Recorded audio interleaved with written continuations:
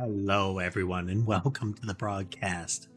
I'm newtmechanist, and today we're going to be continuing our game dev project. For really. Before we do, let's check in with the kitties real quick. We do have Sherbet over in his window, little house there.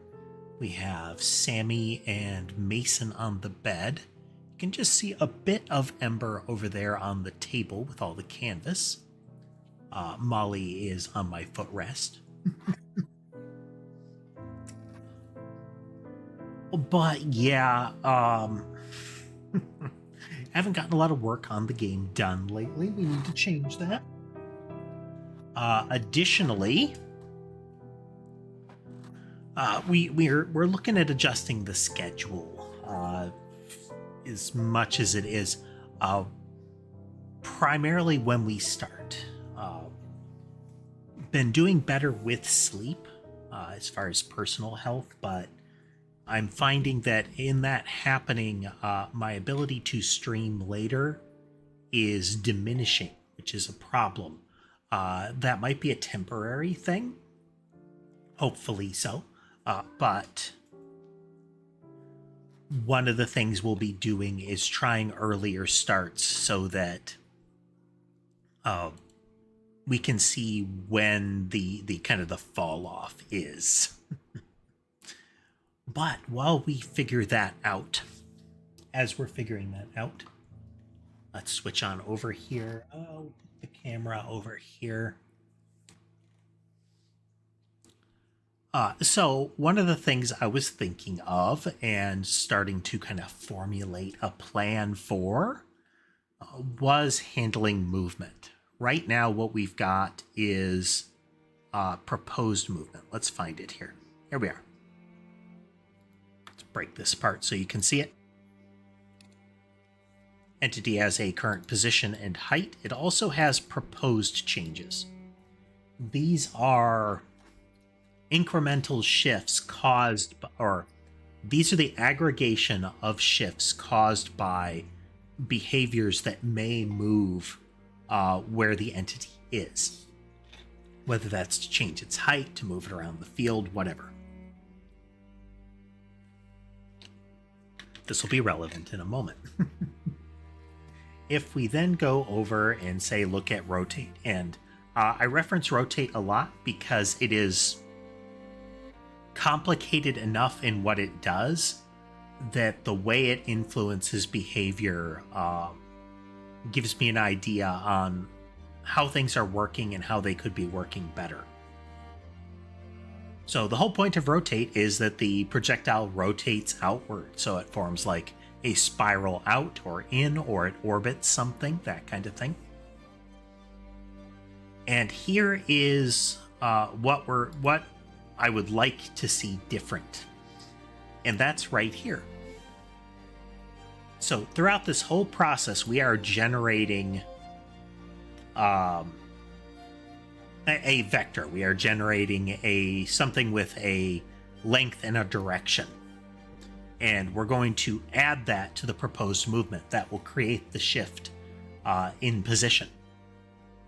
But that necessitates movement, which also means we're changing the speed. And while some things will, by their nature, change the speed, two opposing vectors will change the speed. It'll scrunch it down, usually, or negate it entirely. That's okay. What I don't want to have happen is that every time we add a movement behavior, it goes faster. The top speed goes up, I should say. There are going to be some movement behaviors that do that, but I want them to be their own thing if they do. Okay, so we can see the little balls moving. Right now they're still emitting the mice. We need to revisit how the bouncing ball works. They're not supposed to emit the mice, that's just for testing. But just the whole concept of how they cause collisions, I would like to update. But we'll get there. Okay. So they have that nice linear movement. We are going to then add spiral out. Now, they immediately start zooming along. In order to make the spiral visible, or at least to make it really apparent for testing purposes, we have it doing a very high speed along the circumference of the arc, along the curve of the movement. Let's get that out here. We're going to get that data folder open.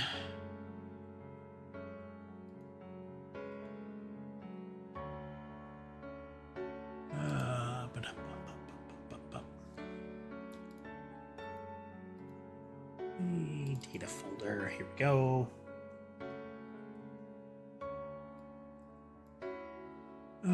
This is in movement. None of these are final values. This is all stuff that I'm kind of throwing at the wall as we go.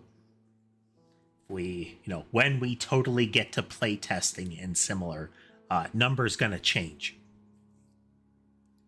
All right. Relevant, let's see.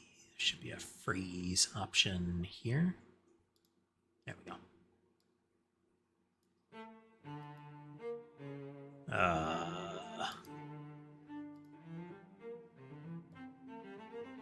Why you do this to me, huh?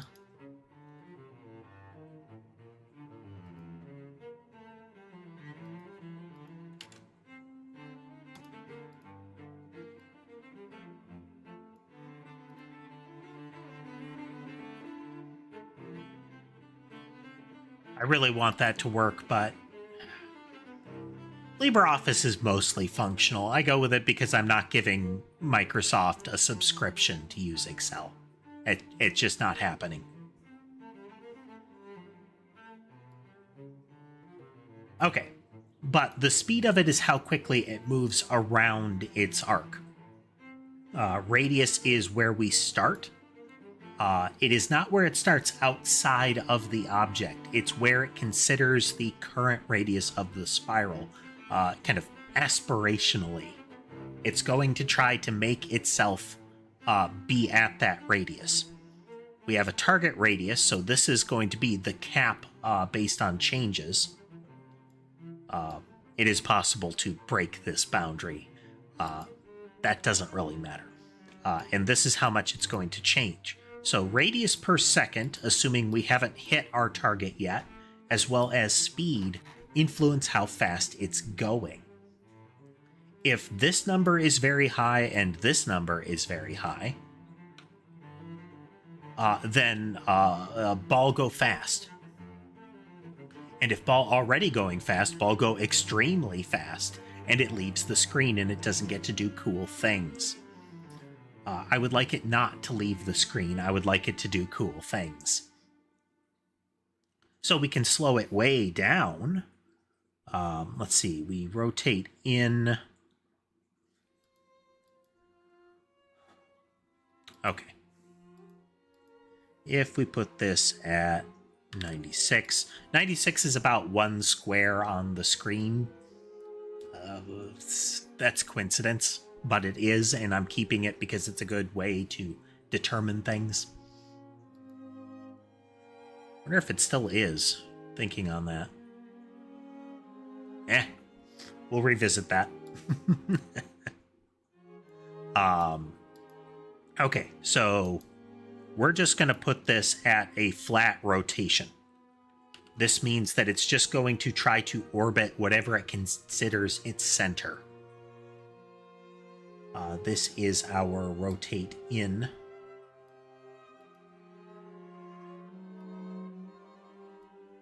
So it's going to try to be about 1 square out from what it considers its center. What is its center? Its center is based on how else we've set it up, but currently it's a moving point. So when it initially comes into existence, it's sitting on top of the player. Its center is right there. But there is movement that happens prior to the orbit executing. So let's... Toby, I did not make this model myself. I would be quite pleased if I had developed my artistic skills to reach this. But I'm very pleased how Animacit. I've discovered that I was pronouncing it wrong. Animacit. It's like Animas Hit. Studios did on this model. It is going to be like Vampire Survivors. So the ball moves in a straight line, it bounces, it emits homing mice. This is going to distort our ability to see what it do. I can fix that real quick. Okay, let's fix that. Okay. Data files. Yeah, we are making a Vampire Survivors style game. Our gimmick is that it's going to be that with Noita style weapons. Where are we? Bullets. All of the game data is in these delimited text, delimited data files. They're comma delimited file. What do they call them? Comma separated value files, CSVs. They can't be actual CSVs. I can't have that suffix or that file type because I'm using Godot engine, and Godot engine considers CSVs to be translation files of some kind and makes an unholy mess when it encounters them. So they're game data files. And happily LibreOffice sees that they are a bunch of comma separated strings line by line, and it says this must be a CSV. This is good. Anywho, let's see, our bullet yarn ball here. We go to its behaviors. Okay, lives normal bullet lifespan. It's 2 damage on hit. It targets a random enemy and moves in a straight line.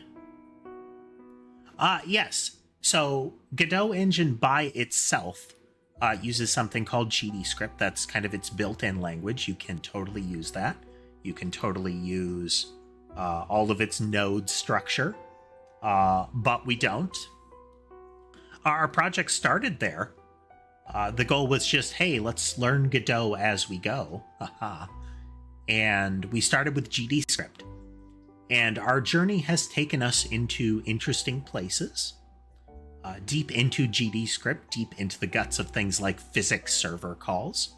And then into C#, into the guts of physics server calls. And finally, back up to doing a lot of just manipulating the node tree in C#. Pretty much all of the logic is in C#. All of the fun. Let's change this real quickly here. We are gonna call movement bounce, and we'll leave. We're gonna remove the hit ground entity here.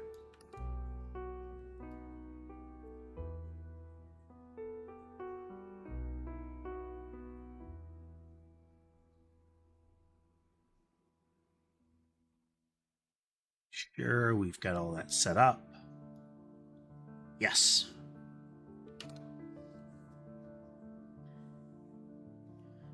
I do need to change that movement hit ground entity. We need to do something different for bouncing impacts. But, okay, let's start this. We're going to start it on the Godot side. I have both editors open because they both kind of excel at different things. It's actually easier to do like see text errors and whatnot reliably in the Godot engine, but fine debugging line by line in my scripts is better done in Visual Studio. Okay, so we've got our collision data. That's what the little blue circles are.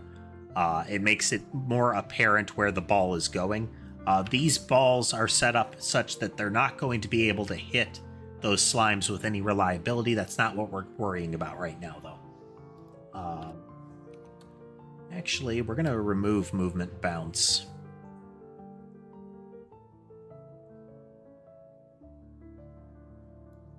Let's take movement bounce off of there. Just pretend that the yarn ball is doing what it's supposed to do.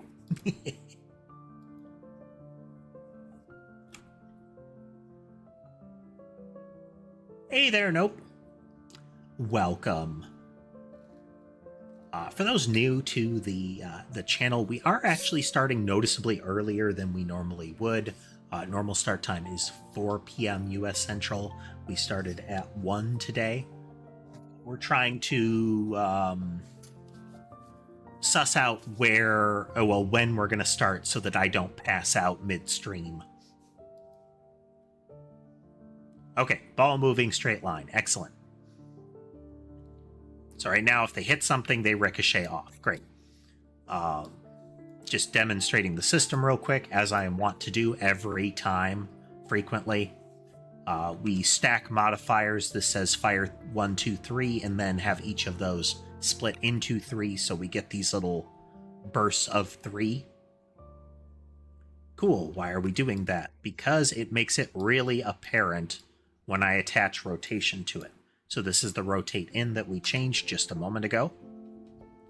See how quickly it moves, and we adjusted that to be a very fine motion. So we'll just put this in here again. Yes, Toby, so the stream will be... I'm currently streaming in 2 formats on YouTube as well as to Twitch, so the Twitch VOD should be available... I think it will be available on Twitch for a period. It will also be on YouTube in both formats. So we go with just the 1. It's zooming along. It shouldn't be moving that fast. That's obnoxious, and I don't like it.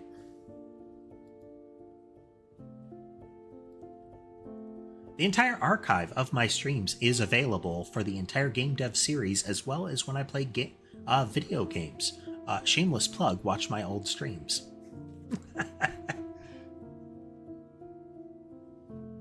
Okay, so with rotate in, we're saying start here and stay there, essentially. Do not change your target radius.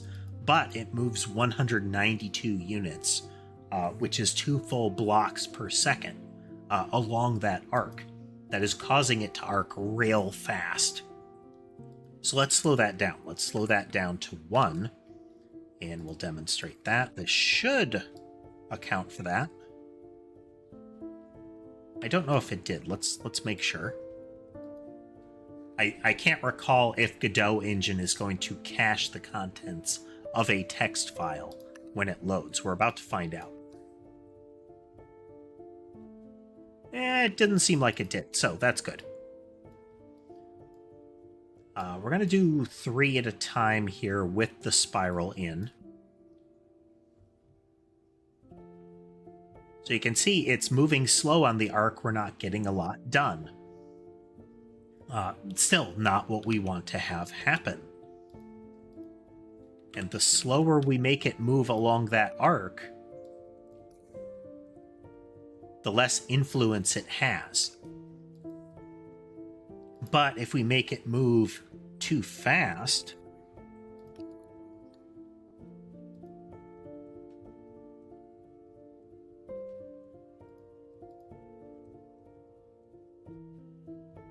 well, now I'm confused.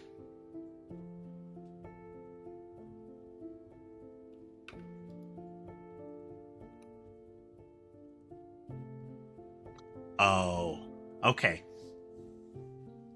This is going to cause a whole lot of rotations per second. Trying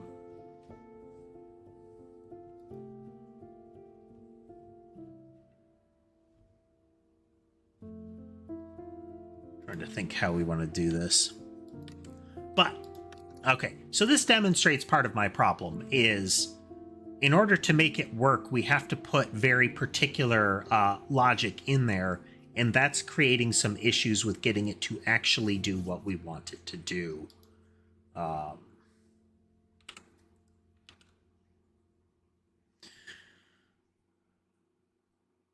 So this should be something like let's say 200 squared or something like that as far as the circumference.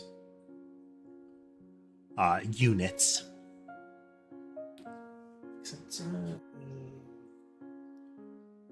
Quick math check here.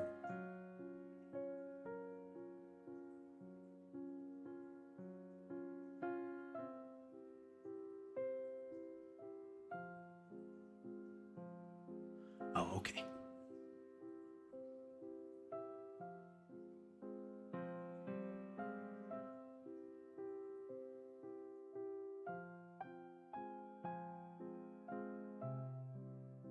Okay. So at 48, we're looking at about 8 rotations per second if our speed is 48. That's super fast that it would be going around it. We cap that out, which is going to distort things. We can only do about 4 rotations per second before it gets like really twitchy. So the fastest we could go... No, this should still be okay. Yeah, that should still be okay. What's going on?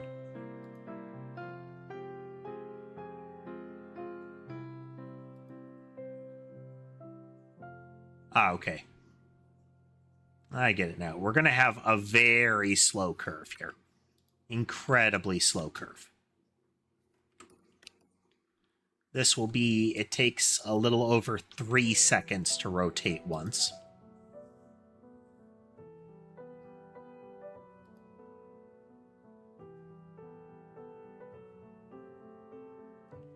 So again, hardly perceptible.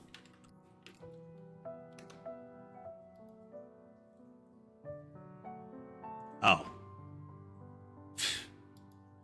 Start. Womp womp.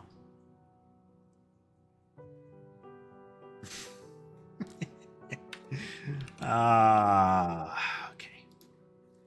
That was an invalid test because I wasn't actually putting rotational movement on it, which means it didn't make a difference each time I was doing that.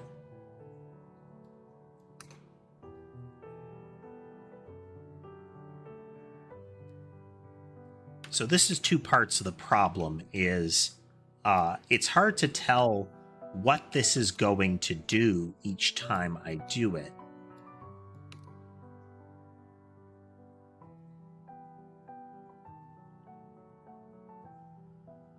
So you can see some of that motion going on.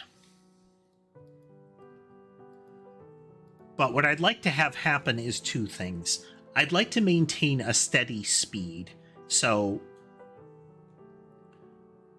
if the projectile is moving at 1 square per second, which by default it is right now, and I add another movement type to it, I want that movement blended into it. I don't want it to fundamentally accelerate as a result of this.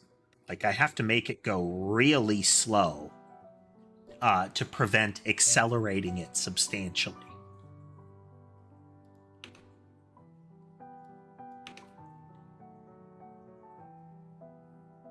And if we go slow enough, it doesn't matter. So this is half a square per second added to it.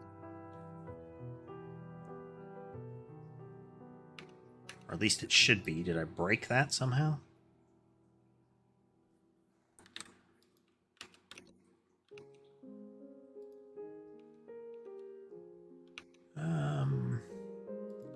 What would it be? It's about 300, so let's... It's 1 rotation a second.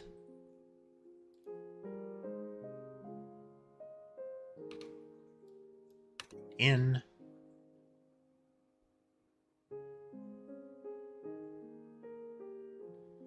So neat, but it's... You can see where some of the difficulty is happening is suddenly the logic is really fiddly. And I want it to happen more smoothly. If this is kind of where we're going today, that's the plan, is if instead we were to take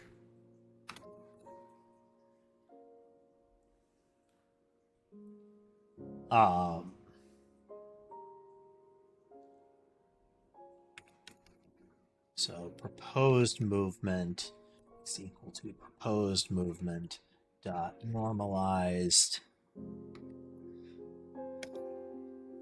That's just for,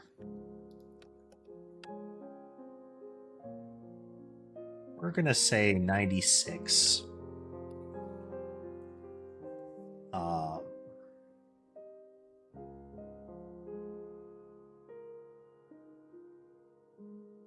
10 times a second physics happens about, I think it's 30 times a second right now. We're just going to fudge the delta number.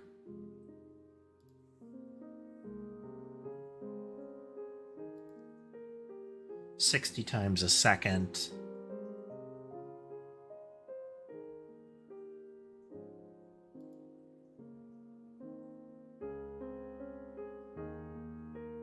This will be slower than it should be, but that should be like 0.02. Force it to be afloat. This is not what it should be. This is a approximation. It's actually less than that, but what we're doing is... that should be a little faster than it's supposed to be.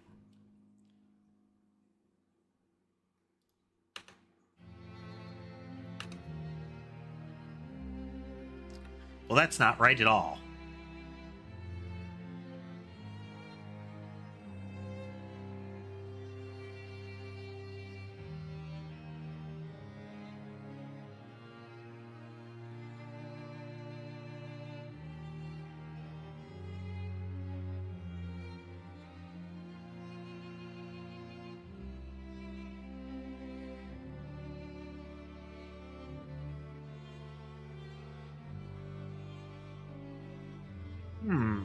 What did I do wrong here? Oh. It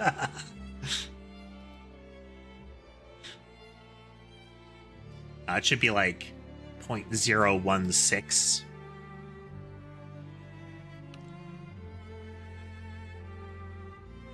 Okay, so this is where it's normalized. You see how we have these nice little spirals? They make a lot of sense. They are visually apparent as far as what's going to happen. So here's straight line. We put our little spiral in, and they sort of twirl along. Now, they have slowed down the projectile because it is moving in a spiral instead of in a straight line. So its whole movement is distorted to be along a curve, but it is also moving in that straight line. So we have the blend of two behaviors, move in a straight line and move in a spiral. So if we make them spiral out here, let's really emphasize this. All the projectiles.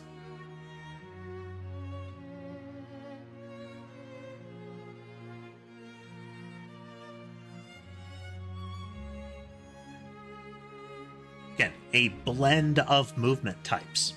This is what I want to have happen. I will speak to the why this is not as easy as what I just did in a moment. Horrible boiling wall of death here. Let's change this back to a nice respectable number. 2 squares out. It wants to be 2 squares out. And it will... It's about 6 times that.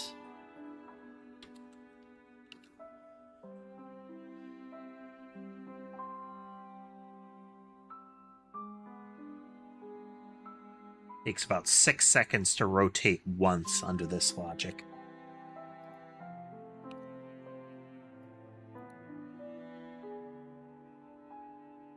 No, that's not right, but...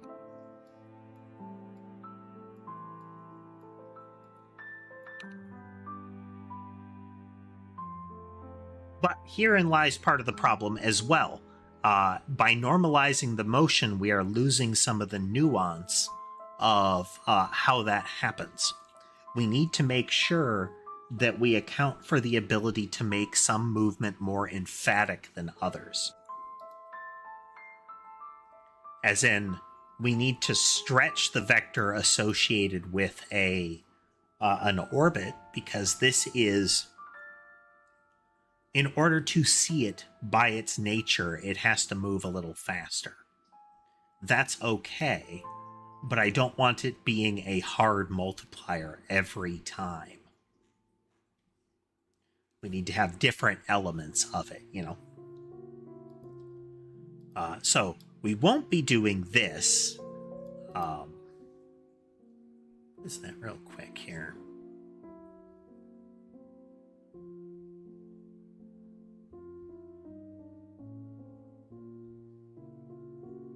Yeah, it's 0.016 repeating.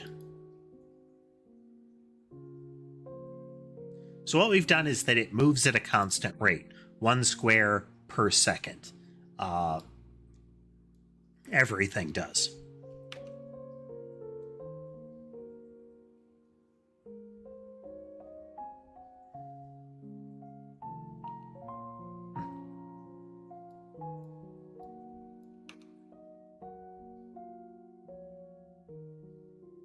Let's... the more frequently this happens, the finer the movement can be.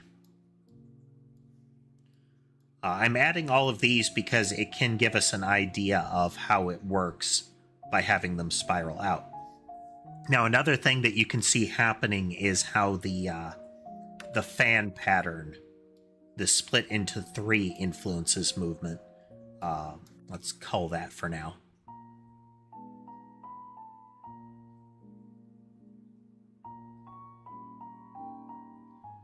So these nice slow circles.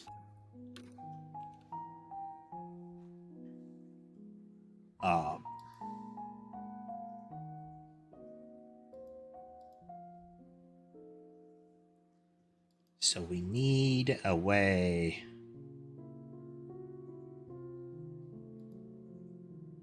Did I botch this test again? Brain's all over the place today.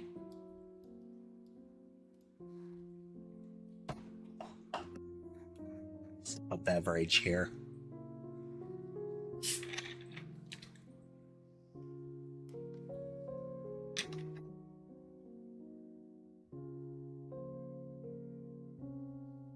Okay, so spiral in, burst of 3.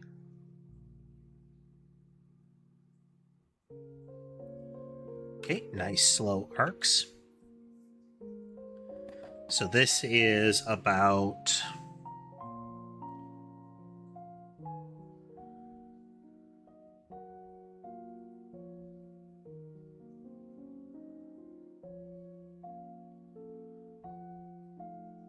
doing a quick little bit of brain math here.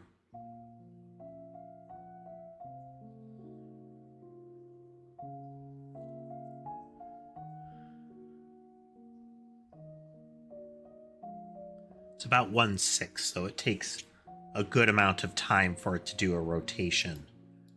Let's do... So that would be 3 seconds for a rotation. I think... Now, again, this is going to change the proportions of the vector inside it. It does not change the actual resultant speed.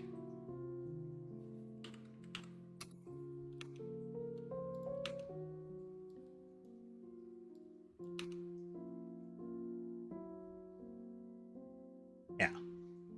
So we're not getting as big a change as you could with this.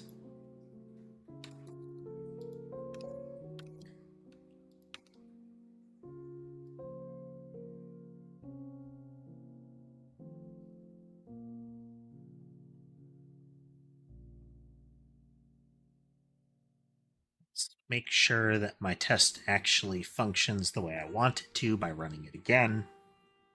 Fully running it again. So let us verify if the data file changes actually are visible. They weren't. I have to reload it. Godot is caching the result. Hooray. Okay, so this is a very fast spiral. Then I'll have to see. Maybe I'm not reloading the catalog. Then if we cut it down, we're gonna slow its, what would it be called? Its radial motion. Something like that.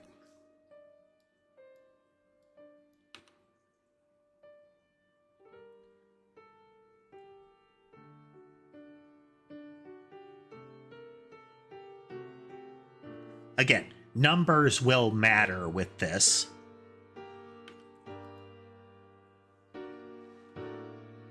So we would want the ability...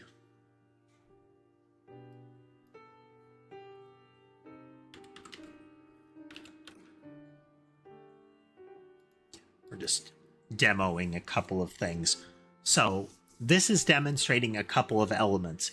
I would want to be able to give extra weight to the spiraling motion so that we can get more of that arc coming out of the motion, while still allowing us to get the linear motion represented. Right now, the arcing motion is taking a lot of time from it.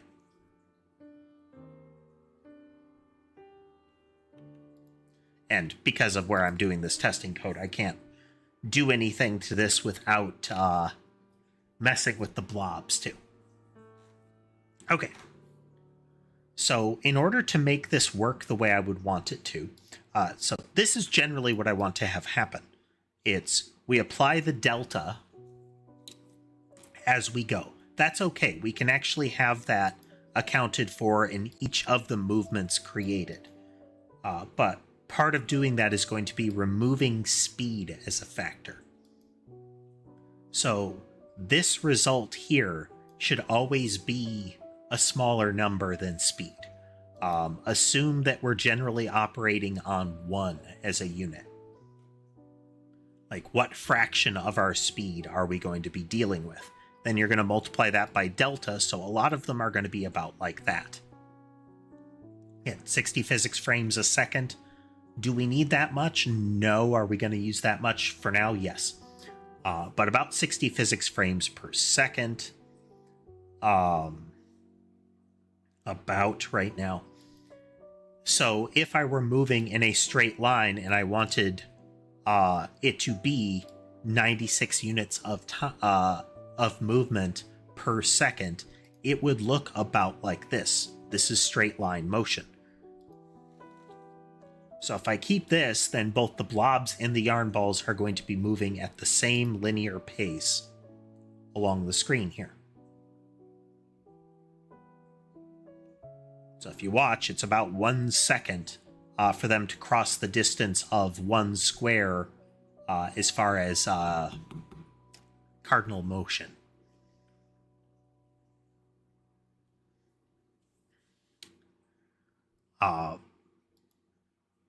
And what we're shooting for here is that no matter how much I change that, this is kind of our starting point. We have a base speed, then throughout the flow of it, we are going to be processing it and saying, well, this part of it moves faster, or starting now it moves faster. That kind of stuff. And we can accomplish that in a couple of ways. If we want the whole projectile to move faster, we can temporarily change the speed value. If we want the projectile to move to account for the motion that we're dealing with greater emphasis. So if I wanted the move in a straight line to count more, or to accelerate, then I can put that in there by making it do more than its share. So it treats it as having more than delta worth of it. It might be an extra 2 in there. That would accelerate it.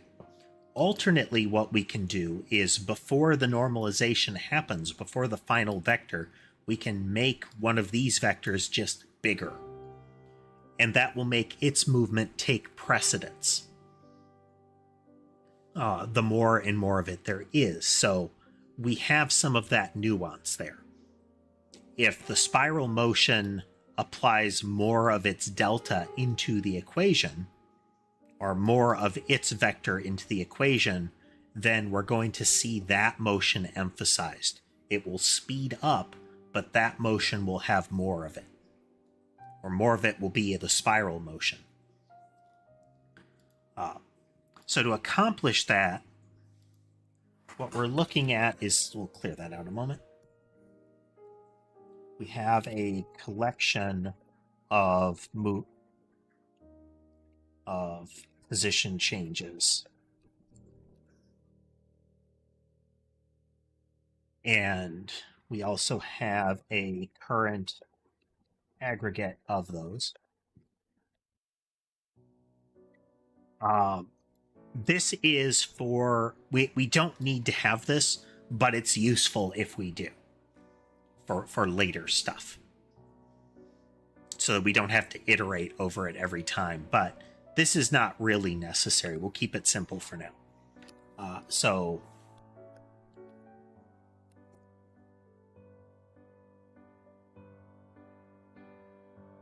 we would have a method that tells the entity add a kind of a micro motion here. And we're going to give it a vector that says this is how much that micro motion is. So again, by default, we have one speed unit.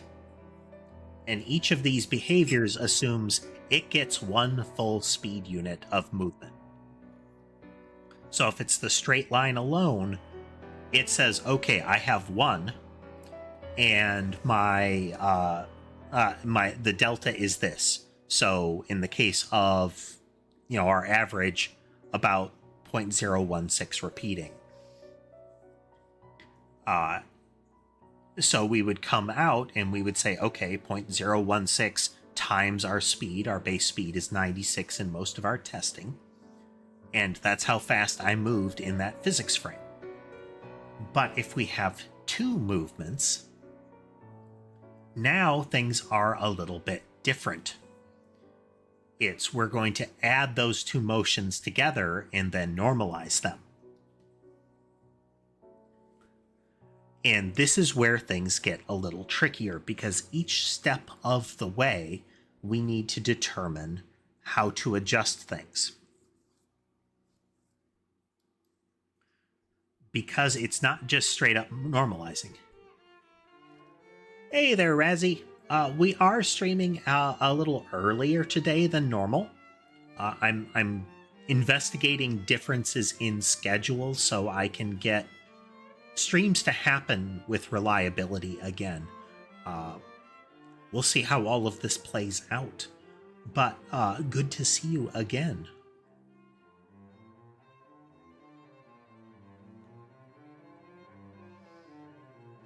Oh, stretch.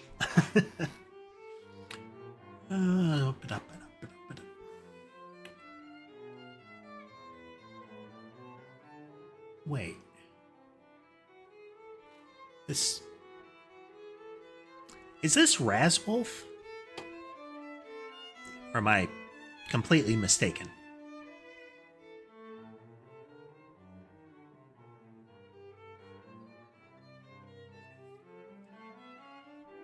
I am known to be completely mistaken on the regular. Okay, different person.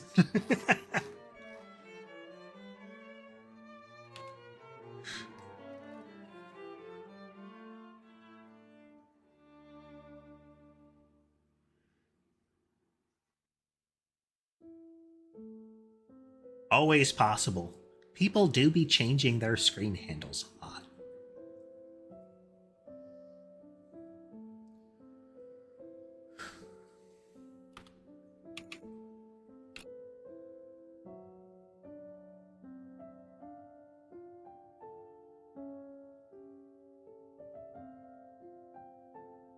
Okay. So, let's go through this again. So we're figuring out how many different micro motions we've made. We're going to have to change behaviors to deal with this. Behavior groups should be aggregating their changes as it moves up the stack. That is, if I have something that is actually a composite of 10 micro motions, I don't want that one thing to count for 10 movements and squish all of them down that way, though we may start with that for simplicity. Essentially, every micro motion that you add gets the same weight by default. So we figure out how many of those micro motions there are. For now, we're not counting rotation, and we're not counting height change. It has to be a two-dimensional spatial movement. Additionally, there will be the so they can rotate, they can move, and they can also change the speed. And what we'll have is a speed change that is local, as well as a speed change that is, we're going to call it temporary. A local speed change would only affect the vector that we're dealing with. And for those watching that are unfamiliar with what we're doing, we are making a Vampire Survivors style game. It is being coded in Godot 4.4 as well as C#. And there is no expectation that you know what we're dealing with, whether it be Godot or C# or making games at all. This is our first time doing this as well. We've done many streams, as the title of the video would imply. It is a mutual learning experience. We're all going to bash our head against the wall repeatedly together. Okay. Hello, Sherbet. Hello. Sherbet always looks super sleepy most of the time. His shifting napping spots here. See if he sticks around. And let's see if camera 1 behaves. There we go. Yeah. I see you.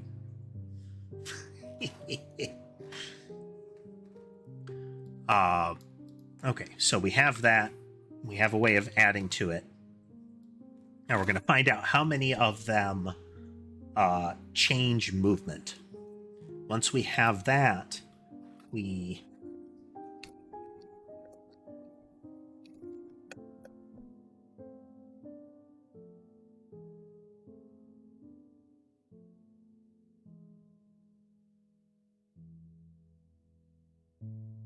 Okay. Iterate.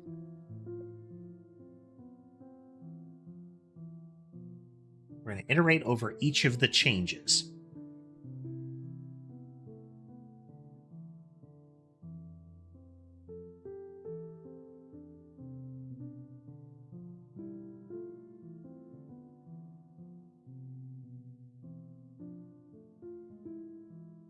Okay.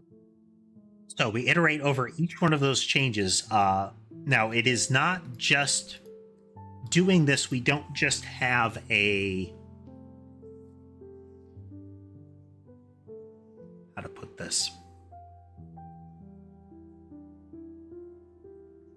These happen in sequence. It doesn't really matter as far as like rotation happening in sequence, but we want to be cautious about it and keep that sequential as well.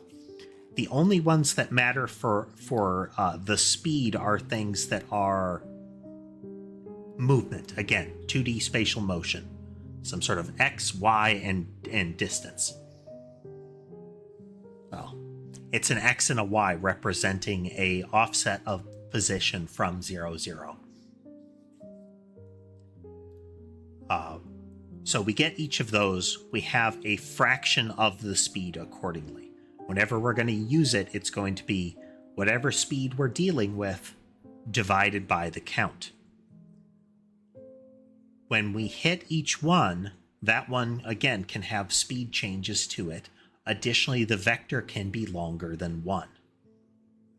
If we assume that speed is not being taken into account, and that everything is normally a unit vector, a vector with length of 1, then anything that started without being a unit vector is intrinsically more impactful on the result. So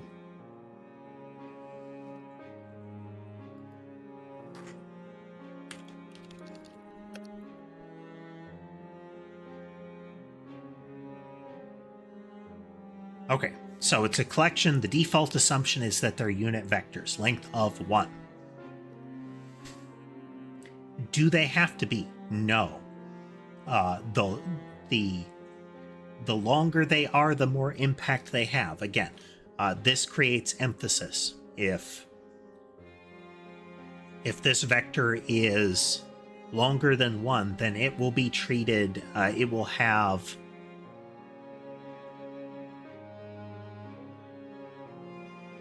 it will impact the position more than the others. It will also be treated as a speed up.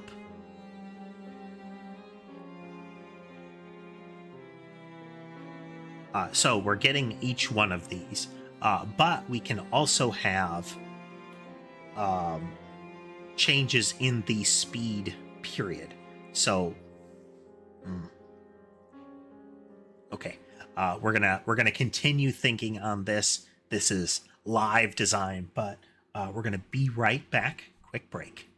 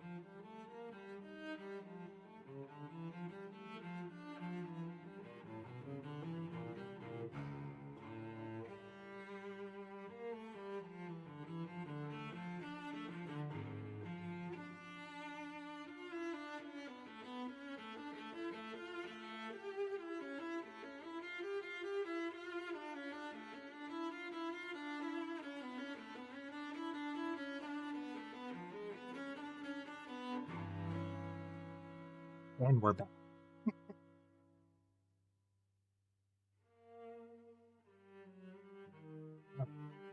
So, what we're trying to do is think through the logical flow of this.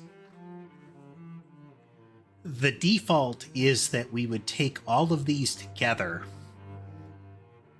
and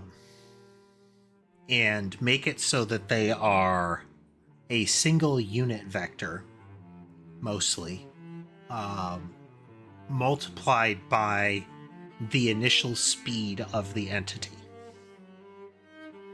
So if that the movement speed is tethered to the entity instead of each individual motion directly.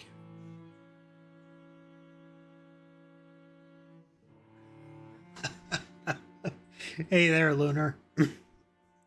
Man, I remember how frustrating that game was dealing with some of the puzzles that they put in there because they were so counterintuitive. Like, they were set up such that it felt like you were doing the real thing, that you had it, that you knew what you were doing, and you were wrong. In esoteric ways.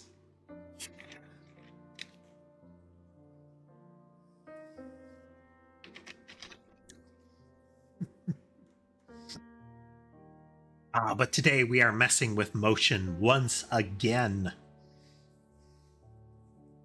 And trying to figure out how we can essentially normalize it while still allowing for particular aspects to have a bigger impact.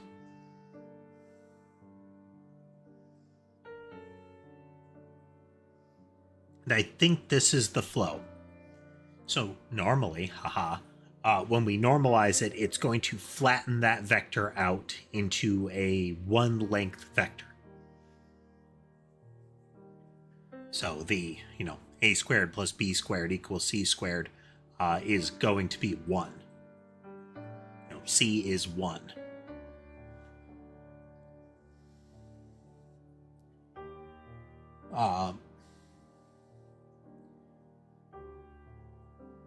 But we don't want that to be absolutely true.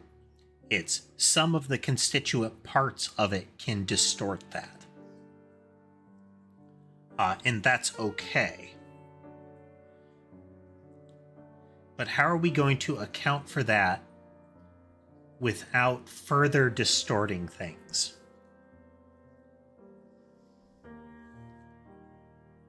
So there's two pathways we can go down.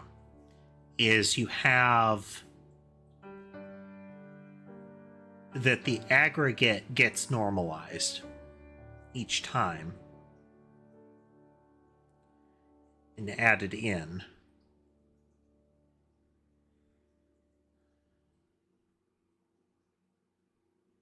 Yeah, there's no way of emphasizing one without fundamentally speeding it up.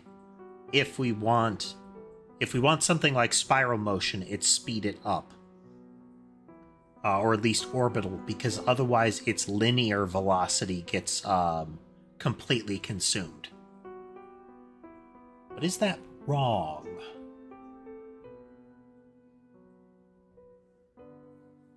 Is that wrong?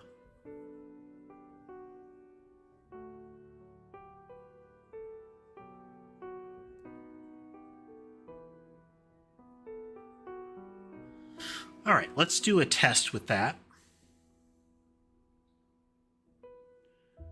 We are going to check that element of it. So we're going to look at move, rotate, and move straight line. I'm going to collapse the rest of this, actually. We're going to close all the other tabs except for entity, move, rotate, and move straight line.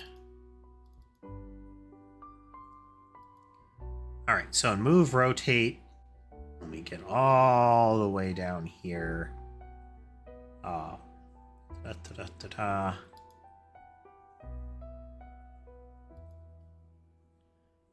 Dot normalized times delta times 96. Okay, this creates our the pattern that we were dealing with, this flow. And what we're going to do is we're going to mess with this a little further and show how we could change things.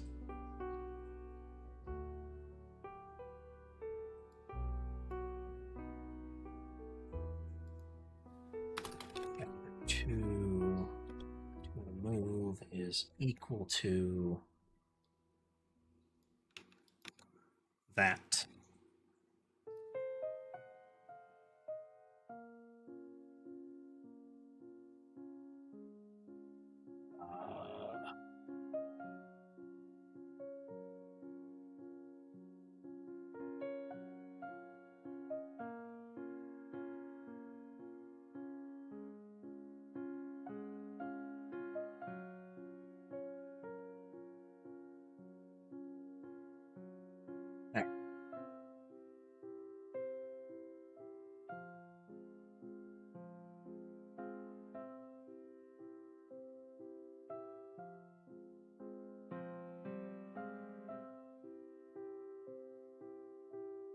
This one was already in position to do that. We are ensuring that this is the case, though. Okay. So now we're going to run here again.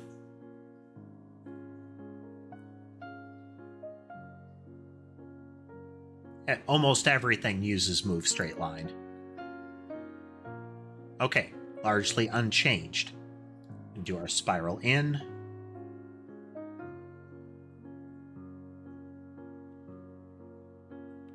Hey there, Dodds. Yeah, Sherbet be snoozing. He has moved from his Windows snoozing spot to across the keyboard snoozing spot. Molly's on my footrest and has decided to quite adorably kind of reach out and hug my leg with one paw that has all claws extended and digging in right now.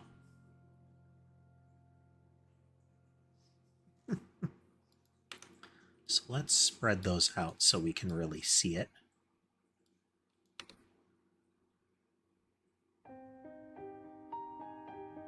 So this is with the motion effectively normalized. Dots has arrived just in time for an ad break, as Twitches want to do.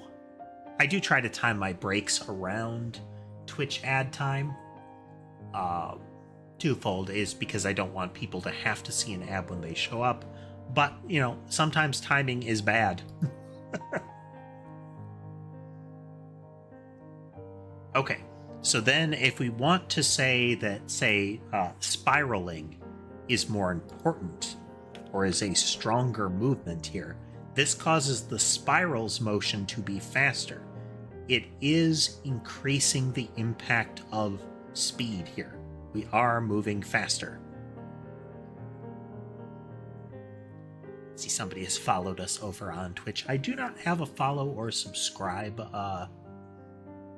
notification, but thank you nonetheless.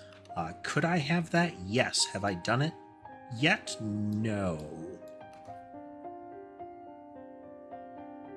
So this is what the spiral emphasized twice as much. So let's do 5 times as much.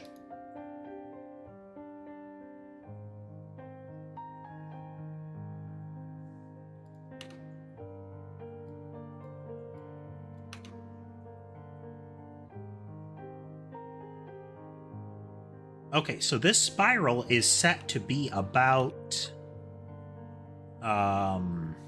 2 squares wide. So that's about right that it's moving. So what this allows us to do then is, instead of having an actual like speed value on them,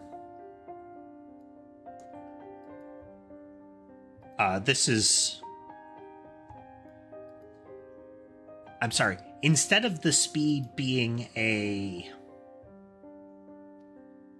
how fast it's moving, the speed is going to be an emphasis multiplier on these. This is different. I should change the naming on this. Speed, when it comes to bouncing, is change in height. Bounce does not actually impact So this would be, you know, like height change and height change decay, that kind of thing.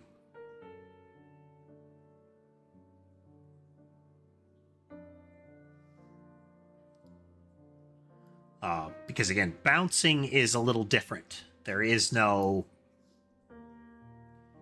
really a concern about currently acceleration change when it comes to arcing in the air.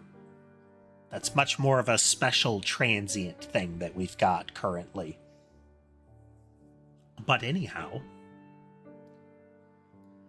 so instead of this with rotation, we could have, well, this still matters. This still matters. Dodds, what we're working on right now is effectively normalizing motion. Instead of having all of them directly added, we are looking at applying their... We're looking at having all of them assuming that they are creating a unit vector to apply to the projectile. So the test that we were running, let's end this. The test that we were running has this applied to the two kinds of motion that are in effect. So instead of just adding the movement vector there, we are normalizing it, applying the delta, and applying the speed value. The assertion would be that instead of applying delta and that here, we can just determine what the alteration vector is going to be. Is it going to be a single unit, or is it going to be some multiple of a single unit? The more vector there is at this stage over a unit, the more impact it has as far as actual speed, actual distance covered. Rotation benefits from that, because rotation is a... If I don't emphasize rotation, it is ultimately a slowing factor. So if I change that down here and we run it again,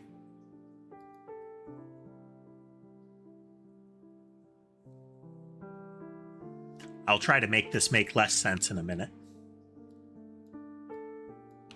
So this is with both of those speeds equally applied. That's regular. Here's spiraling in. This is both of them having equal weight.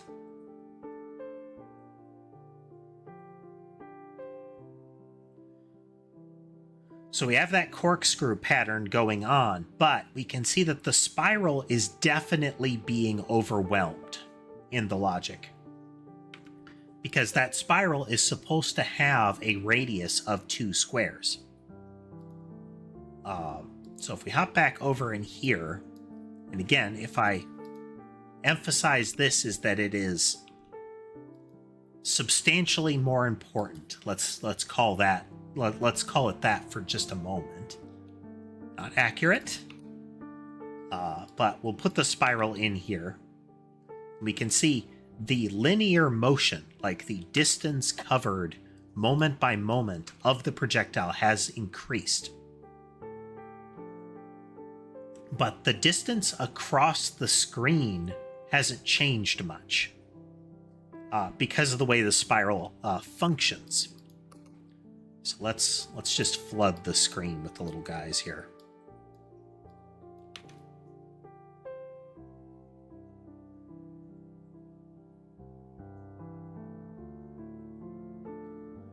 So again, across the ground, as far as the actual, what we would consider the speed, what the speedometer would say, has increased. But that's entirely applied to that radial motion, that sort of arcing that is happening. And at this emphasis, we're actually getting close to having that double unit there. So in order to accomplish this properly, we're looking at changing things in a couple of locations. But first, let's show you the nightmare function that I had to spend a lot of time dealing with because I'm not like geometry and trigonometry does not come naturally to me anymore. It is in the past. So I spent a lot of time puzzling over this.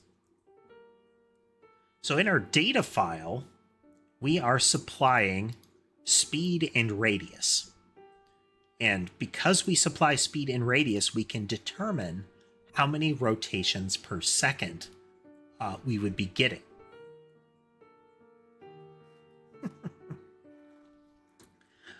But if instead I were to supply rotations per second and radius,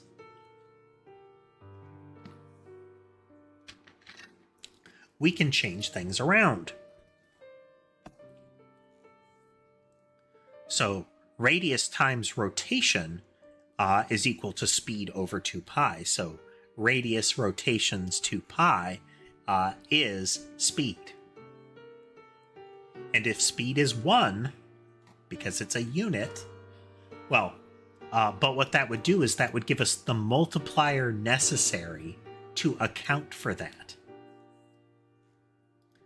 So if I say it needs to be 3 rotations at this radius, then I know what the speed will be, what the multiplier of the unit vector will be.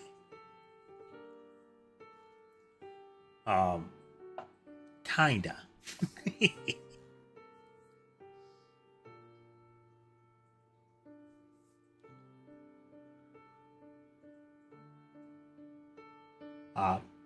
So what that ultimately what that is all going to do.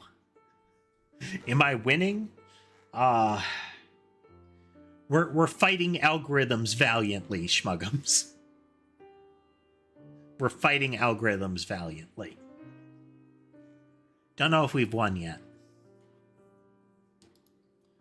But what we want to do is create a unit vector extended for emphasis that we can then add to a collection. So that's going to necessitate currently just the idea of an entity movement. This is not a movement type behavior. This is entity movement.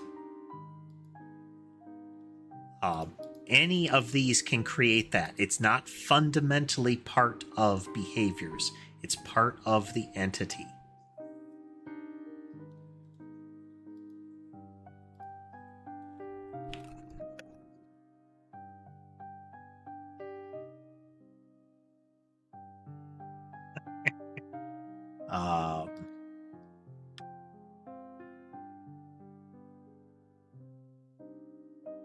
Spelling. Loading.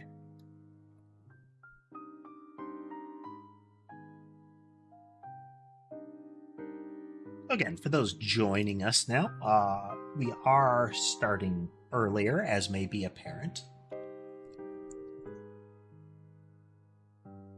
I can't guarantee that 1 p.m. U.S. Central will be our starting point going forward, but we are trying early starting points so that we can see how long we can run and how long we will run to ultimately. When we'll start, how long we'll run. Because the prior schedule was just kind of falling apart on us. Doesn't matter if I have a schedule if I can't keep it. And I want to stream, I want to make progress on the game, so something has to change.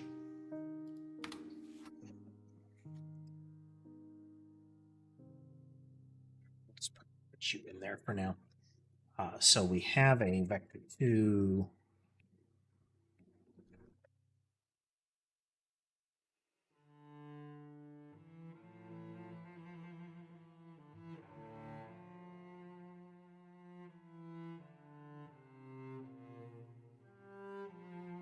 It's not really velocity, but it kind of is.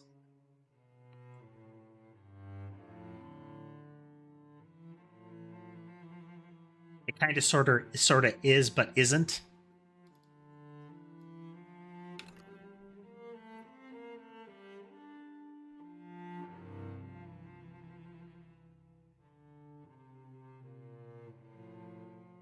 I wonder if it's also health related, Schmuggums.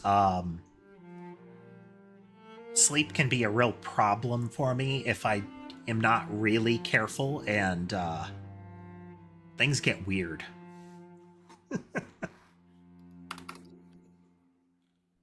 Okay, for the time being... Hello, Spot. Welcome.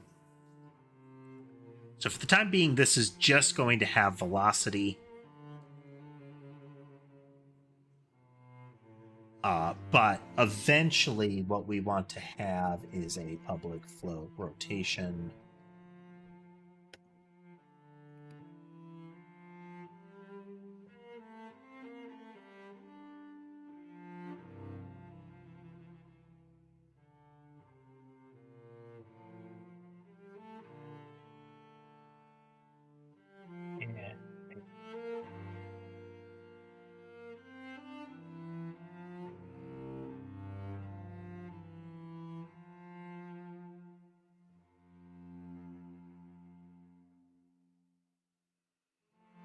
Temporary speed change.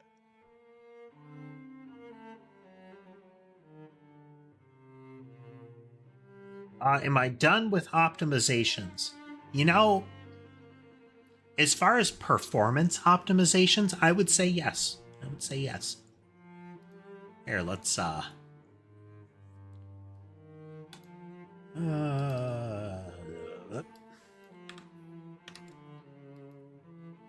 we're mid tampering here, but hello, Rando. Let's flood the screen.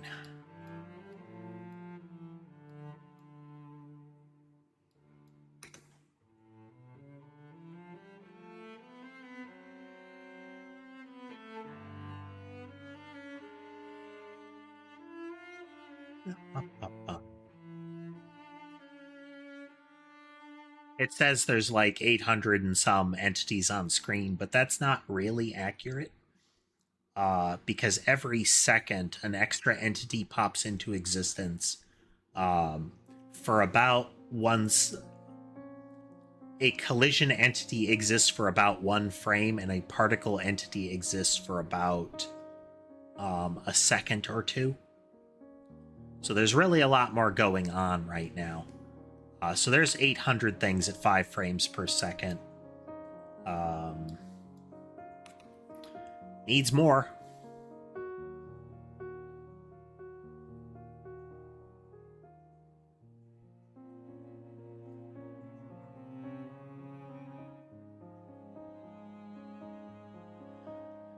So we can hit right now, we're at about 2,000 things, and we're still getting frames per second. 2 is plural. It has ceased to be 2 now. But we're getting some wibble there. If we weren't using the explosions, I suspect we would get a little bit more out of this. Let's get the explosions out of there. It's going to linger for a bit, but, you know, it is what it is.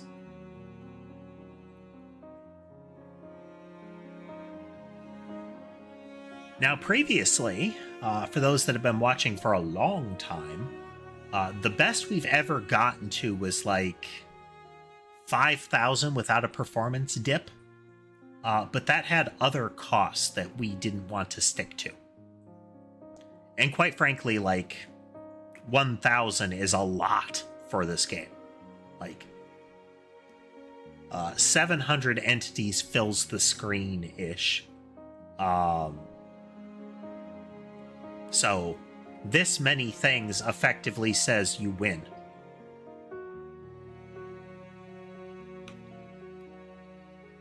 Just reducing that by a factor of 3 here.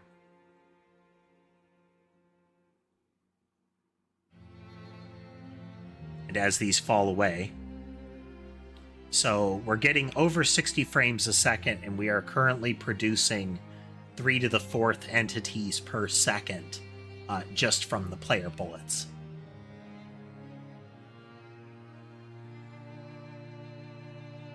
So there's definitely a lot of leeway for things on screen, and we're getting good performance. We are no longer having to resort to messing with Godot physics at the lowest level. We're no longer resorting to doing all of our rendering or collision in a compute shader.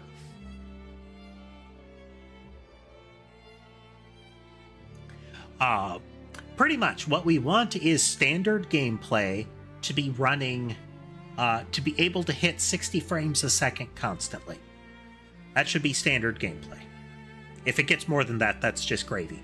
But, you know, we have a baseline. That said, one of our inspirations for this is our Noida mod, is our old Noida streams. And part of absolute victory in the way that we played Noida was how big of a number can we create and how many minutes does it take before that number appears on the screen. Minutes per frame was kind of our record, and that resulted in like a number in the quintillions. It was glorious. Normally that crashes the game, but that was also a victory vector, but we don't want that one. We've only blue screened our stream like once on stream. It kind of counts that one happened right after. Okay. So, today we're trying to change how we do our final movement calculation. So, again, right now, at the end step, we just apply it. Every behavior just directly affects proposed movement and proposed height change, and it just stamps it in at the end. What we're going to do is we're actually going to have a collection, a list of these entity movements, and we're going to assess all of them. We are going to then combine them in a particular way to create the result. There will be some fiddliness with how we ultimately do this, but for the time being, that's what we're shooting for, is changing it from directly manipulating a variable to being we're supplying a kind of change packet to you. And you will assess that at the end. This does mean that we're going to have to change how update animation works, like when we do it, or when we time some of this. The flow of this has to change, because we won't have proposed movement by the time we get into where we currently have animation changing. But we'll get there. Okay. So entity movement has a velocity. This is, we're kind of stretching the term, but velocity is a maybe unit vector. The default is assumed to be a unit vector that points where it's going.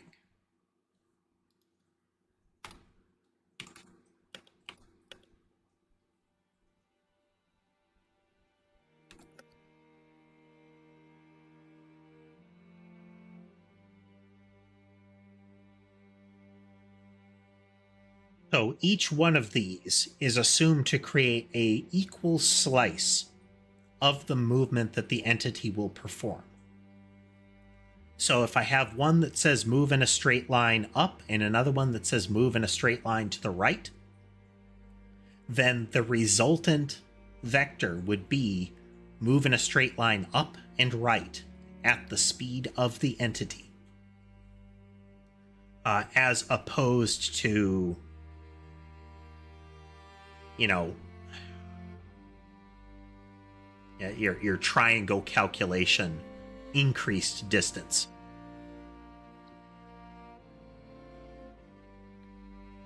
I'm being told about a prescription. Oh, Walgreens. Anyhow, so it's not the combined velocity, it is the kind of merged direction, but the speed doesn't change. That is the default.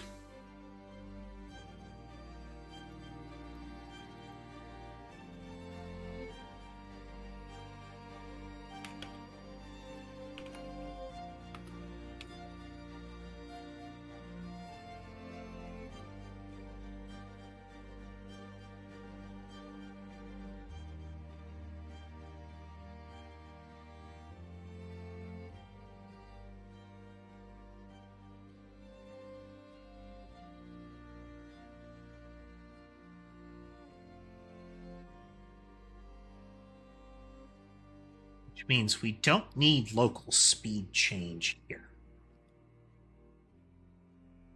We'll just call this speed change.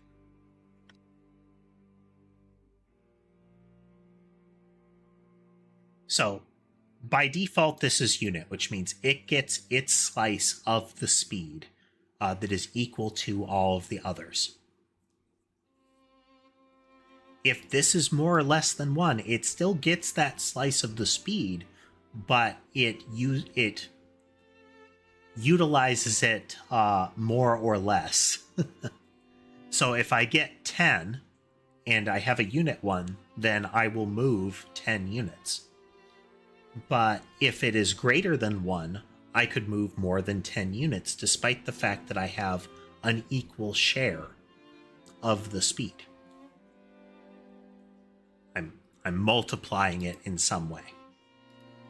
Rotation is rotation. That is a motion that we're using elsewhere. Primarily shows up in multipliers. We will eventually make use of this. We're not necessarily going to get to it in the near future. In the immediate future.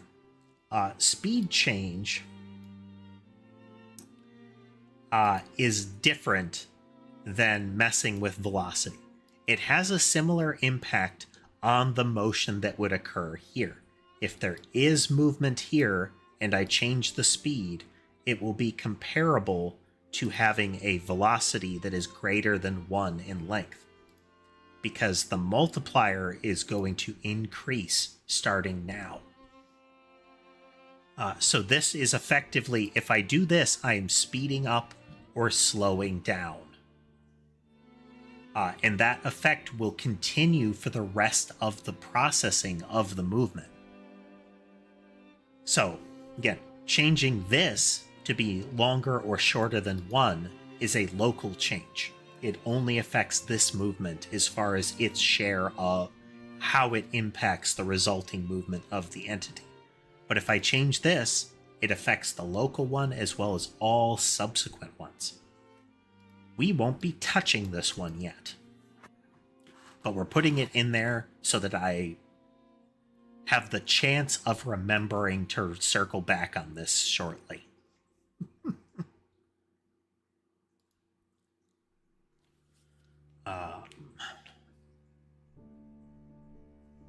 Okay. So we're gonna be a little messy here, but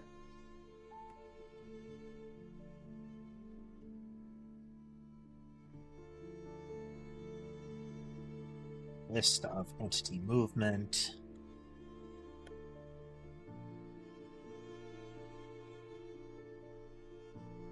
And we'll call it entity movements.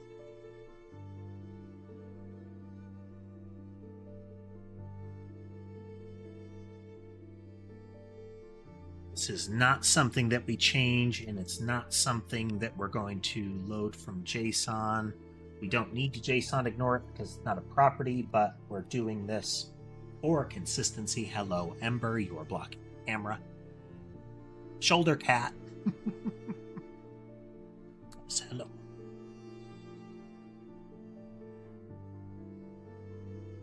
Do a cat check while I placate her.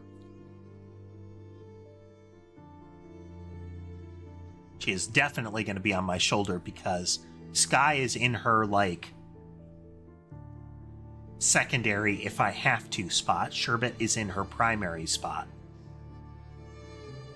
I mean, she likes to climb up on my shoulder frequently anyway, but they've given her little choice. Sammy's over on the bed with Mason. Mason is kind of camouflaged. Molly is on my footrest. So if we zoom in here...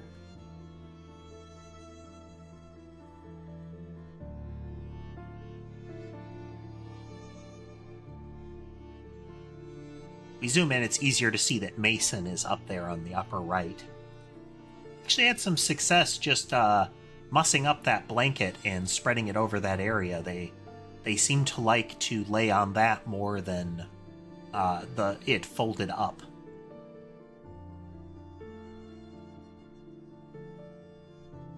So a bit of a win there.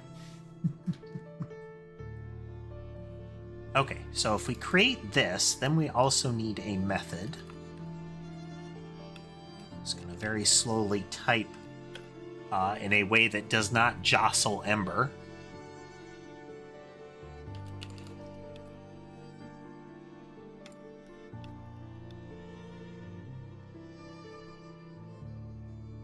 I'm already kind of terrible.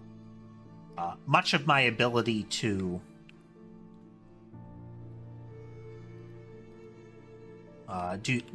actually type has faded over time. And having to type with cat on shoulder without the want to anger said cat on shoulder does not improve my typing skills.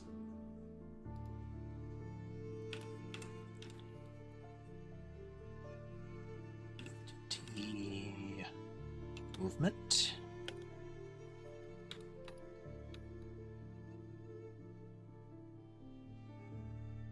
We are going to make you... is it really different to have this be a queue? No, but for logical consistency, it'll be a queue. Thanks, Spot. Thanks for swinging through.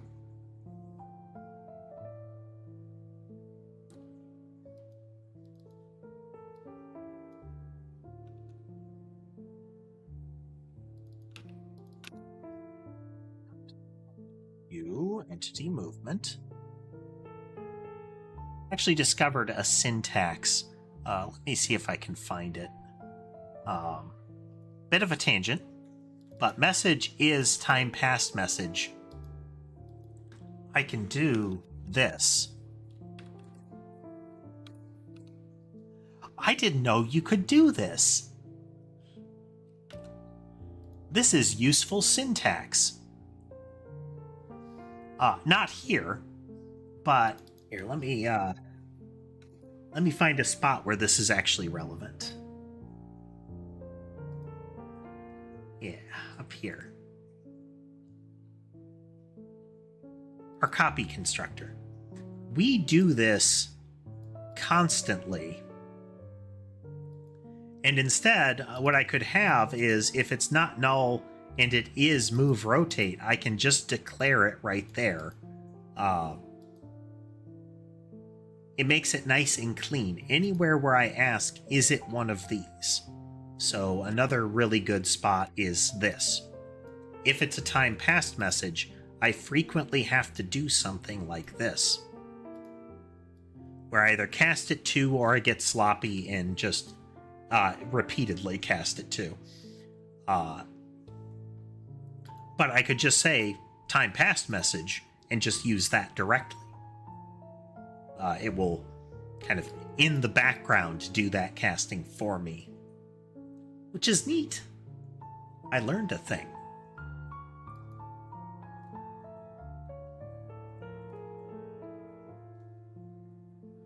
Okay, so we have add entity movement, and that's going to enqueue one of these.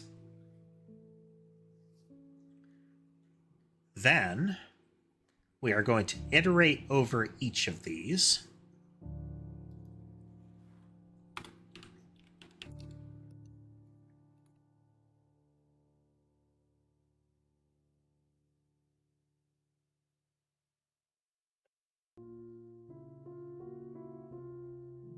actually do entity movement in entity movements. We're going to do this twice.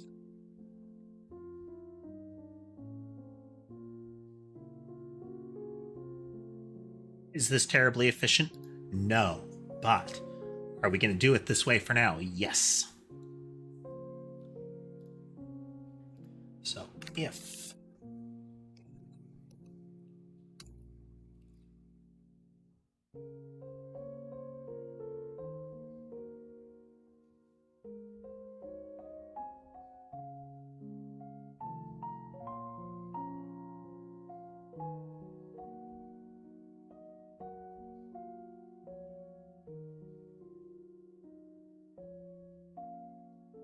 okay, so then we will have it's plus. So we're iterating over all of these and seeing how many of them actually apply a change in the position.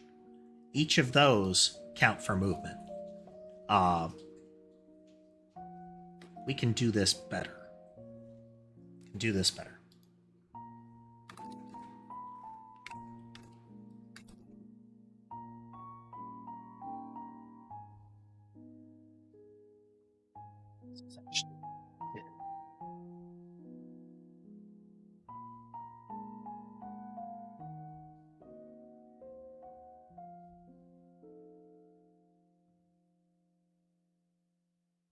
For maximum clarity, these are position movements, and it defaults to 0.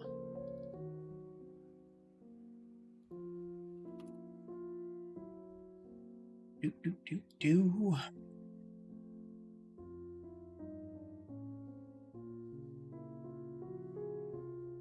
I have tried a lot of different types of music schmuggums. I like a lot of different types of music.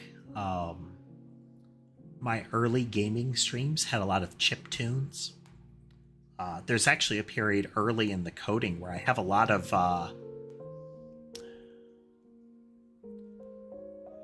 a lot of like synthesized music or like techno style music, which gives you an idea of the era that I learned music terminology, including things like drift funk and whatnot.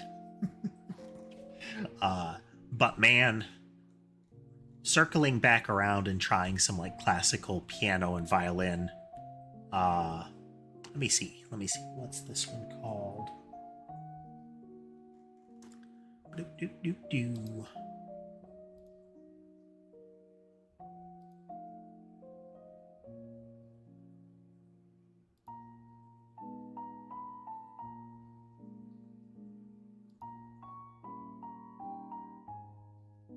Just checking something real quick.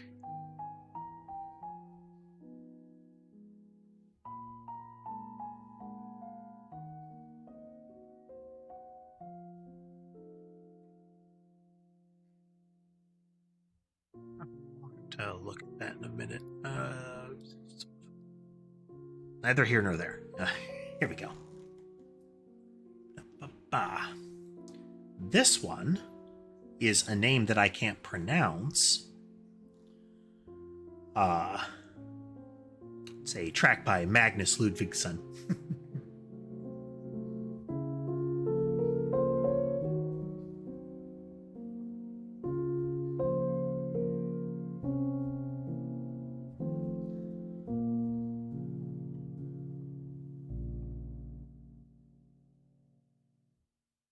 But yeah. I kind of like the somber strings and keys kind of thing.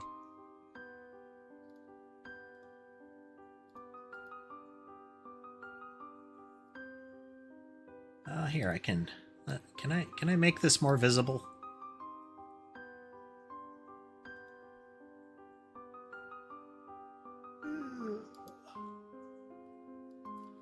I like VLC Player. You know, it is free software, but oof, that UI.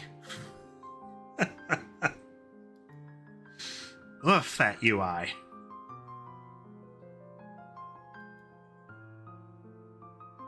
Like finding anything is just rough.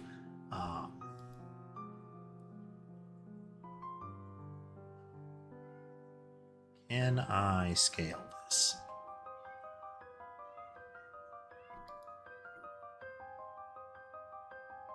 Always throws me off when Ember is playing. Like,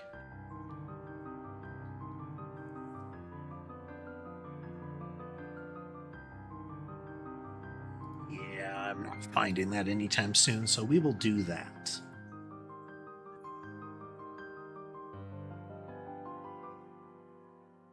I have to find the one that was... Oh, here we go.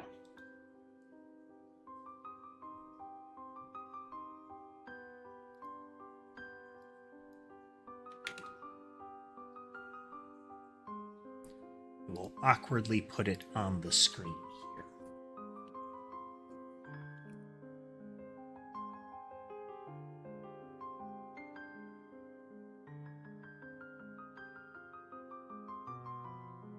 That. Hide this. Okay. Right there. I would paste it into chat, but I can't copy paste from here to chat. The rig is convoluted.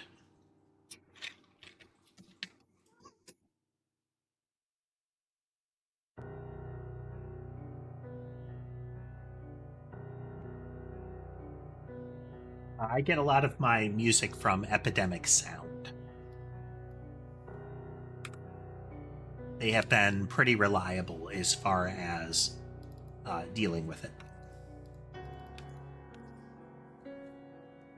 No worries, Schmuggums, no worries. We're not crunched for time or anything. It is nice to just stop and chat, kind of that kind of thing. And I like the music too, so bonus. Okie doke. Okay, so whenever we add movement to it, if there is a velocity to it, we're going to count. Doesn't matter if that velocity is counter to the current ones, or in some way amounts to a slowdown. If the position is going to be changed by that movement, we're counting it. So we don't have to iterate twice. Isn't that great?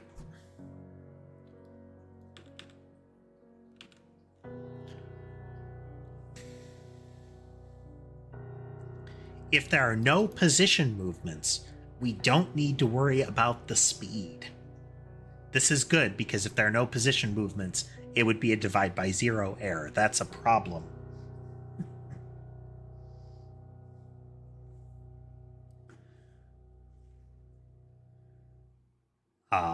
Which should mean we can actually safely do this.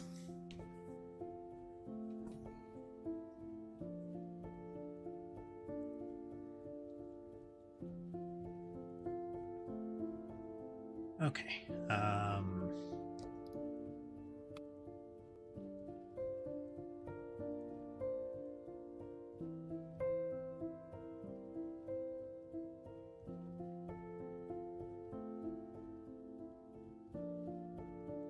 Okay, is equal to 96 times Ember. She climbed up on my shoulder and wanted attention. She didn't get quite enough of it, so she climbed up onto my headrest and is currently like squirming around. And if I don't reach back and scratch her back right now, she makes a dive for the microphone.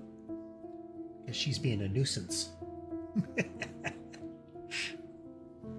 Yes, I know.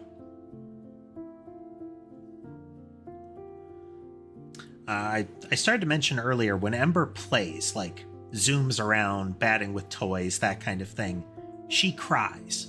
Like, if any of the other cats were doing that, I would be concerned that they were hurt. She has a very different vocal set than the rest of them.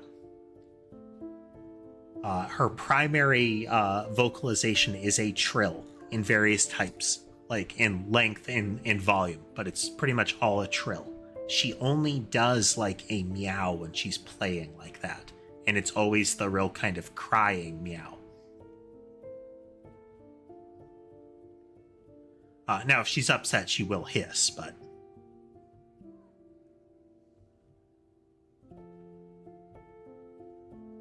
But she is a sweetheart. She is super chatty.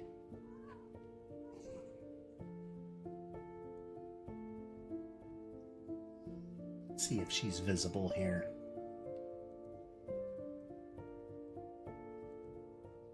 Might be able to see some paws.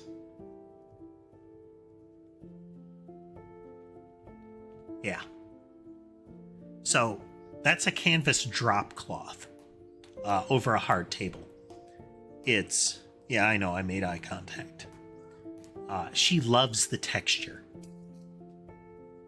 She loves the texture of that. So she'll squirm, she'll lay on it, she'll squirm around on it. Not constantly, but she enjoys that texture.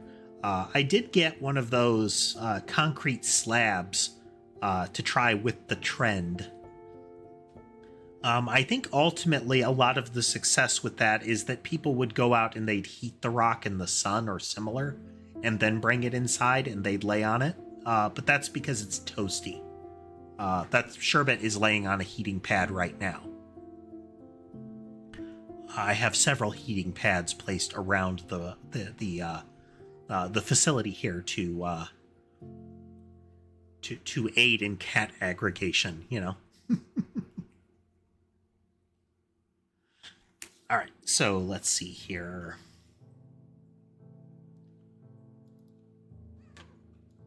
This...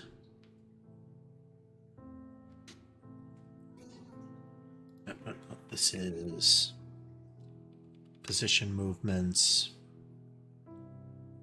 It's greater than 0. If it is, then we are going to multiply by 1 divided by position movements. Otherwise, 0.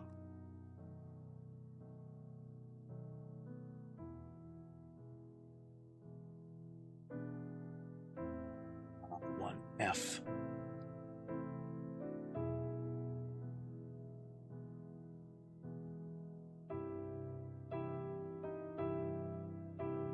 Hoping this actually works the way I want it to.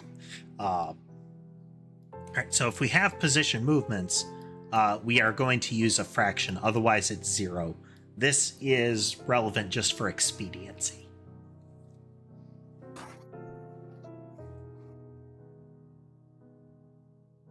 I was going to make it so proposed movement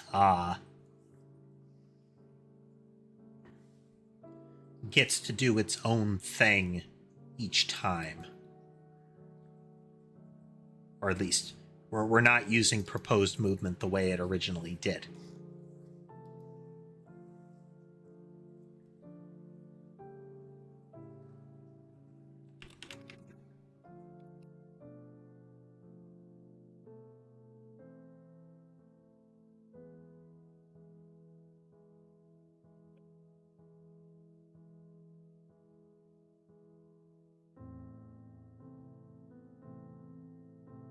Okay.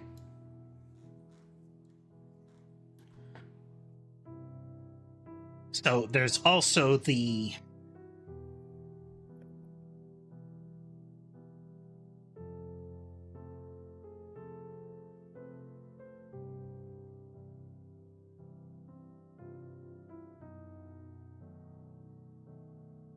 we need to determine where we would apply the rotation.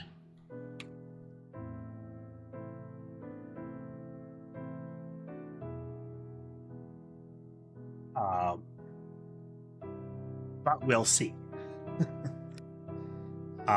This is mostly relevant to things like multipliers, where we are asserting this entity should be rotated this much. By putting it in this process, it means we don't have to... One, it's not a separate thing. It's not something that is globally applied. It is applied as of that moment, which does have an impact on the way that it moves initially. We'll see how that plays out if we get there. Okay, but once again, we are determining our speed. Right now, we're asserting speed is always 96. That is, again, the width of a square on the screen.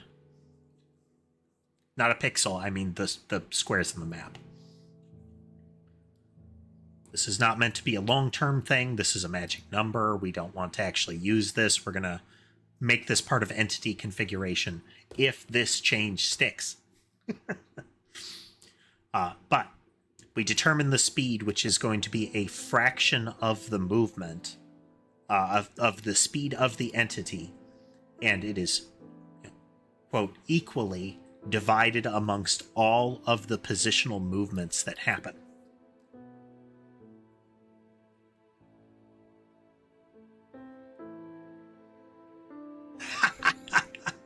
Well caught. Well caught.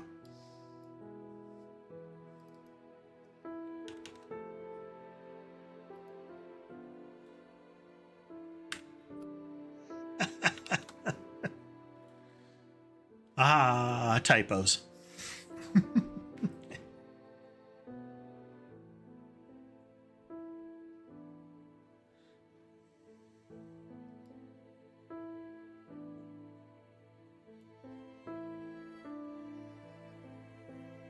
Okay, so we're going to change this to be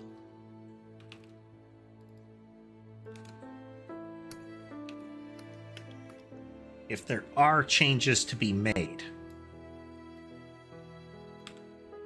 then we'll do that. Sherbet is comfy. Of my cats, all of them do occasionally squirm around. Sherbet is kind of the how is that comfortable cat amongst mine. He will twist and contort himself while he is snoozing.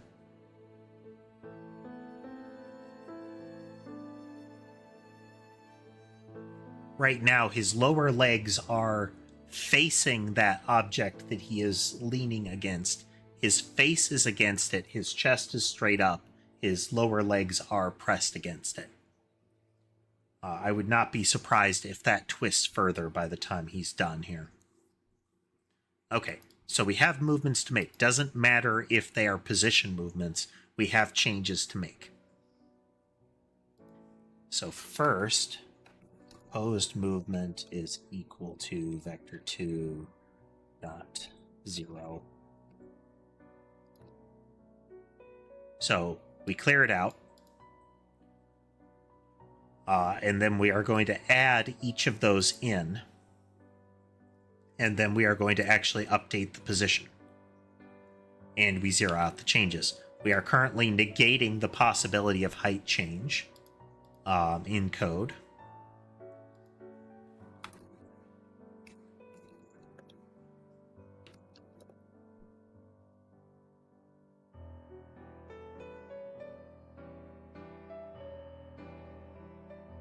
Forget that.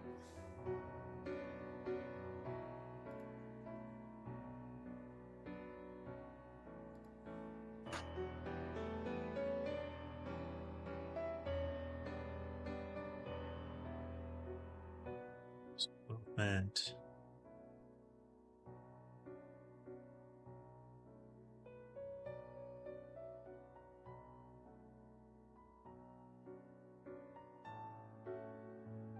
Okay, so delta is already accounted for in whatever should already be accounted for in whatever these changes are. So amount of time passed isn't calculated here. We are just applying the changes.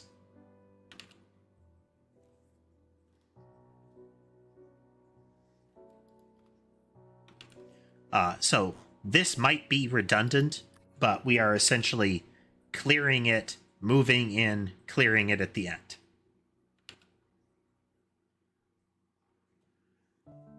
So then, in straight line in entity movement, when we go to here, this is where we're going to change some of it.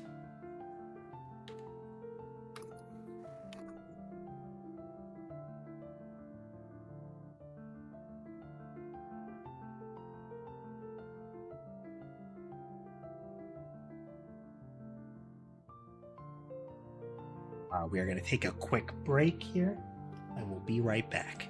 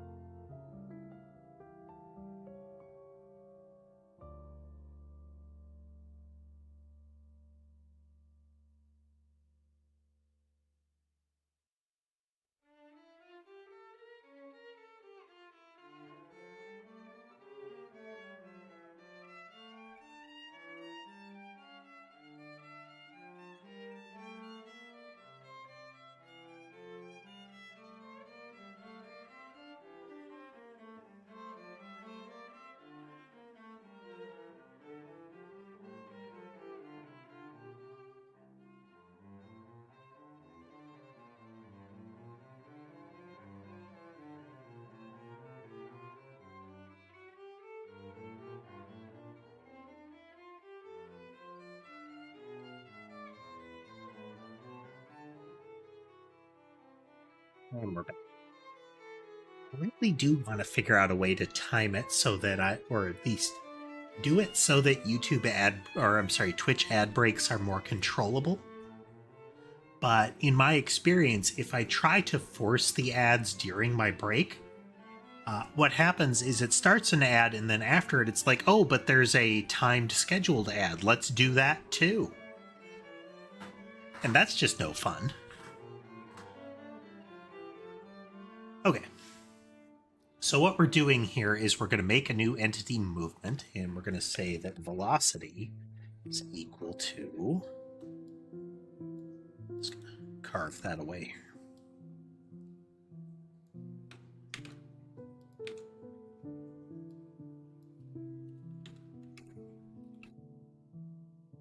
We shouldn't need to normalize this, but we're going to make sure.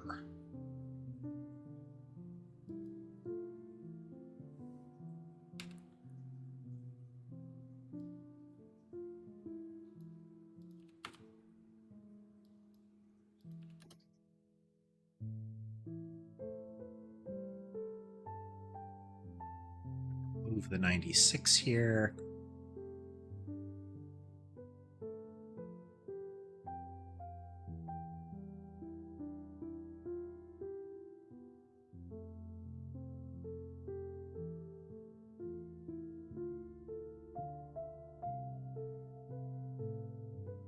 Make use of this syntax that I encountered here.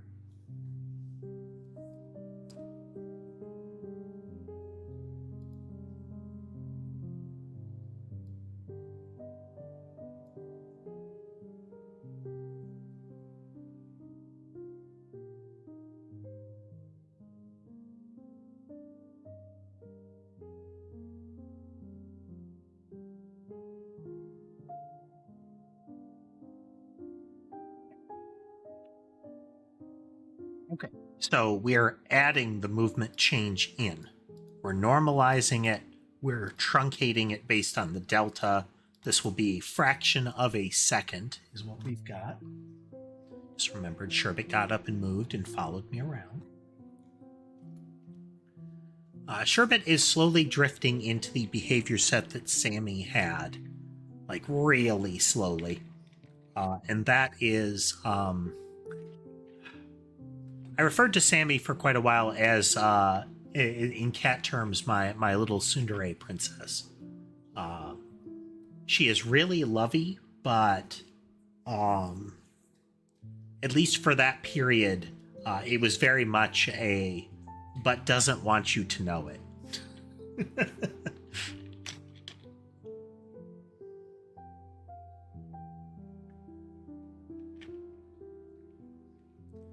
She's real upset if you don't acknowledge her and pay attention to her, but simultaneously like, yeah, but don't get too close.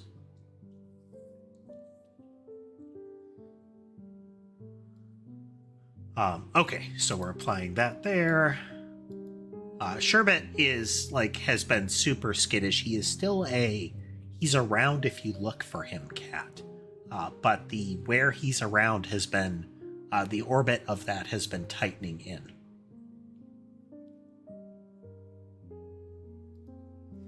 As time passed, and we can just say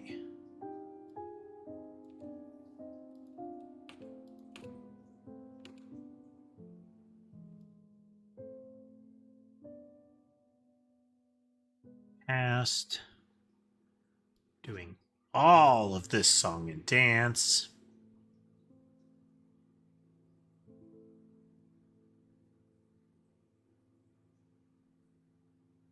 Till we get... This is one of the spots that we have to deal with. This is, in the rotation behavior, this is moving the center of rotation based on all movement that has happened up to this point. So we do need logic for that.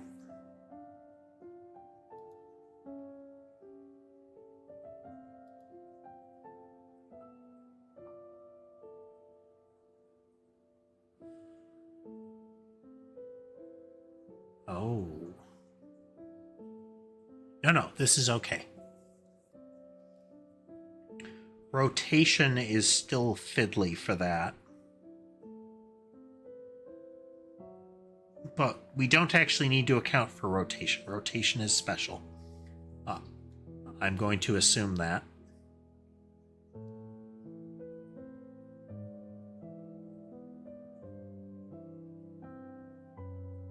We'd iterate over it.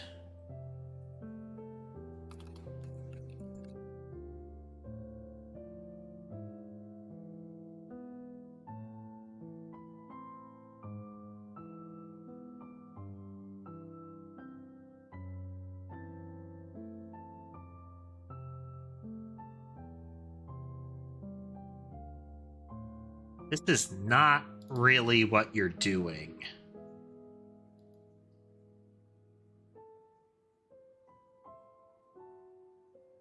There's a lot.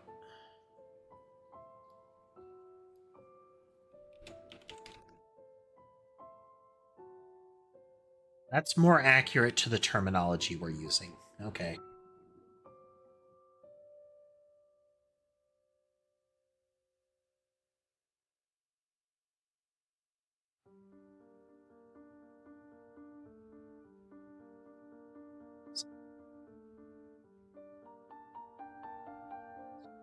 Ooh.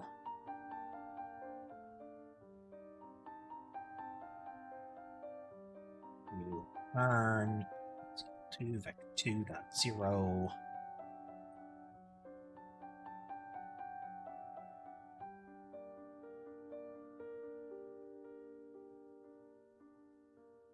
If our position movements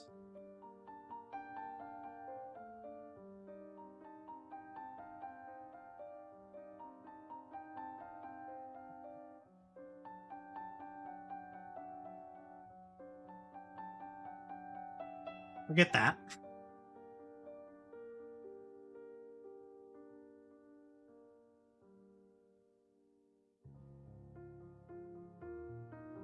This is not exactly what we want, but it's kind of.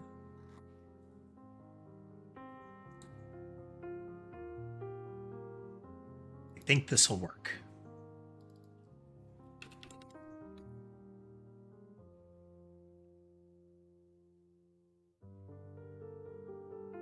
So this is effectively the composite of all of the supplied velocities up until this moment. And these already account for delta.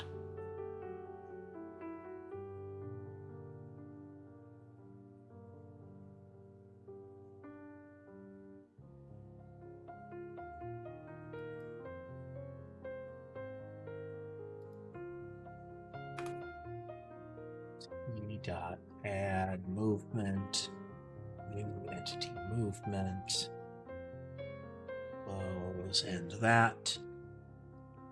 U and velocity is equal to move.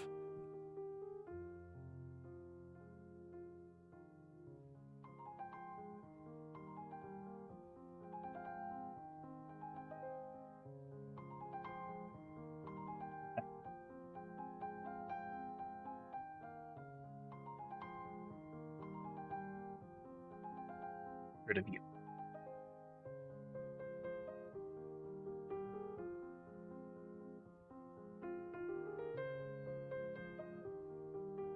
This will totally work first try. I mean, it's very likely to work strangely.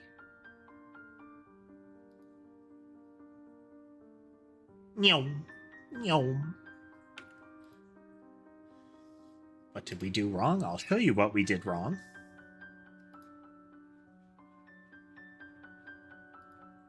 We iterate over this collection and do stuff, and then we don't clear the collection, causing all movements to aggregate over time, becoming increasingly fast and wrong.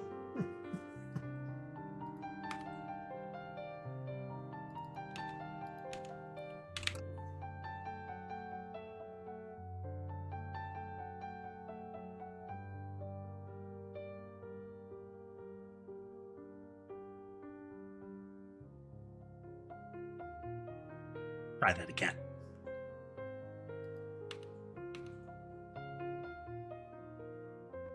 Okay.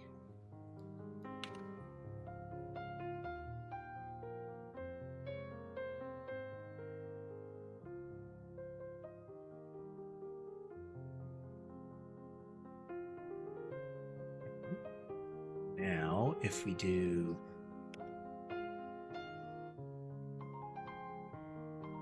we are giving a great deal of emphasis to this rotational movement.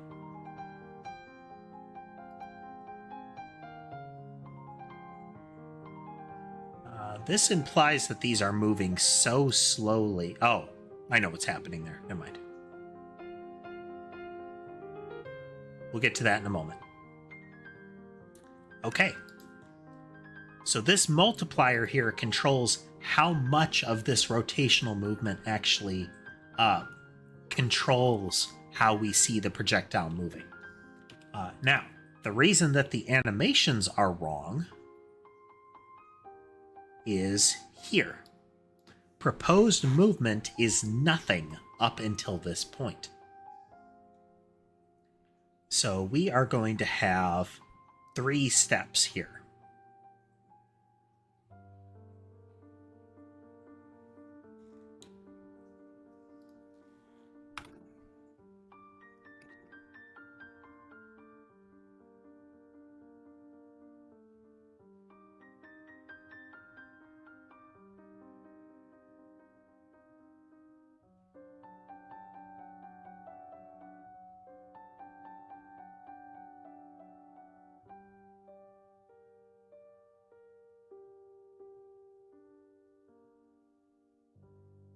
Okay, so we run through the changes, we make all the proposed movement, and then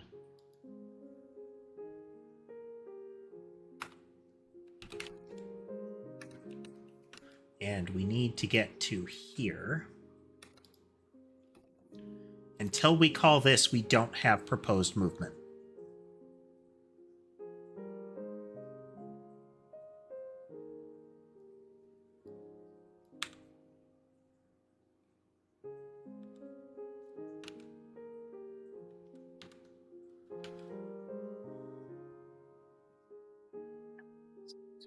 There.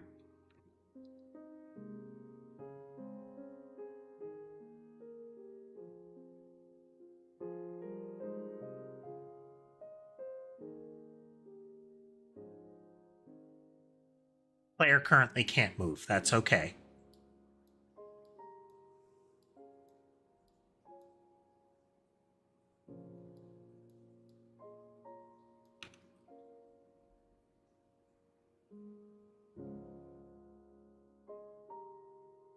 All right.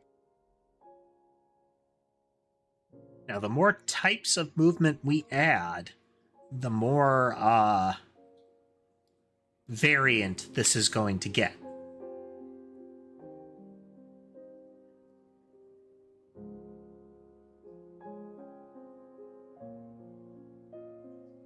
But because we're normalizing them together, we're getting less distortion in the individual motions.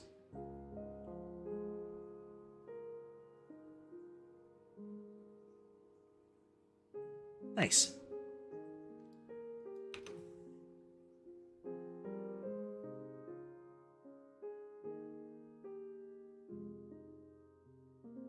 Oh, this won't actually do anything.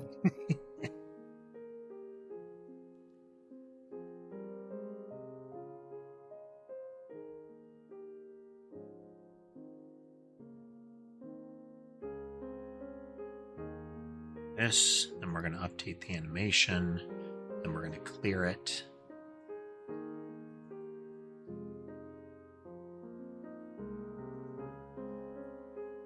Should be working.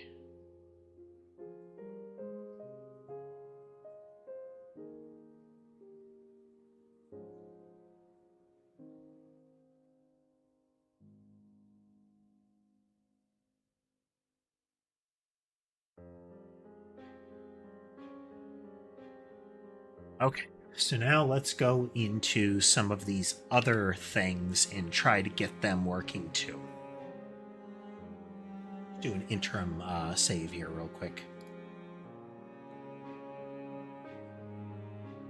Leave that alone. Leave that alone.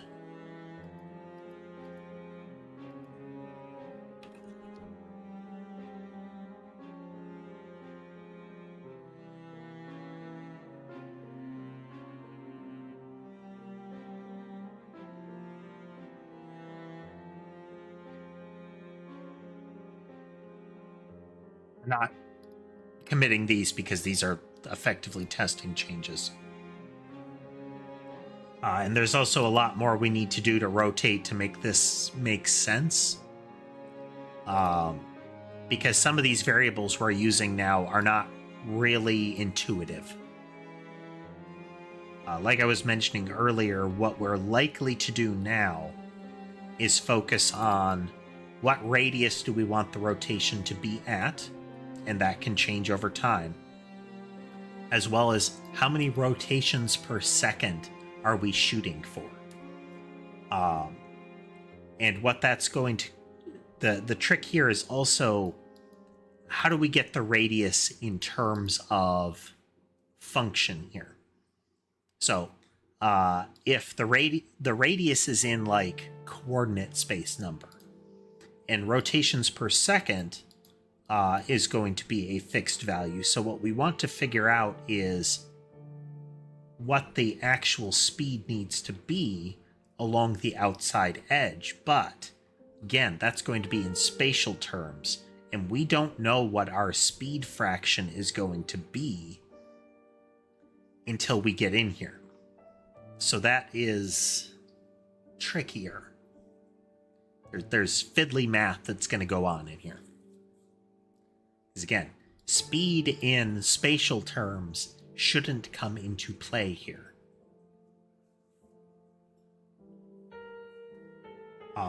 we might need to do is figure out a way to do that calculation, but for the time being, we can't.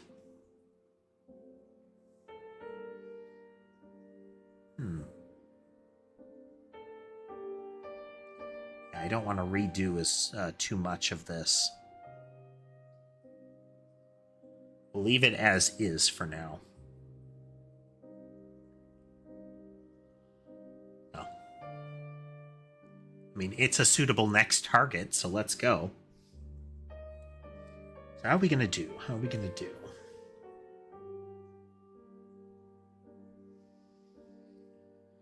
Let's go to our equation. So this is the magic rotation equation here.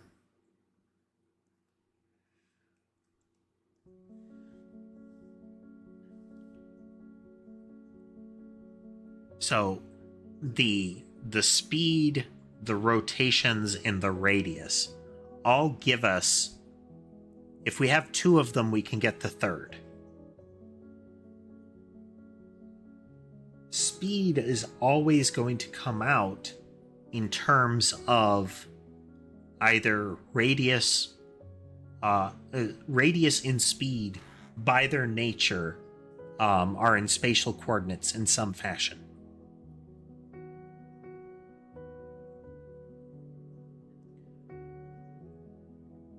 And we can't really have that if we want it to work properly.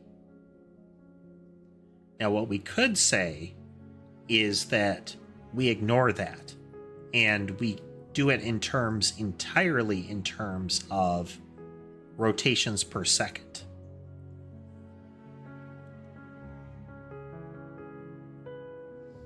And an expected radius.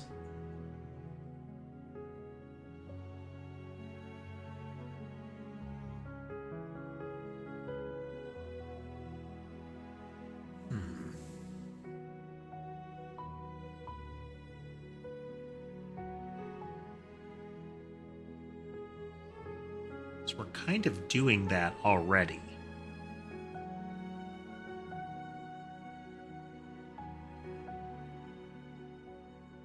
As we get a resultant speed, and we don't really need to care about that. Rotations per second we use to get the radians increment. Which is, again, how quickly we move around the circle in angle terms. Radius per second is going to be our change in inward or outward velocity here, which changes because it changes the radius. That really doesn't affect anything here. That's just whether we have an inward or an outward pull.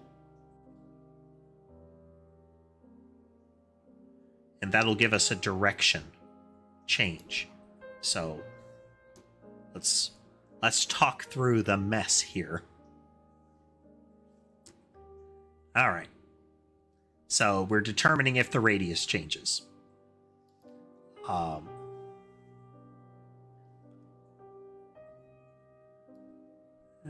Let's... Weird. Let's not address that. Okay, so this is determining if we need to change where the center of rotation is. So we're going to find out, did our target change? Is this a position? Oh, regardless, we're going to go for a position.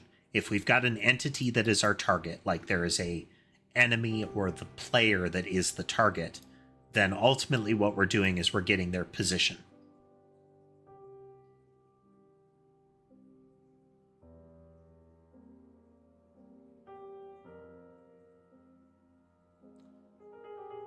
Hello, Foxy.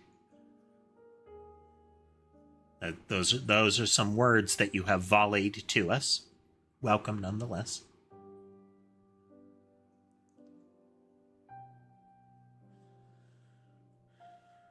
Okay, if we have entity, that is where we're moving.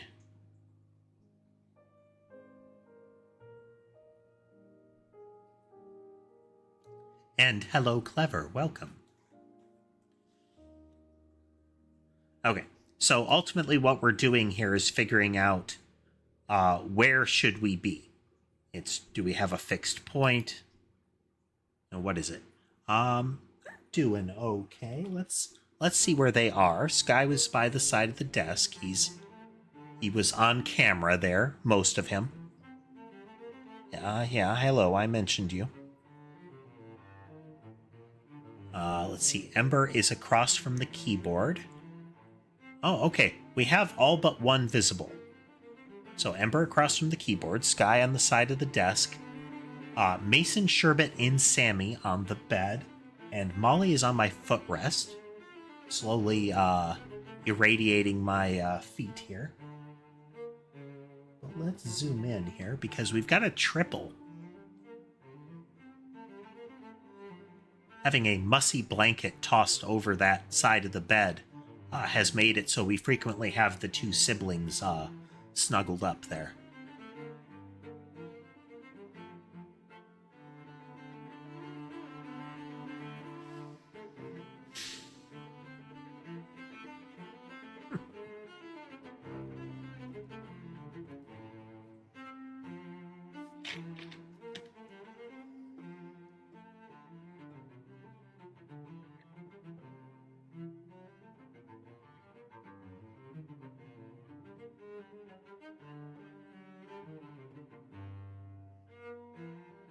Okay, so this is the direction that we need to go. And offset by rotation here.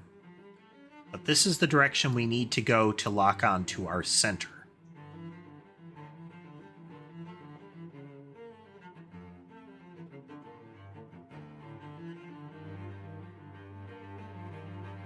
This is how we were moving last. So we get our last rotation, and we are going to determine, based on that, we're creating a tangent here.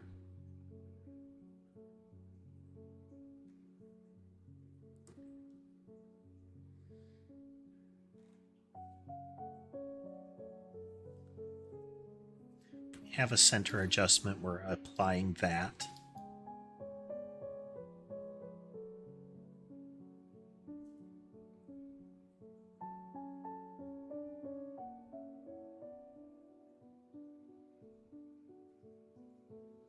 This is determining how much the center has changed each time. We are trying to catch up to the center.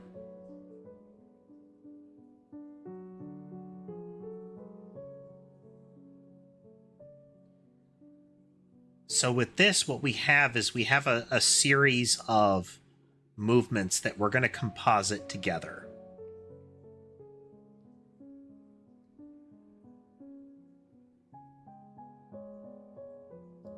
So our center adjustment is one of the things that we're adding in.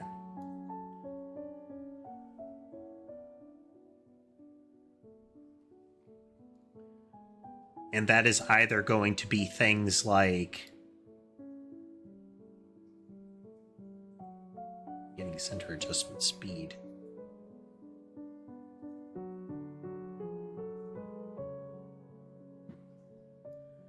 Okay.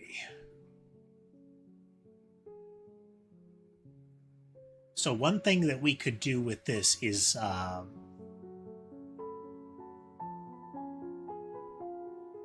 break these into multiple pieces. It does create a stranger circumstance and is potentially more complicated, but let's think through this here.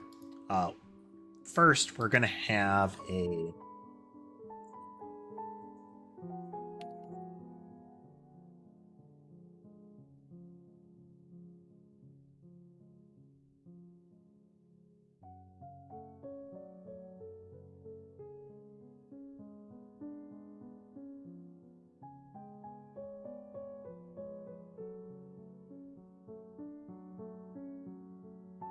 Okay, so what maximum speed is going to be for is if the fraction of speed exceeds that. If the amount of movement in this time slice we would be doing exceeds this, cap it at that. Let's get that in there. So we have here.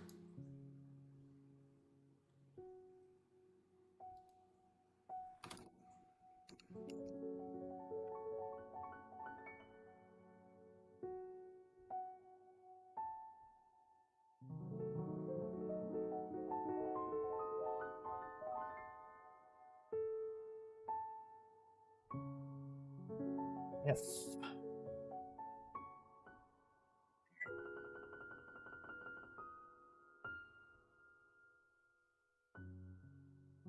greater than 0 and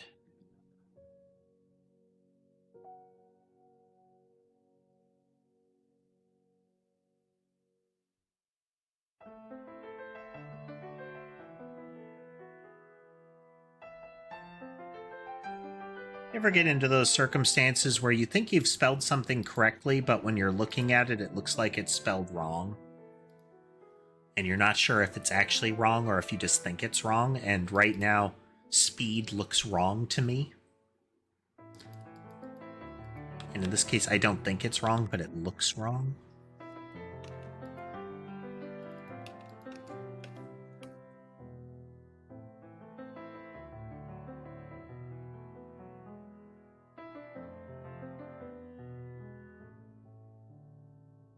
Hey there, mister. Welcome. Oops.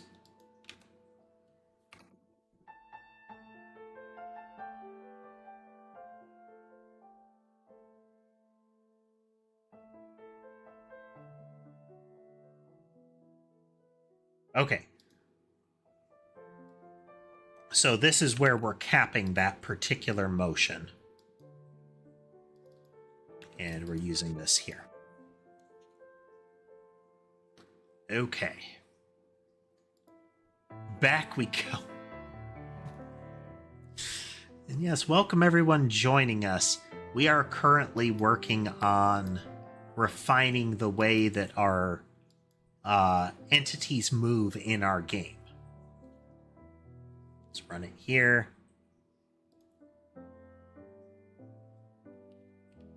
Player motion is still broken as we're going about this, but that's okay. So right now we've got blobs converging, bullets going out, player dying. Movement in the game is a composite of the base movement of the projectile and any movement that you add to it, and any behaviors that you add to it. So we've added a circular rotation here as the bullets move along. We are going to then add, they fire 3 at a time. Now they're going to be firing 3 times a second, and then each of those splits into 9 projectiles.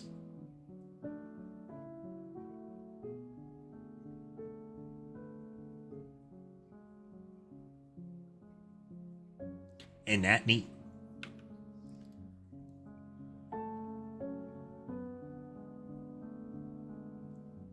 Okay.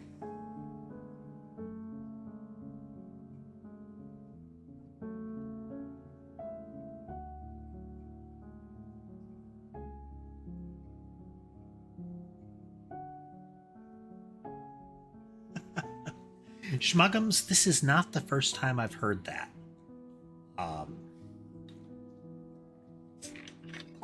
Sometimes it's in terms that the person immediately apologizes, saying it's not meant to offend. Like, boy, it's like I put your stuff on and then I'm able to take a nap, kind of things. I take it as a compliment. I'm pleased that you enjoy listening. Beverage.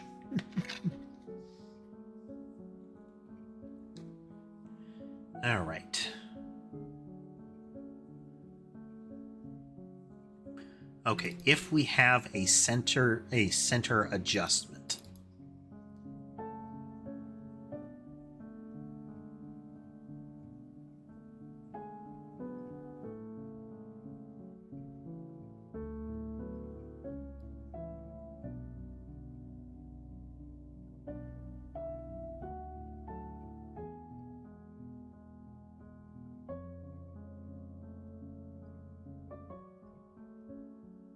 We'd have to change this whole thing in order to make it work right.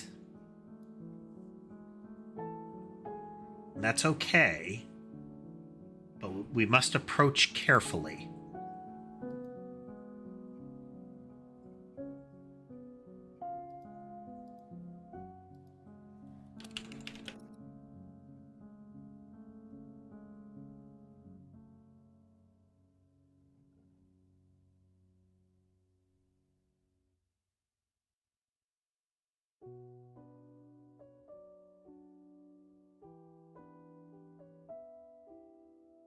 Okay, so what we added with maximum speed was the ability to put a cap on how far that particular movement would can go.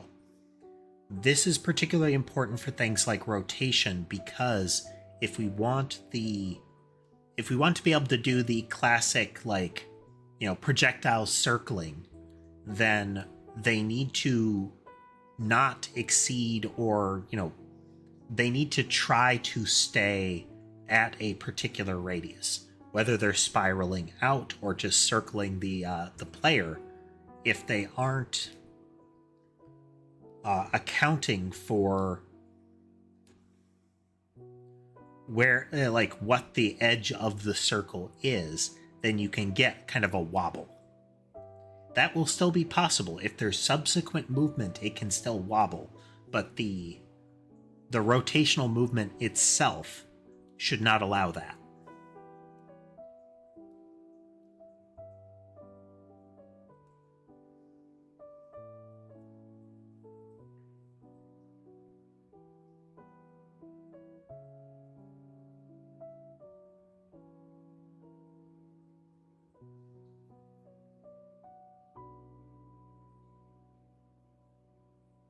So I think the center calculations are still okay.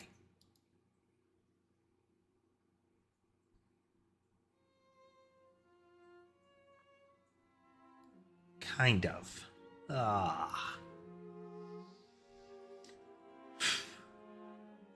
So what this center calculation is for all movement happens largely in a vacuum, and I would like to keep it that way. And because of that, rotation needs to know where its current point, like target location is, what it is circling around.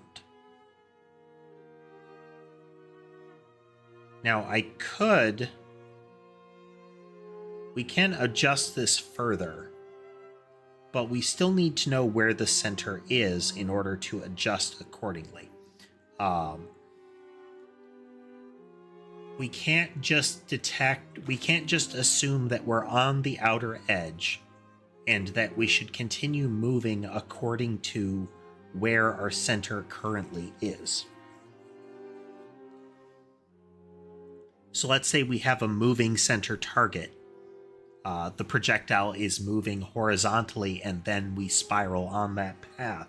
That's a moving center.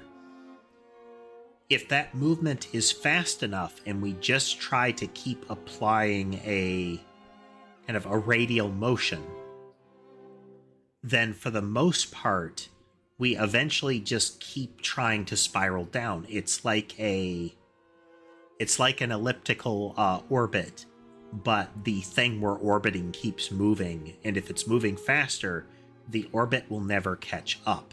So we always get a strange behavior there. We might need to resort to that again, though.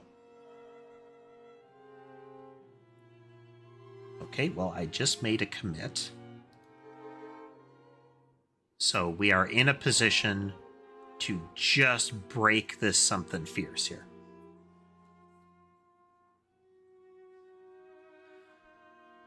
So if we just detect where our center is,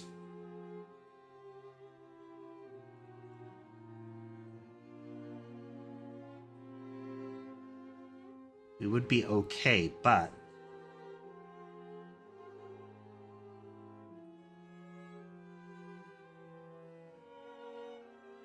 it's dealing with the center adjustment. If our target entity is set, then our center is kind of known.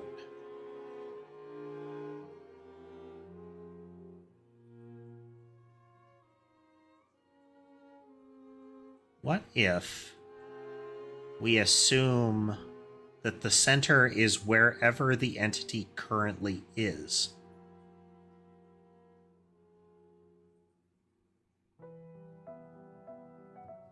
No, that won't work.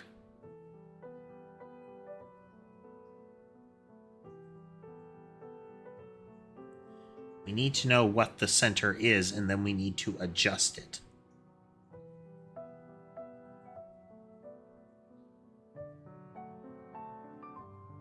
The only way to adjust it is to know what the prior motion did to it, not counting for this particular thing. Now, I could just apply known rotation.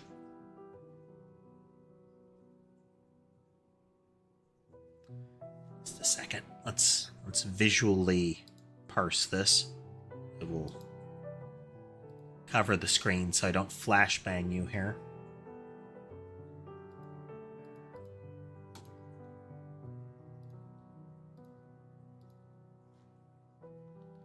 Okay. So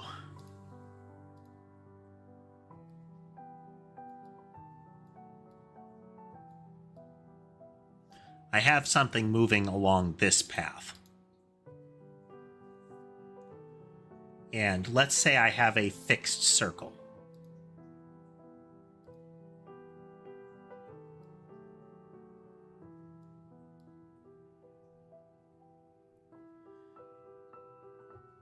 Like, this is the orbit that we want to have. As we go down this path, the center is moving. So let's put a little...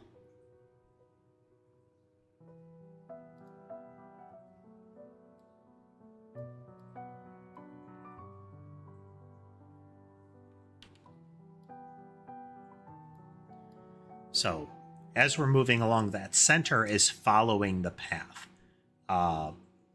That path can be where a particular entity is moving. So let's say it's following the player. There's also just where all other motion is saying it should go. So when the yarn ball is released, it moves in a straight line. So absent the rotation, this is the path of the yarn ball. And what I'd like is for this circle, this orbit, to keep happening along that path. It essentially is being pulled down that path. We could accomplish this in a variety of ways. So our problem becomes if the center gets away from us here. So if the center is here, it's okay. Let's grab blue here. But let's say that, and we'll put this little...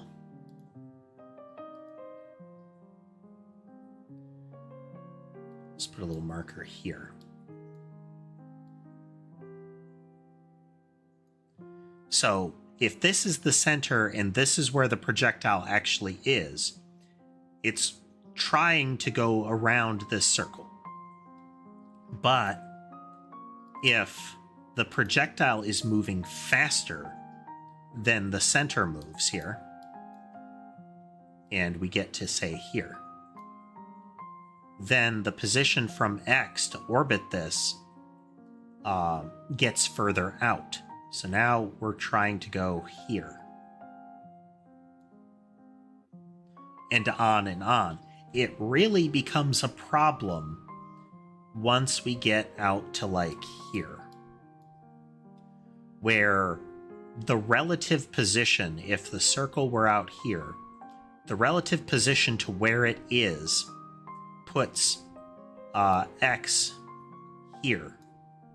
No, not really there. Let's...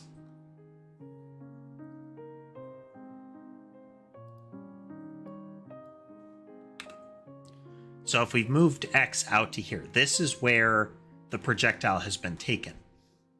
If all we do is draw a line from the center to where the projectile currently is, it's a nice little, like that, and then we're going to create the curve off of it and say, well, okay, from here the projectile should move that way, because we want to meet back up. We want to go out here. We want the curve to do that. So in order to accomplish it, we're going to create this tangent vector right here. Well, if this X is moving faster and faster in that direction, this can only ever point up. It will never be able to go in a different direction. And if this, even if, let's say the X were here. So let's hide this one. Let's say, so we're currently going down like that. If in the next step, we zip out here and we draw this circle, so we were heading kind of right. So the next one should kind of go down and around like that. But if we're moving very fast under this model, suddenly we go from going in this direction to twisting up and only ever being able to go in that direction. We will never catch up. This isn't necessarily wrong. This creates kind of the stretched spring effect. But visually what happens in this scenario is not the little, again, the stretched out spring. It's instead what you get is a scallop, where every time we're about to circle around, the center moves far enough that we snap back into upward motion or downward motion if you're going the other way. That's not what it should look like. We want this little curly cue to happen if that's going on. So this is our dilemma. You can't see my hand motions.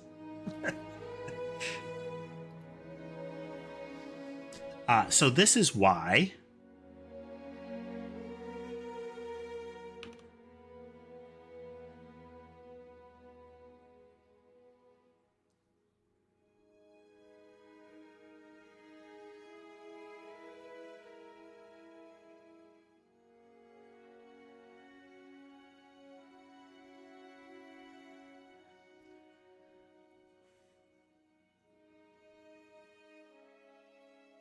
thinking. Let me check here real quick, though. No, I was just thinking.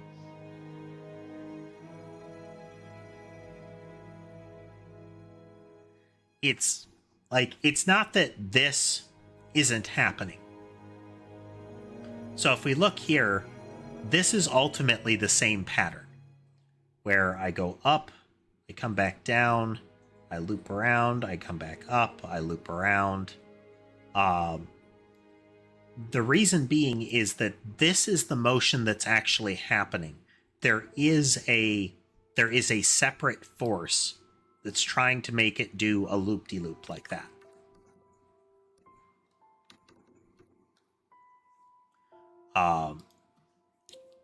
So it's not just that it's kind of like there is also gravitation. So, you know, the sun is moving and it's still pulling on it. We want there to be a nice smooth arc here.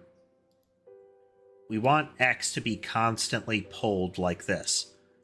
If we're doing it as that sort of gravitation. But even then, we still have the problem of dealing with the moving center. Like, I would love if it's moving slow enough that we have this nice little, better drawn than this spiral. And if it's moving really far, really fast, that eventually what's another way to put it? If it's moving slow, we get a spiral because it is a orbit that is just being like distorted. Or that if the center of orbit keeps moving, it's that we just keep trying to catch it, and it just ends up being a long arc. And that too would be okay.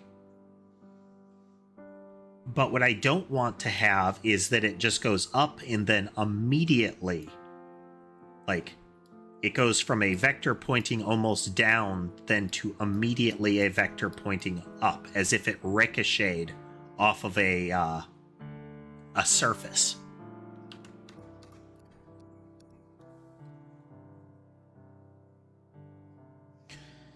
So how do we account for that?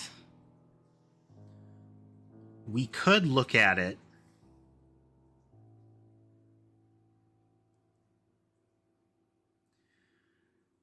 all of this is predicated on knowing what the change in the center was. What is the last change that happened? And in the previous model, the model that we have barring some of these changes, the model we had coming into today, is all movement was absolute. By the time we got to the orbital motion, all of the prior changes were known, and we could apply those to the center and say the center has moved that much. But we don't know that anymore. And the position of the actual bullet entity itself is not reliable for the purposes of the orbit. We could create an artificial center and say we don't care, we know what the artificial center is, and just stick with that. So we don't have any sort of actual gravitation. What we have is this clockwork here. So if X is here, it's moving in that direction. It doesn't matter where. It doesn't matter where in the circle it is. It doesn't matter if the circle has gone anywhere. X is always going to be pulling it to the right at this moment. And if subsequently X is here, then the motion is always like that. As far as this thing is concerned, it's like clock hands. This was a very early motion we set up. So what this calculation is we have a known vector. This is the last, so we have a clock hand. This is the last position of the clock hand. So we're going to rotate it by some amount, and we get this as our clock hand. We then create a 90-degree off of it based on whether we're going clockwise or counterclockwise. Same with this rotation. We create an orthogonal vector. Like that. That is our rotation, period. It doesn't matter anything else about it. The problem with this is that it doesn't account for a radius. It accounts for a degree of motion, how fast it rotates.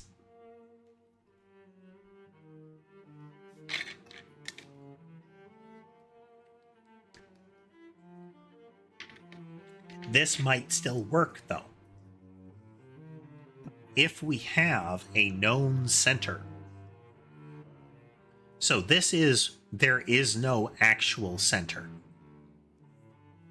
If there is an entity at the center,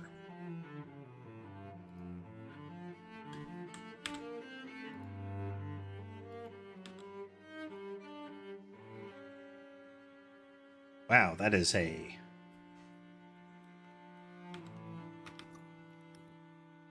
I can't just click this and press delete. I have to... Microsoft, what are you doing? Okay. So if there isn't a known center, I pick a starting point for my rotation and we go from there. Ideally, what we want to do is look at our current direction, and we'll have that. We have our current proposed movement as of this moment. So our first instance is if we have one or not, we are either going to pick one arbitrarily, which is almost universally straight right, because it's easy, or we look at this path and we say, okay, our first position is going to assume that we're going to come out up from that current vector. That's how it's going to come out. So our clock face is pointing back from the current vector. So we're going to come out and we're going to move in this direction by default. And this gets incremented as we go in a fixed increment. Doesn't matter.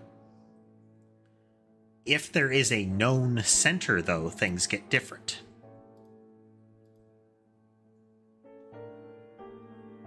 So now we have a known center somewhere. This is our, our planetational center. Welcome back, Rando. Now what we have is we have some sort of radius around it that we want to hit. This is okay as well, because we've got... Okay, this is where we want to be. We have kind of push-pull logic here that says, I should be in this position. So we will have a direction either out or in, and we will have a maximum distance that this vector can go. Simultaneously, we have the orbit around this thing, where we want to be moving in that fixed tick around it. So same thing is that we have our clock face around it going and saying, I should be moving in these directions. And the end result is a composite of this vector and this vector. So when I have a center, there's two motions going on. When I don't have a center, there is one motion going on. Sorry, when I don't have a central entity. The central entity gives me a known point in space that is not affected by anything else. Well, it's affected by other forces, but as far as this is concerned, I have a position I can look at, and that gives me a radial change, right? An inward or an outward force. So if the blue gets far away from us, then the green gets longer. But there's still a limit on how fast the green can move. We can make the logic extend that and say, the further we are, the more emphasized the green gets. Similarly, with the outer edge, we can say, we want it to rotate faster. We want that rotation to be very strong, so increase the length of the yellow. Okay, this fun fact, this is how we did this rotation last year. We don't move fast here, folks. We very, very deliberately and methodically break things. None of this move fast and break things. This is very systematically break things. Don't let them escape. Okay. This is interesting. This lets us leverage this new system, though, because we have the green vector and we have the yellow vector. Each of those is going to get its own slice of the pie. So yeah. Okay, we are going to do an experiment here. We're about to take a break, but what I'm going to do is I'm going to see... Oh, okay. Well, experiment failed instantly. So for those curious, Twitch is set to run ads on the hour. Well, there's another Twitch ad that's about to happen in like 4 minutes, and we are right on my normal break time. I get up and move around and that kind of thing. So there's this little countdown to when an ad will maybe happen. It's really a fuzzy thing. But it won't let me start the ad early. And that would be super convenient for everybody involved. I could take a break, we could run the ad, I come back and everybody's happy. But Twitch won't let us be happy. Twitch doesn't want us to be happy. And so I'm going on a break. Be right back.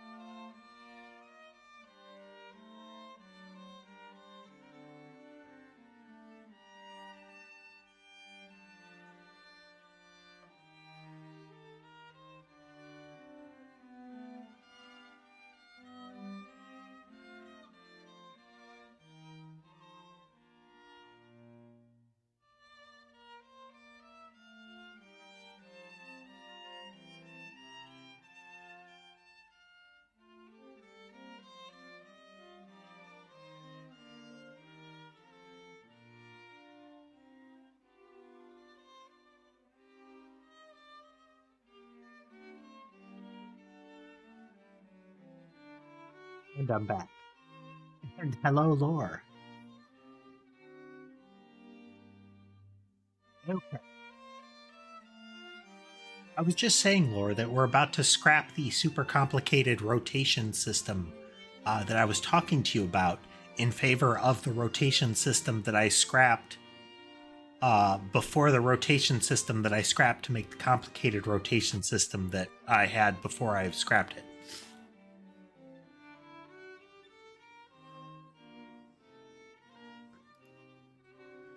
Okay. Oh. Let's see.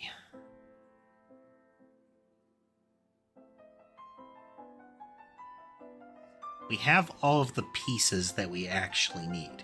We're still going to want to update the radius. And last vector is still relevant. But that's because it is a clock hand.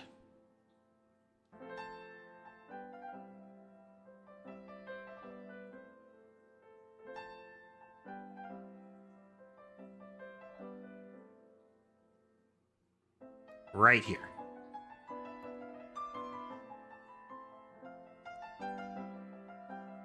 Okay, and then from last vector, we get the orthogonal off of it.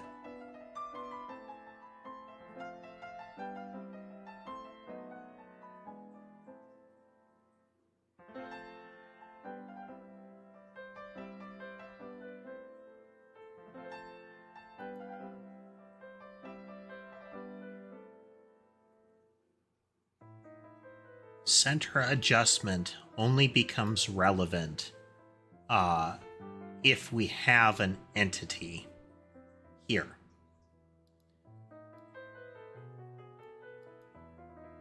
And center adjustment speed isn't going to be a thing.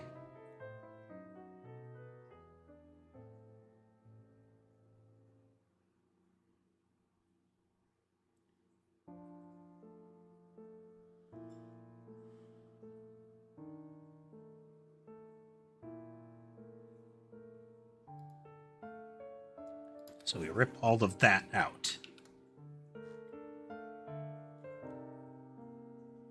Still updating the radius. That's how far out we should be. But that only matters if there is a central entity. That's okay.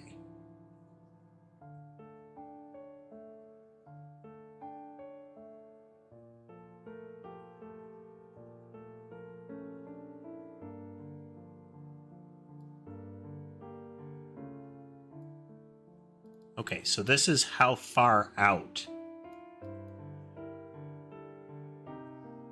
Trailing to center is how far it moved. That doesn't actually matter. We only care about where the entity is from where we are right now. Okay.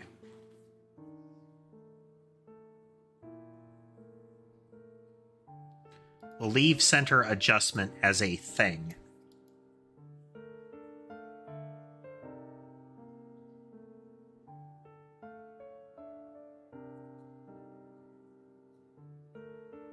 Oof.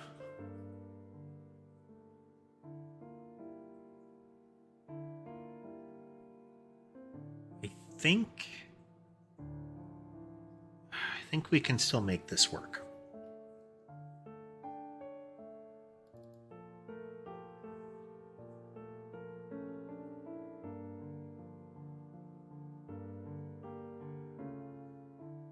Yeah.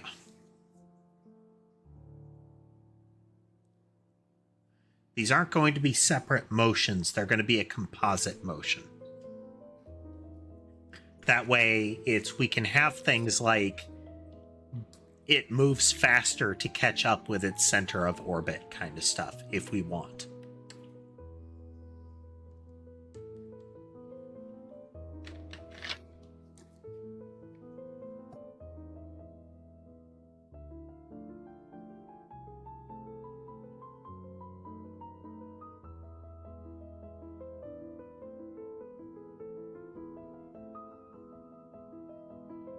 Okay, last vector is always going to be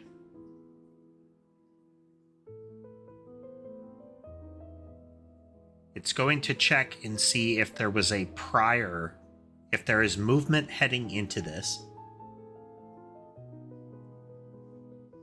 Hello there, is it Ada or Ada? Either way, welcome. And if you're curious, if I seem to be talking to somebody that you can't see in chat, they are in one of the other 2 streams. There's 2 form factors for YouTube, and also there is Twitch. Sky has joined me on my lap, so he gets back scratches.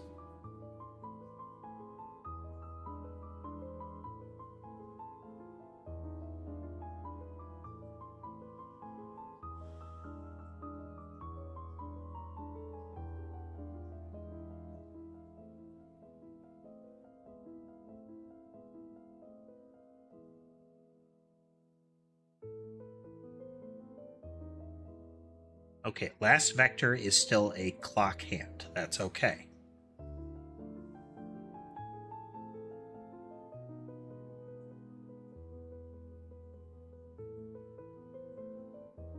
So we're always going to be rotating last vector.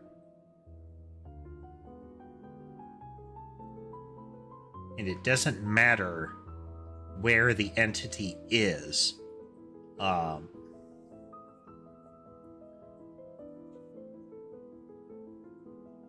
It only matters where we are moving accordingly.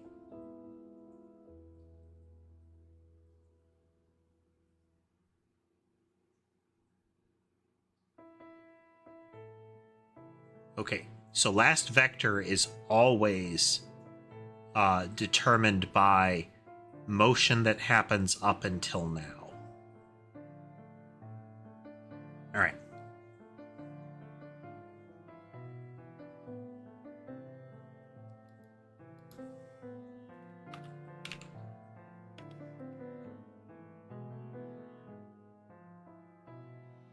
If else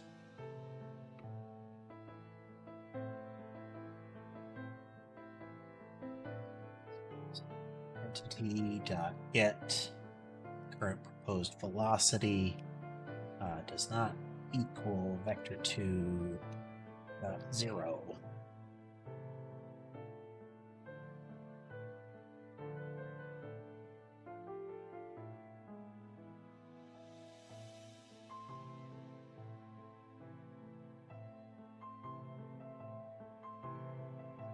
This is relevant when we do things like the fan of 3. It's rotated is changing the coordinate space. When we actually rotate a projectile like this, its whole kind of perception of space is twisted. So if it's rotated left 45 degrees, then a straight line right is actually up and right. Hello, Mr. Bob. Welcome.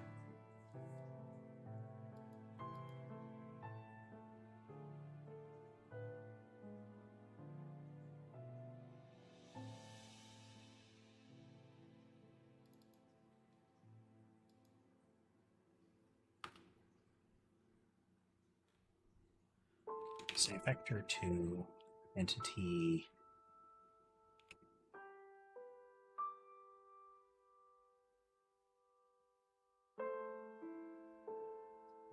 to this. We are doing this because we will need it in a moment if it's non-zero.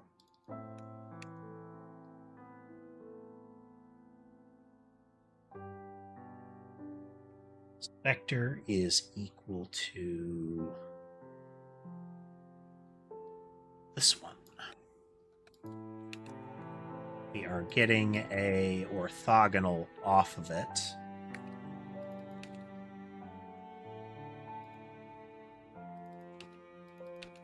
Just so.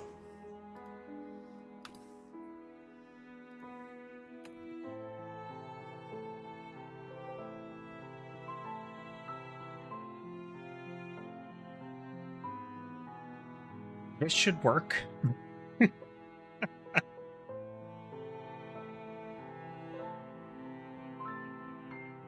Oh no, we're not getting the orthogonal for last vector. Hopefully, Tass. we've got the general change to movement in place between this class and actually making use of it. So instead of directly altering proposed movement, we're sending like little movement packets and then processing them. But in this whole scenario,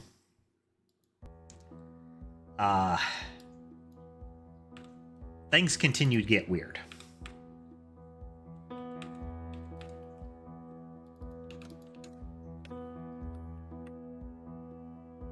Okay. As math do, yes. As I was saying, rotation is a real canary in the coal mine for the movement system that we're doing.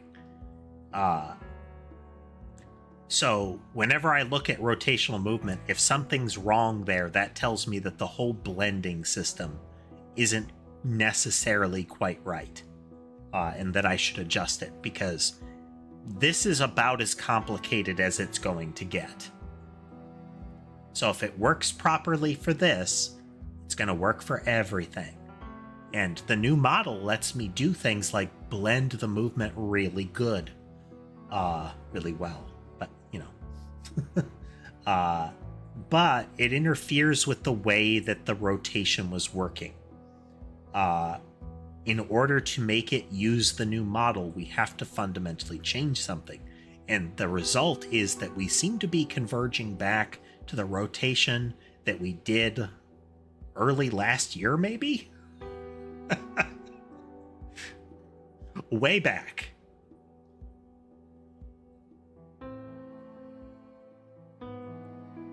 Get rid of this.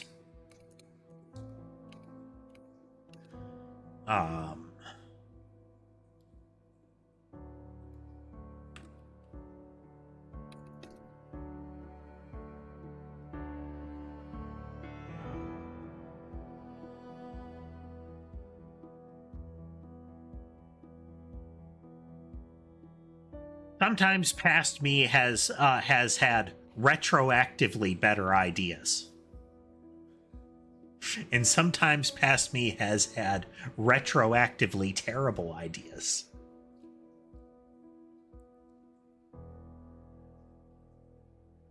Okay, so we're going to create the radius pull vector here.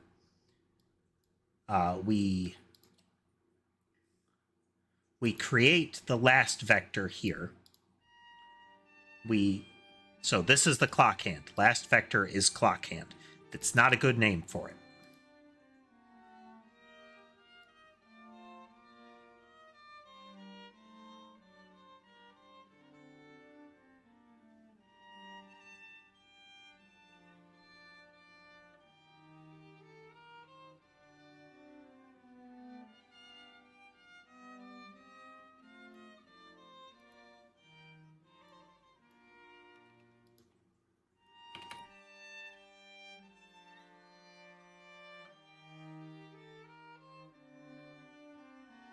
We're actually going to call it clock.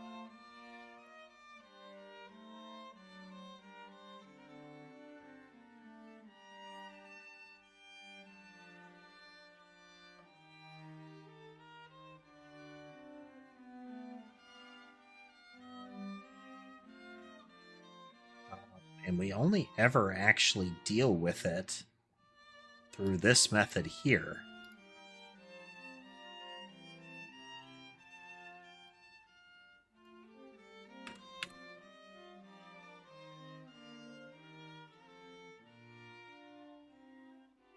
Okay.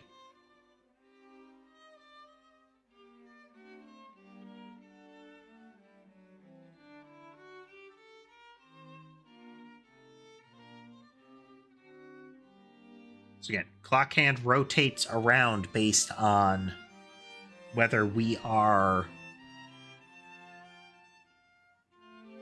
Well, however we're rotating. Then...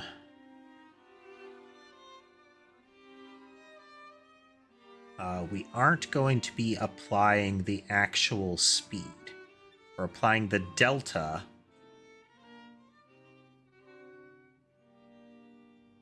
to this.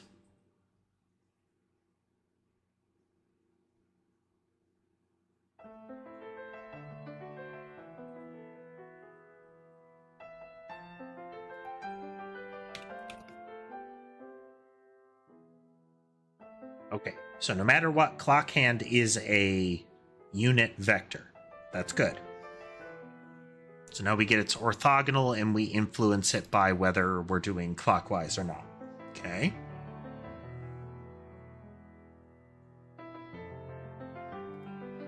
To this times -1 times clockwise multiplier times delta.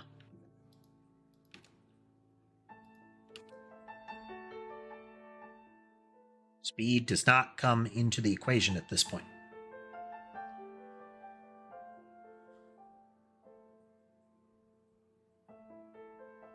Then move you to here.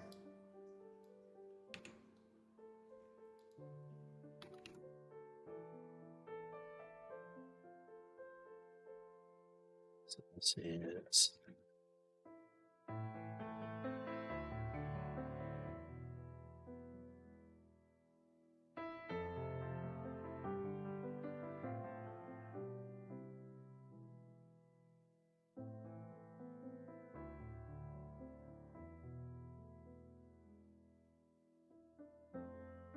a vector 2.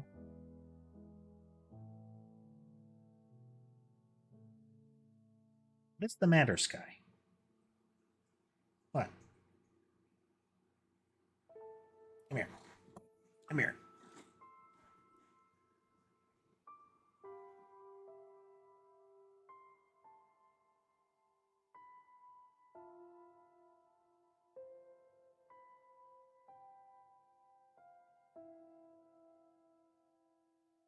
Sky sometimes likes to hug.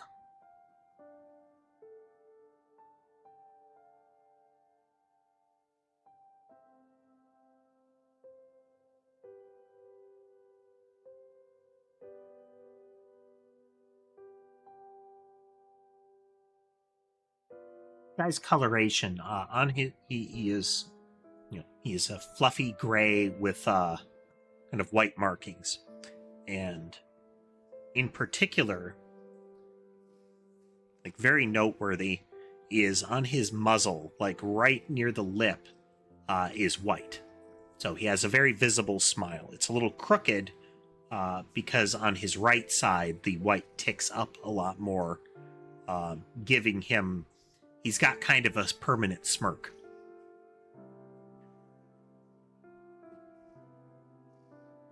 That with his big wide eyes and his very long, like droopy whiskers. He tends to be kind of a favorite as far as his looks with like veterinarians and whatnot. But his mischief maker nature extends into his appearance as well.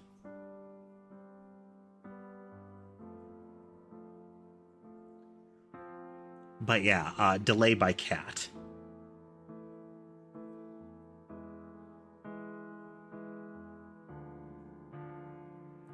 He needs intensive love.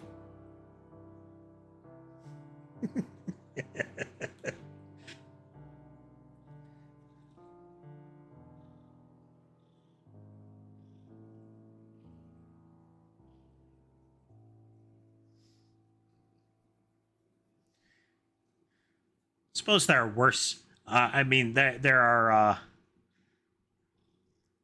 worse facial expressions that people can say that you have, like default facial expressions. You know, what kind of resting face you have.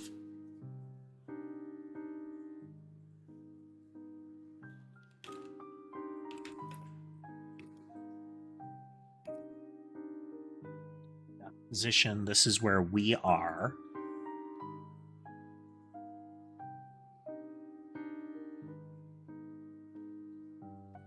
This is our targeter entity position minus our position. This is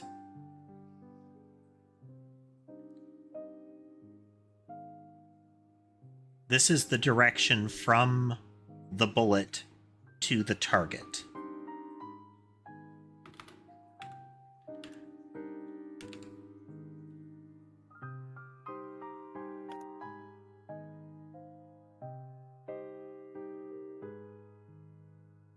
Okay, so we want to get the distance to the target as well.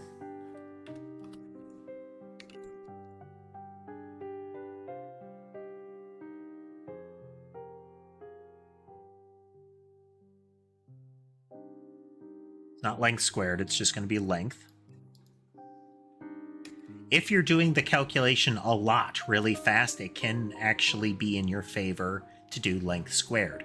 Because we need the actual precise number, we may not. Well, if I'm going to spend all my time doing fiddly optimizations, we're going to do a fiddly optimization.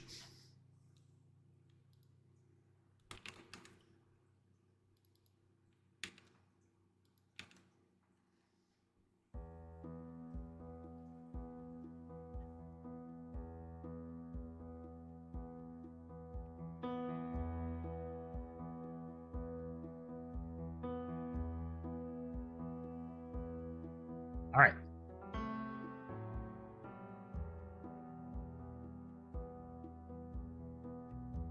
Okay, so if the distance to target squared does not equal the radius squared, we are out of range. So now we need to figure out what force to apply to what direction of force to apply to the entity in order to bring it into position. This is where having two separate forces is actually useful to us.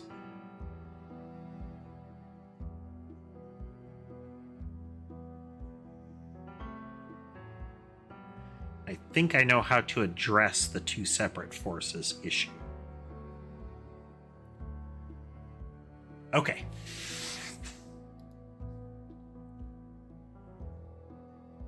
So this is, we have the two of them. We now need to get the difference in the distance.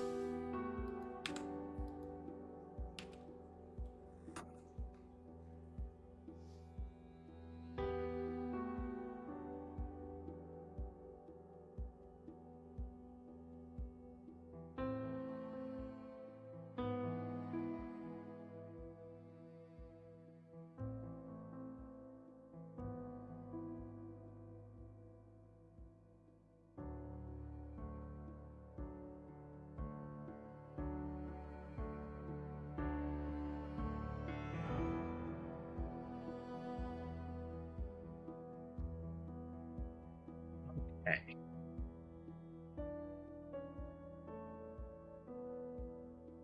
Trying to figure out how we want this to work, because we need to go from entity to the point. So we have the direction from the bullet to the entity. If we are outside of the radius, then we need to be pulled in. If we are inside the radius, we need to be pushed out.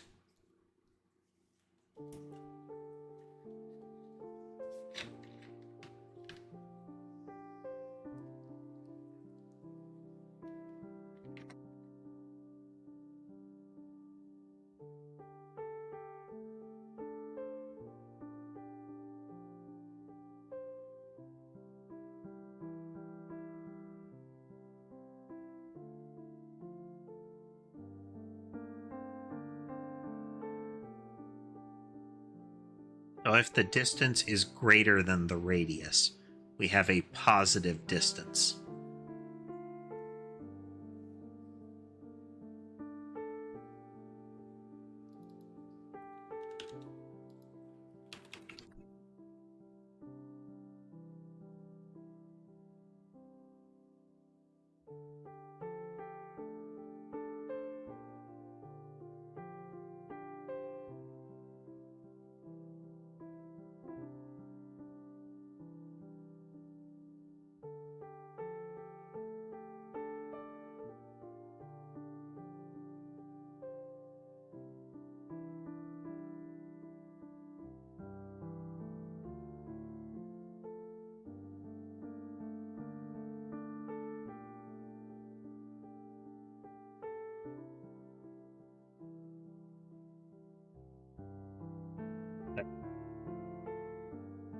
Radius is a double.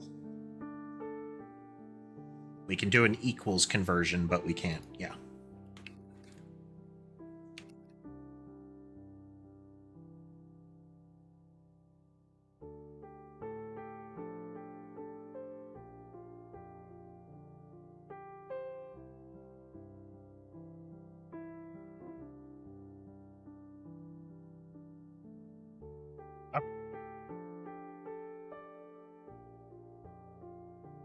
This should be correct, right?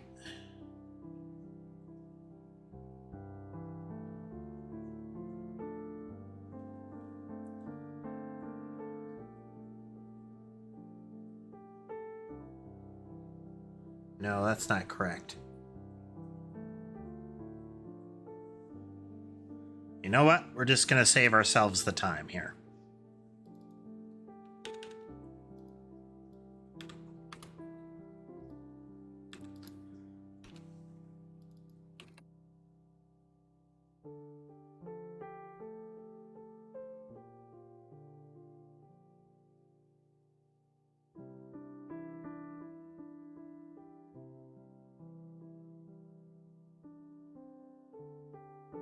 Okay, so this is the offset.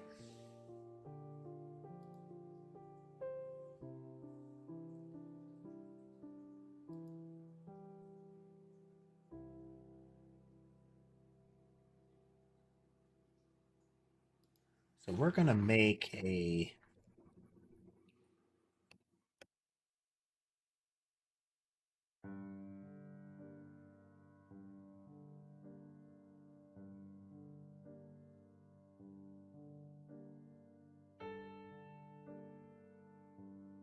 not a radius-based move, but...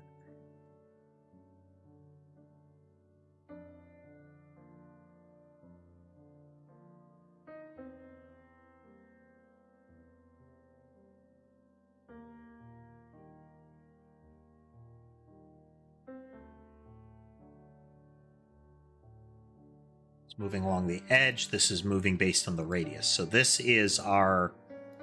along the outside of the circle. This is from the inside of the circle. Whether that's to pull us in or push us out.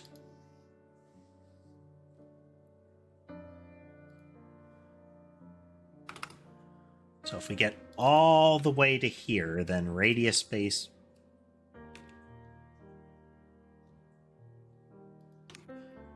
is equal to target dot normalized.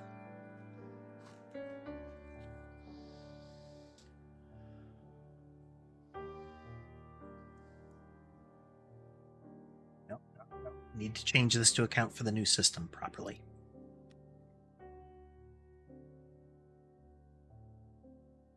Hey there, Henry. Welcome.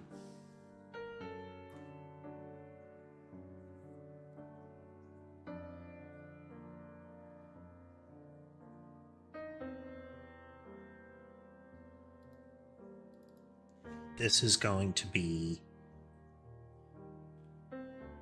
entity movement, edge-based move, and it is equal to a new entity movement, and we give it one of these. It's not height change, it is velocity equal to clock hand.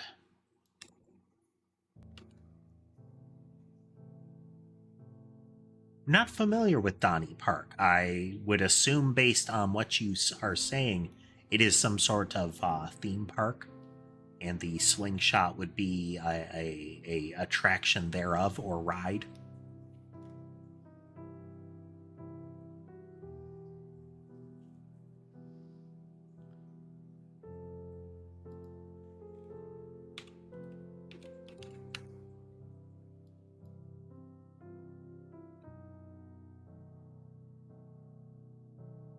Okay.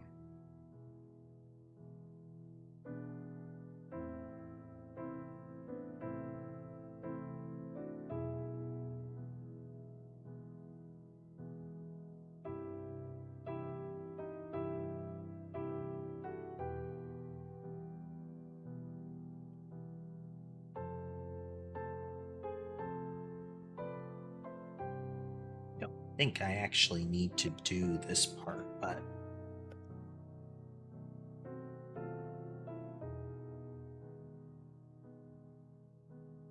you do it anyway.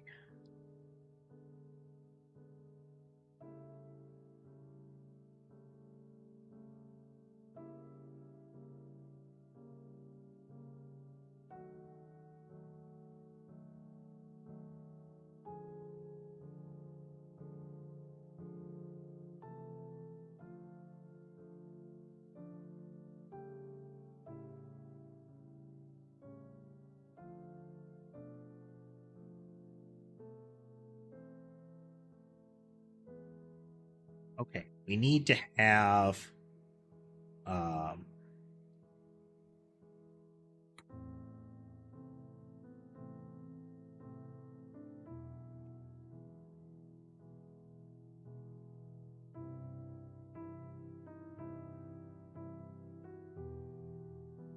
right.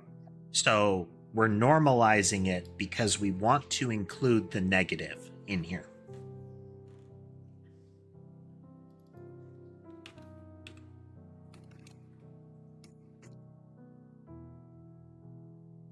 And let's double check here.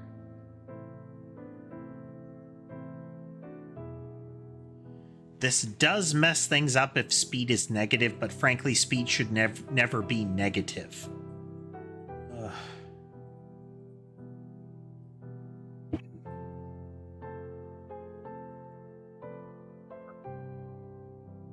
We're going to assert here that an entity's speed doesn't go negative. If we need to do something like movement reversal, we'll add in extra logic. We will burn that bridge once we cross it.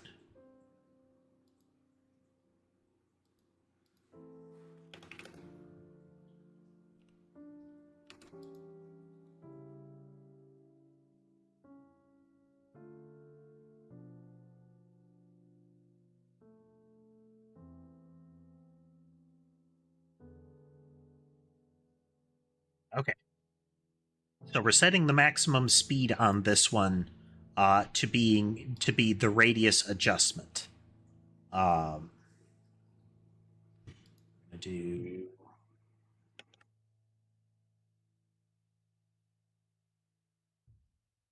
absolute value of that. It's the length of this particular change of the resultant movement that comes off of this should not exceed the radius adjustment.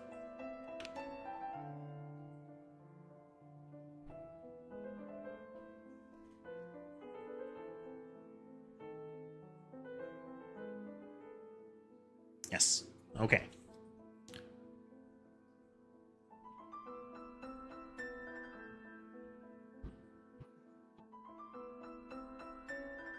Created edge-based move, which has its velocity already set.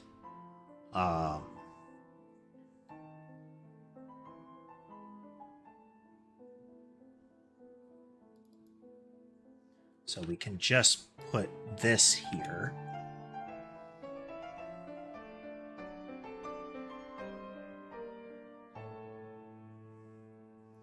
And what we're going to need to do is have a multiplier here.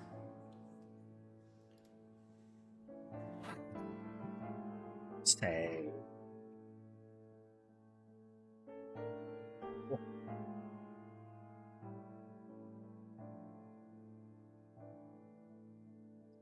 equal to vector2 dot 0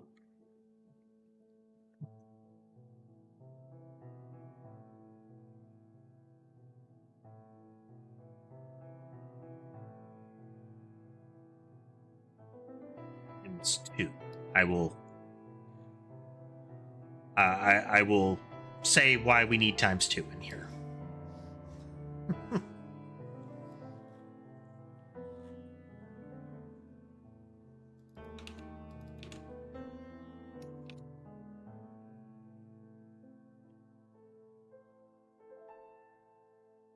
Okay. If we are affecting the radius movement as well, that is adding another we are going to add another change to the list here. We're going to need to, and if we add it without the ×2 as it is, we are essentially going to be diluting the change from these. This is one type of movement, but this particular one can't move further, like distance-wise, than radius adjustment. That's as far as it can go. This one doesn't have that constraint, so we don't want the overall speed to be constrained by radius adjustment, because this won't always happen. It is still possible for us to account for that, but this is extra movement. What this amounts to is that if this change doesn't happen, then this is accounted for by itself. But if this change doesn't happen, we are kind of truncating the amount of movement that this one gets. So we're going to double them to say that they are individual motions that need to get that same amount of weight. Do I need to do it that way? Not sure. But we're essentially doubling up the emphasis on them. I think this will work.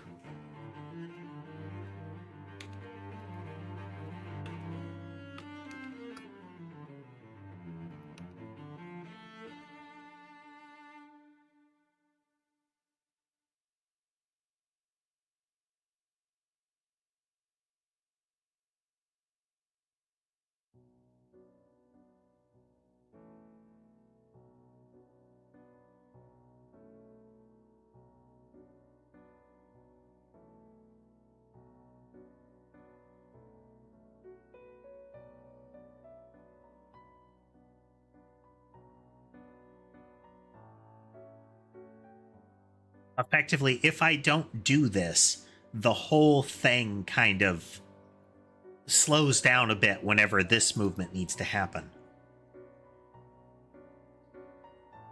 You know what? We're not doing that. We're going to see how it does before this.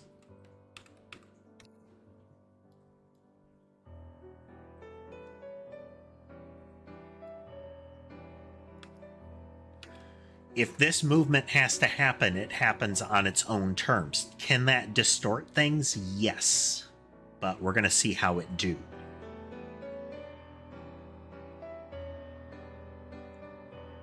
So all of the math is largely the same in leading into this. It's that the entirety of the system boils down to whatever the radian increment was. Everything stops mattering as soon as radian increment comes into play. That's what we're going to adjust with the clock hand. It is possible that the clock hand does get distorted with some of this. We're gonna give it a go, though.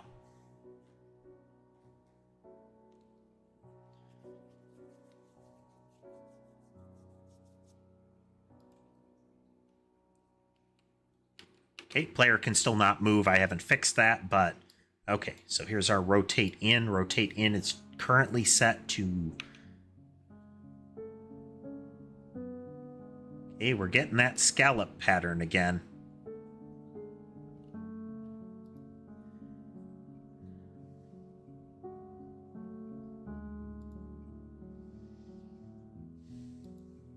It's exactly what I didn't want to have happen. Alright, we'll address this in a minute. I do have to take a quick break.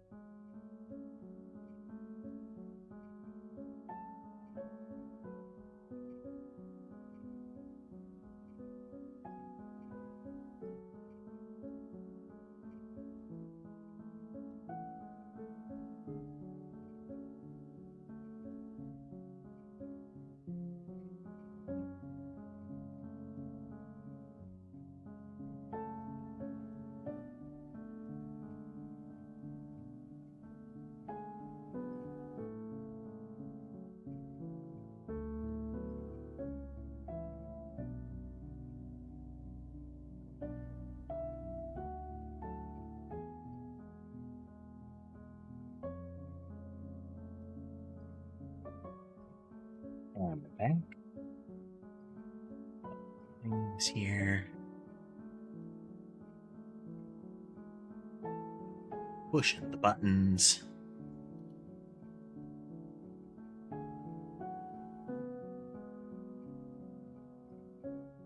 Okay.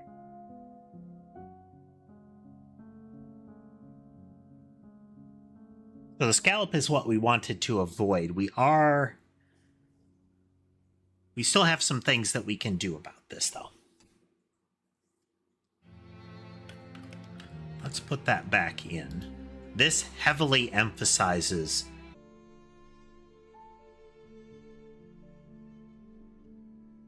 maybe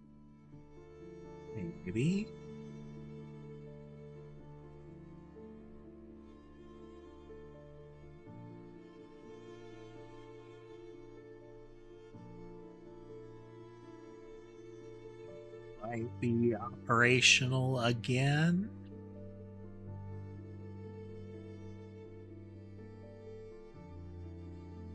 I think we're operational again. Might be a sign, OBS crash.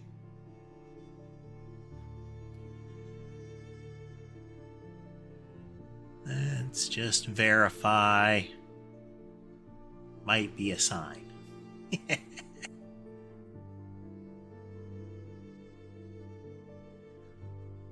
Let's see if we can get this working.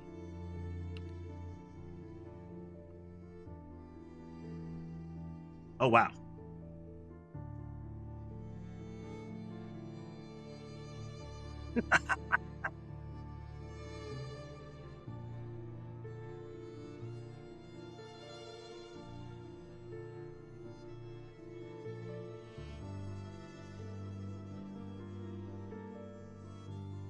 Kind of hilarious, but it's not what's supposed to happen. Zoop.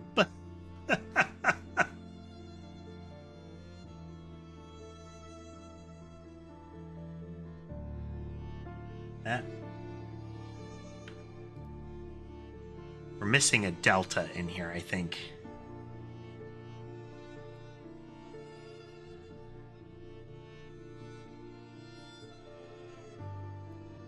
Yeah.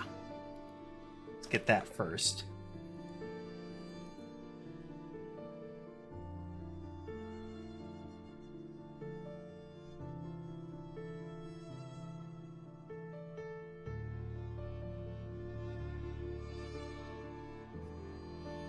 Let's test that.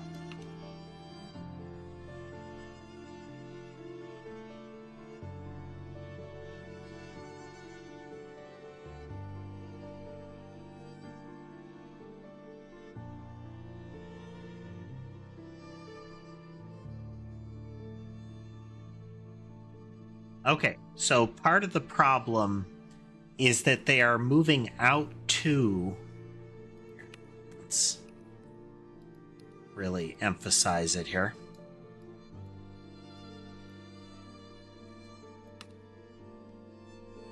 They're moving out properly, but their orbit is... We're not getting the arc out. It's like they're just moving to that spot and spinning there. It's a neat effect, but it's not what it's supposed to do.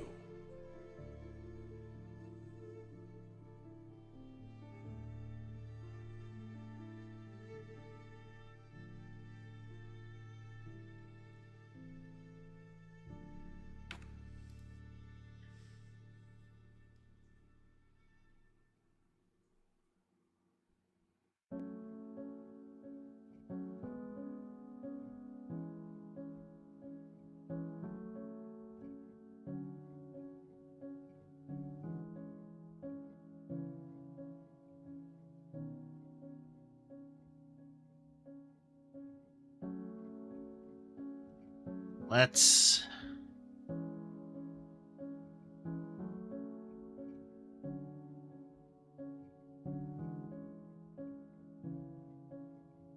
matter all that much, but hey.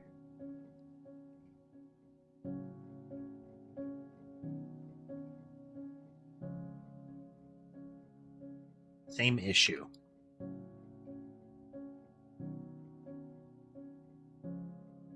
We are generally there.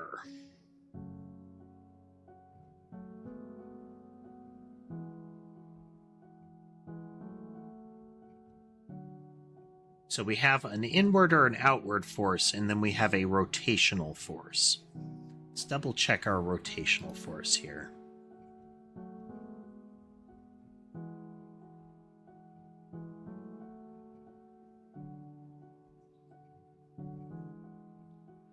I think part of the problem is that we're not...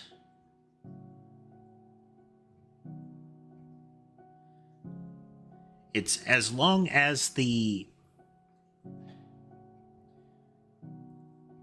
orbital speed is not necessarily enough. So let's really exaggerate this.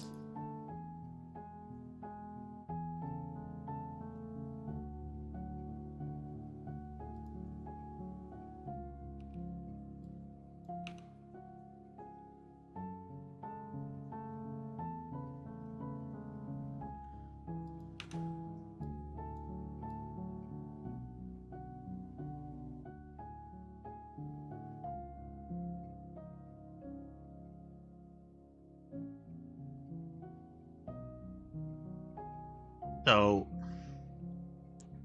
the issue is that we're not getting the sort of curve into a circle.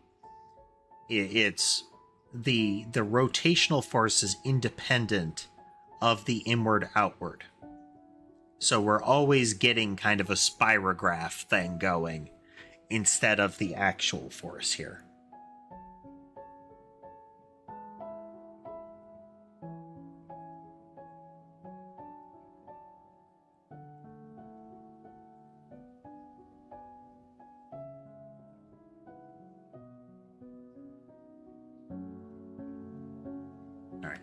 Let's remove the target and verify that we're getting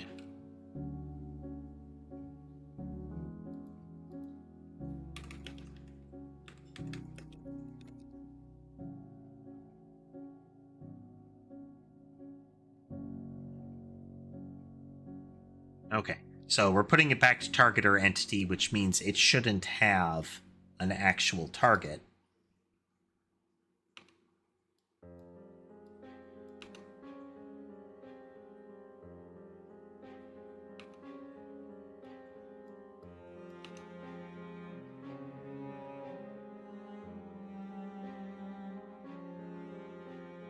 So we still need a way...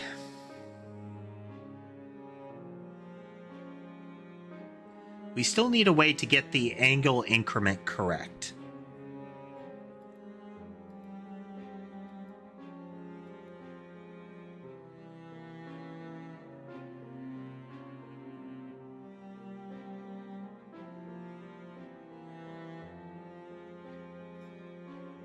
So let's interfere more with the logic here. We're gonna do a quick commit to this.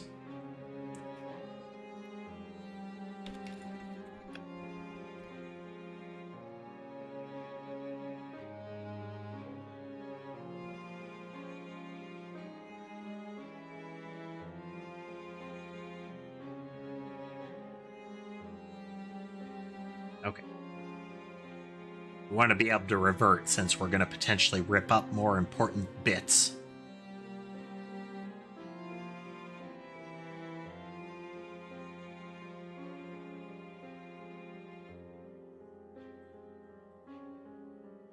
So the speed is out of our control.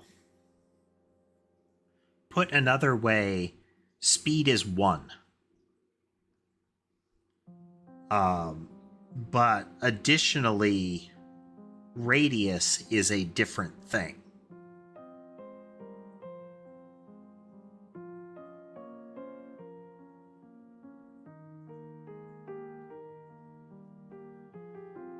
If we know the radius in actual elements and we know the rotations per second, we know our approximate speed. as far as the equation is concerned. But again, speed is largely not relevant here. It's that we need to determine, given the radius, how much we want to emphasize it. Ugh. Now, we could change it such that we know what the speed of the entity is. Heading into the equation, we are given that knowledge. But that doesn't tell us what fraction of the speed we're going to get. We only know that if we had the total speed, we would be able to do that.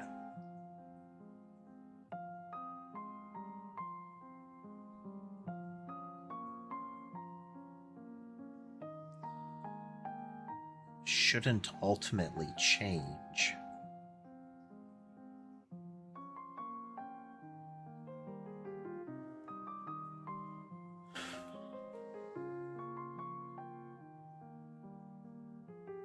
So, here, let me still have this up. All right.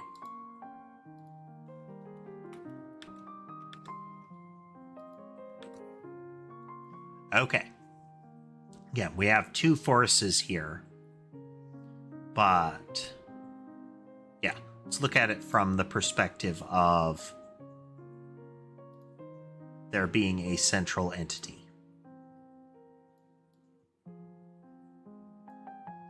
Well, that's terrible.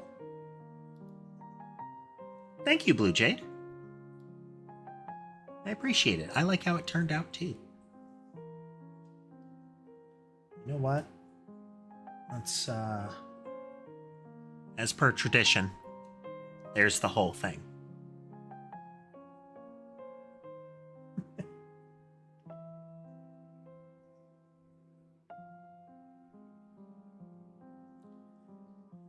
How the heart turned out is still one of my favorite elements. Okay, so we have a central entity, and we want to orbit around it. We want to orbit around it at, let's say, here. So I have a couple of forces at play. I have either an inward or an outward force here. It wants me to be in this position. I also have a force along the outside that is kind of like that.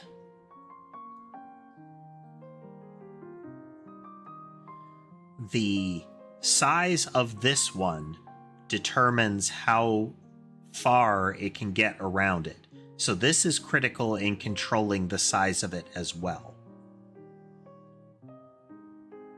If this isn't fast enough, or I'm sorry, if this rotates around too quick, then the push-pull force is going to collide with it.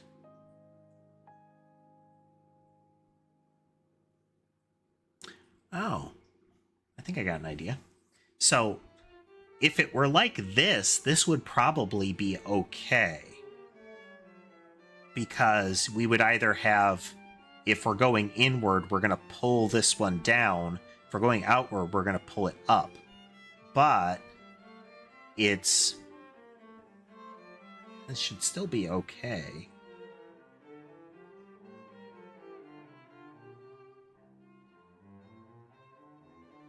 Because ultimately what we're getting here, we'll go with this lilac looking color. We have our radial vector. So whatever direction this one is going in, we're saying it's left to right. And then we have a kind of a gravitation, the inward-outward vector. Whether that is pushing up or down, it doesn't matter. If it's outward, it should be pushing the resultant one away from center. And this point right here is where the actual bullet is, right there on the edge. So let's put a little extra circle here.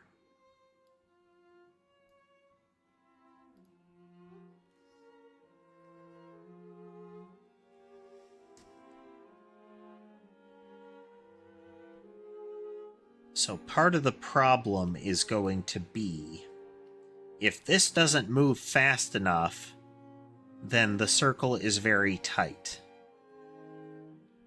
And it's just going to, if the yellow one is too short, then as it's rotating, it's moving kind of tight around the circle. So I feel like we still need to do the draw the line to the center. The clock hand cannot just rotate independently.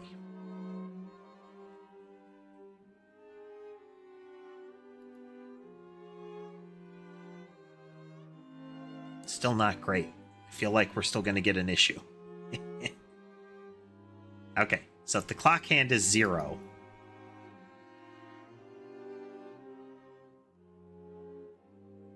when we're moving independently, I think it's okay that we set it to be alongside its existing direction. But when we're supposed to be rotating around an entity, now things are different.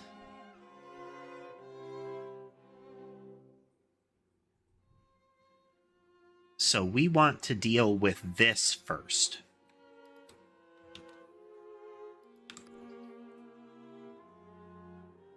Before we mess with clock hand here.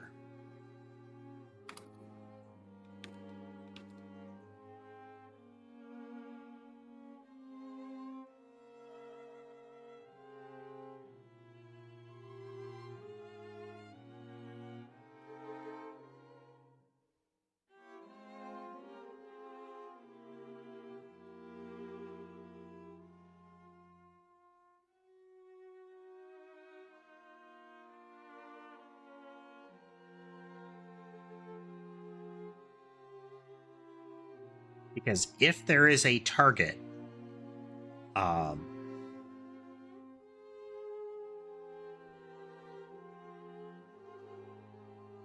then we're always going to update the clock hand relative to that target.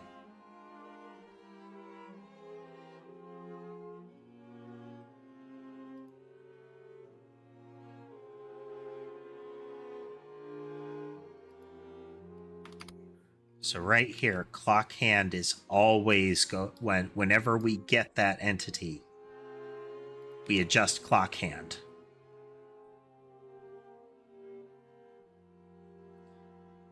Based on this.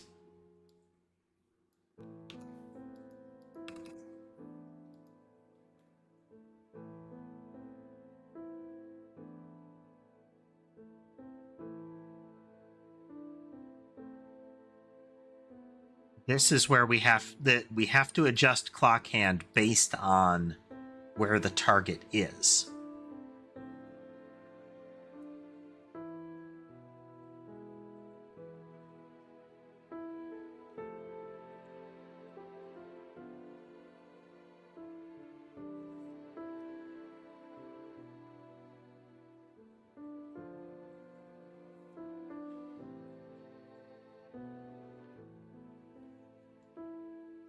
Because this only works if there isn't an entity.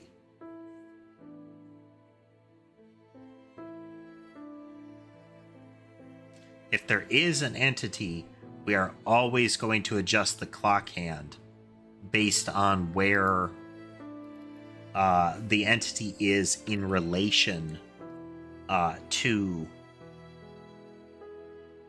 the current projectile.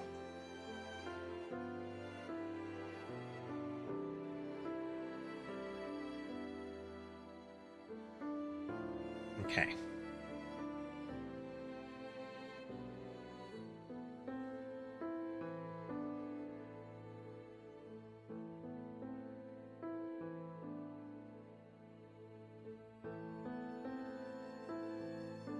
Do this again. We're going to move it up to here.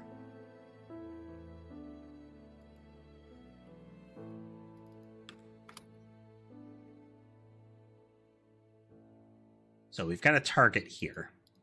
So we don't have a clock hand, and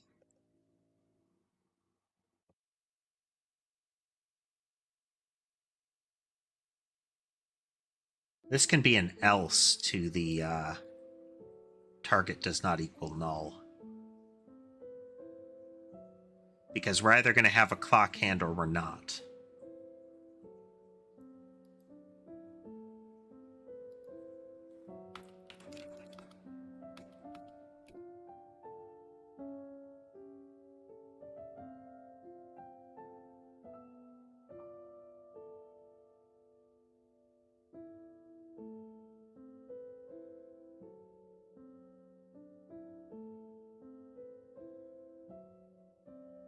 Okay.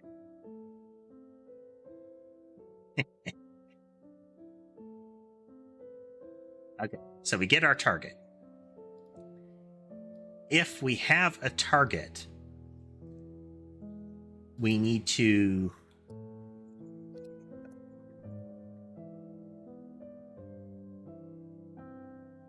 so the clock hand is always going to be, so this is from us to the target. It's always going to be the opposite of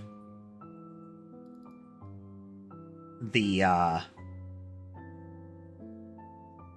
this element here.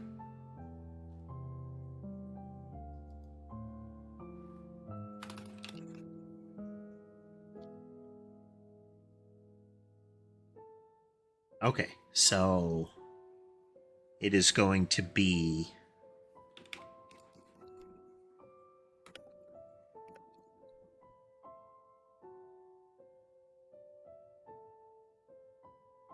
okay, if it doesn't equal to 0, then it is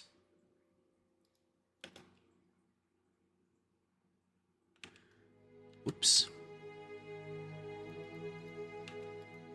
To target times -1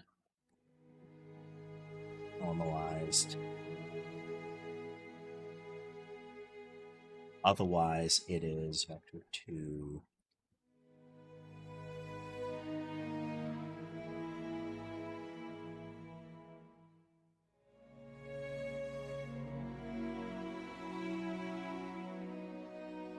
All right, talking through this, what we've got, if there is a target, first we're going to get from us to our target, what is the vector there?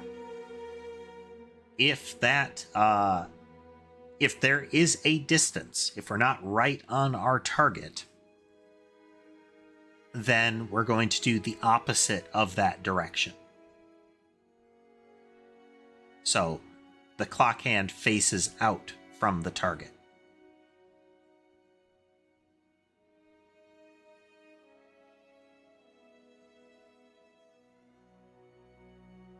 Right.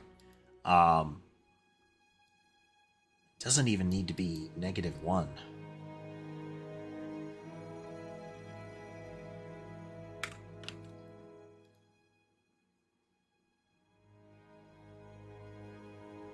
Okay. So what this says is facing the target, that's the clock hand. So if we are down and left from the target, then the clock hand is up and right.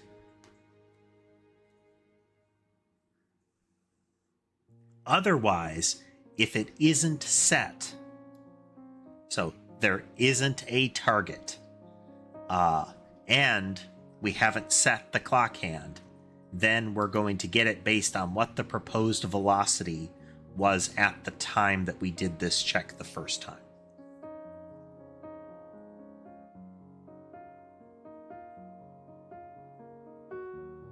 Yes.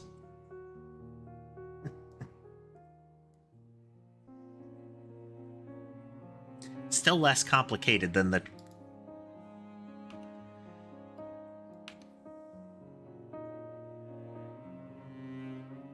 Okay, we still have our basic motion set up.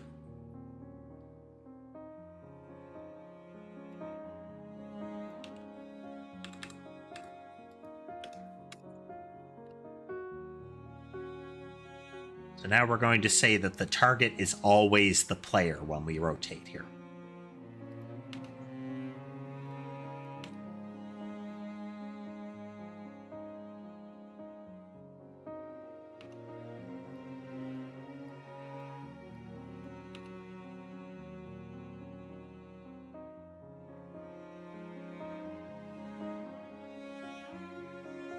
Yep.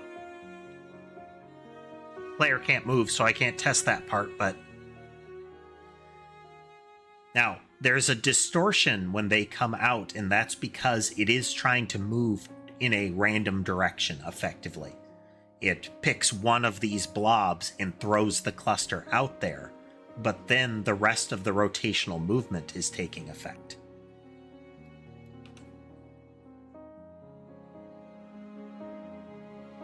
Now, see, this is a pretty effect.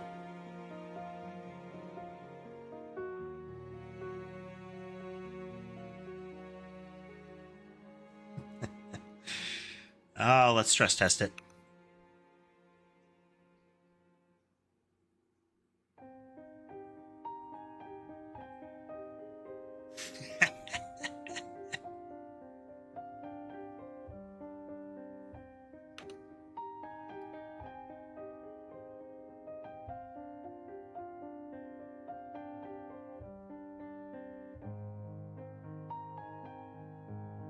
We're going to take these off so that we can see a little better.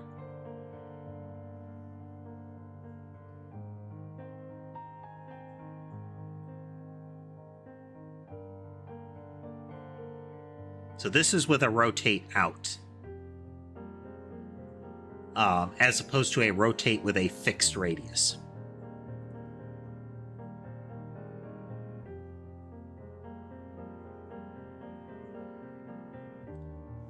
Okay.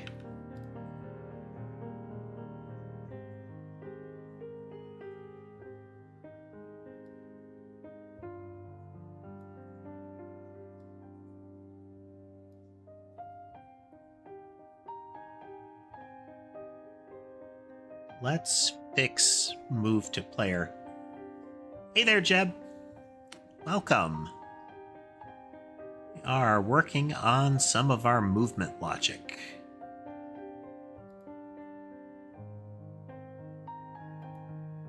Move the player.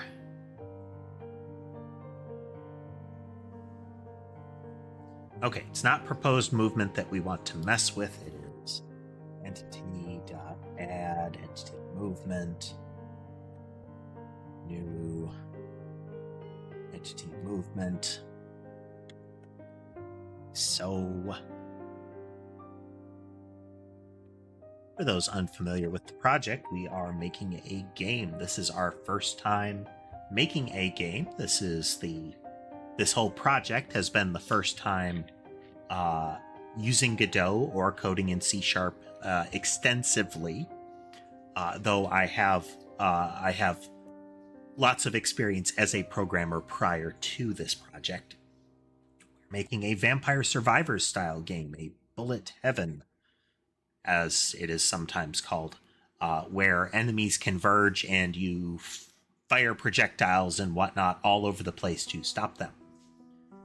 It is often considered the opposite of a bullet hell, where it is enemies firing waves of projectiles at you that you must dodge.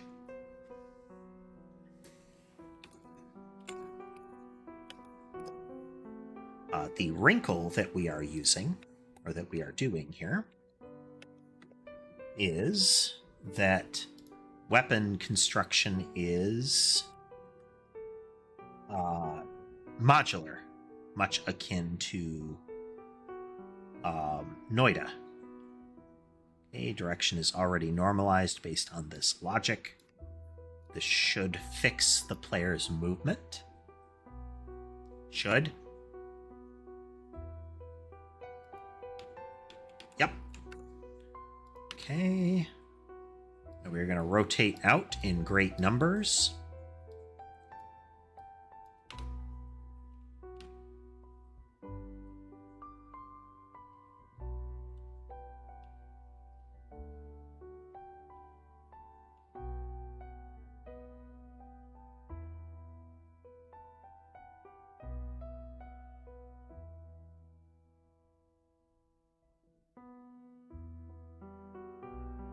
to see how much the radial motion is affecting it.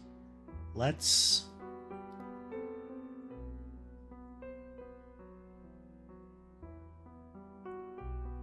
Okay, we are not adding a ×5 into the radius-based motions equation here. This is going to make this very strong. The more speed the bullet entity has, this has a great impact on that. Let's put it that way. So rotational movement is an accelerator with this, which isn't a terrible thing.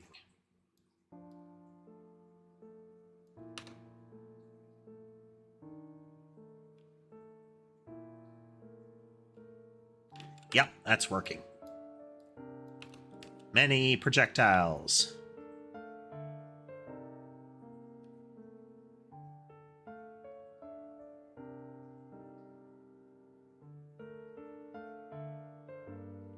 The rotate out ring is bigger than the stay close ring.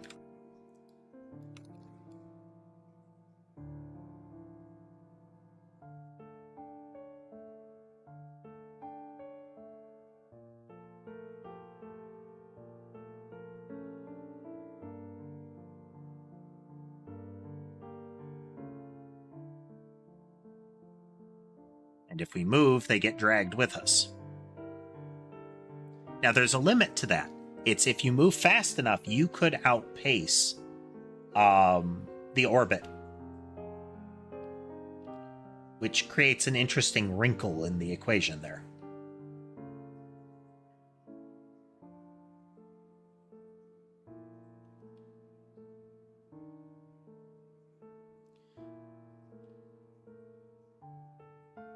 Now, it is also interesting that... Okay, we do still need to account for there being a proposed velocity. Okay, let's do a interim here.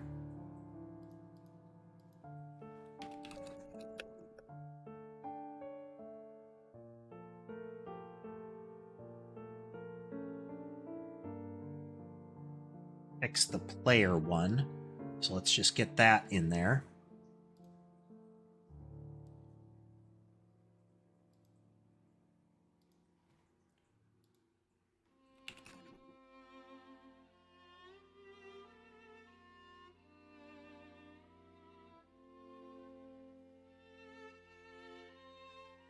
This is interim. It's technically not where it needs to be, but I don't want to lose work if something goes wrong.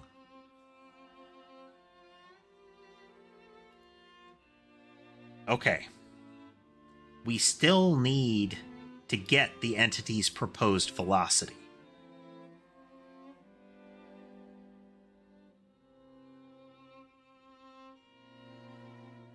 So we have the 2 target. If the entity's proposed velocity is non-zero when we come into these, then it's still relevant to use it. We don't want to just do the clock hand from the player initially.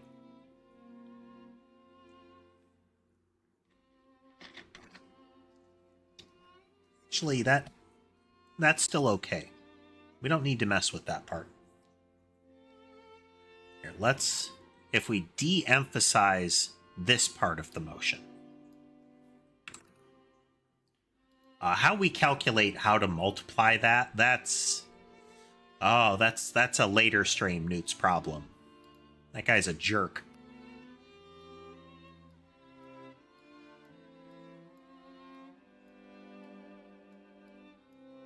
They can deal with that.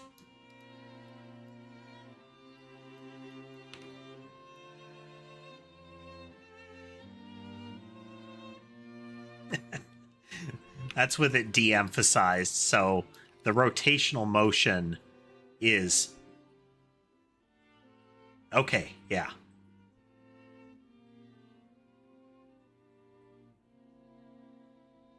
It's that the rotational motion was emphasized so much that you couldn't really see the other targeting happening.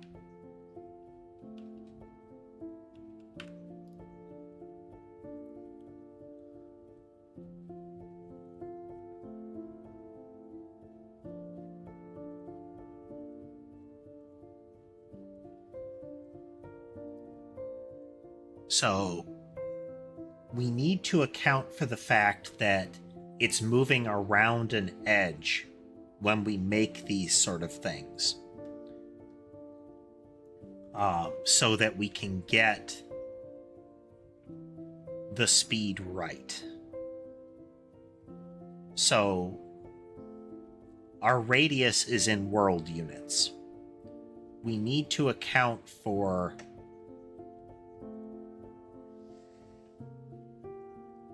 what kind of speed needs to be what we need to deal with for that.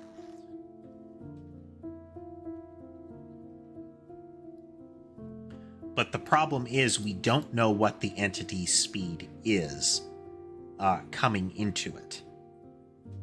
Now, we could approximate it. So if we know it's 90, we can plug like 96. If we know it's 96, we could plug that in.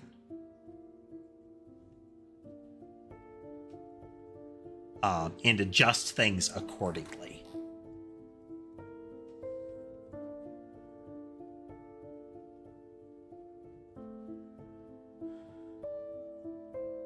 Like, how fast do we have to go to hit the target rotations per second?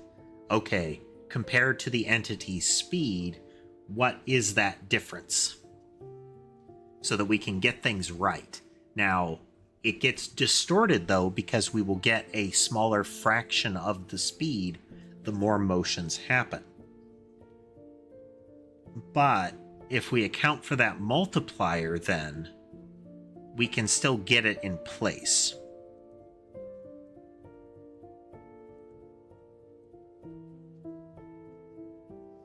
Yeah.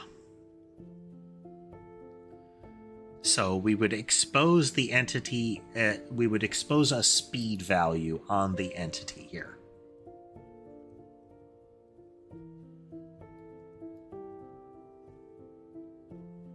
We already incorporate that. I know there are a lot of things that are kind of vestigial, hanging out.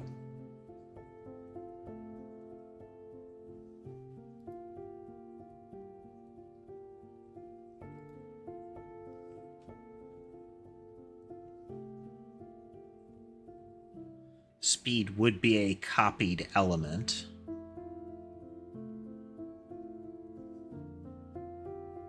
But for now, we're just going to call it a fixed thing, and we're going to have to revisit.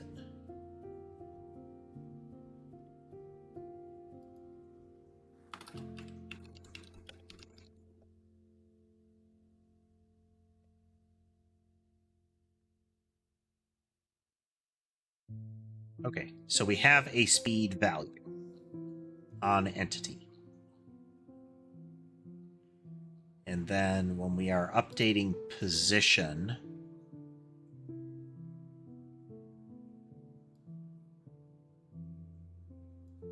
we use our actual speed on this part of the equation.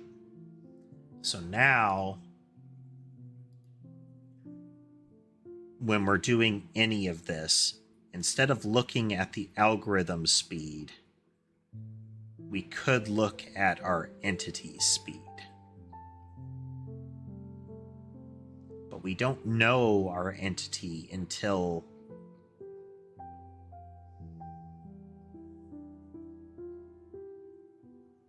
we get a message from it.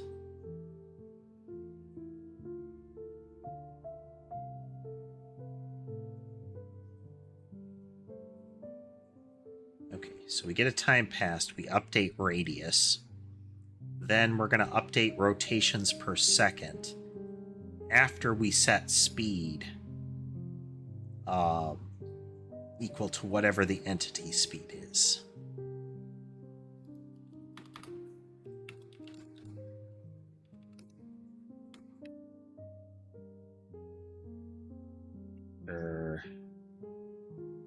Okay.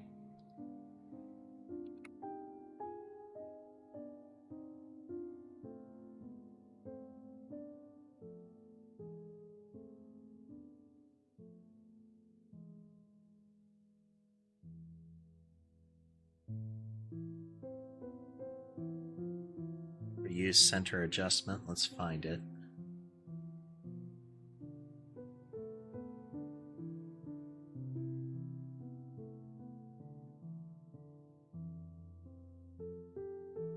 Well, thank you, Schmuggums. That is the goal. Hit Steam at some point.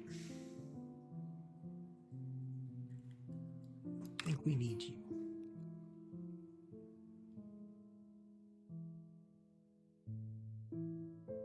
That is going to get us the turning speed that we have for this.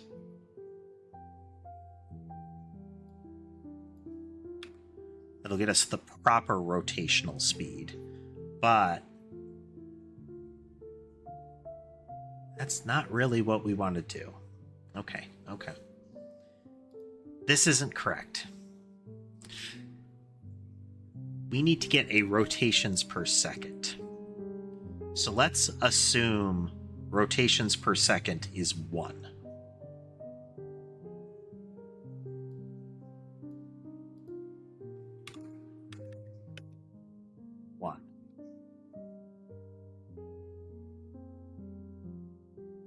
Oh, takes 2 seconds to do a full rotation, let's say.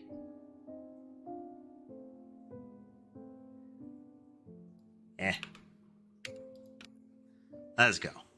Okay, so it's 1 rotation per second.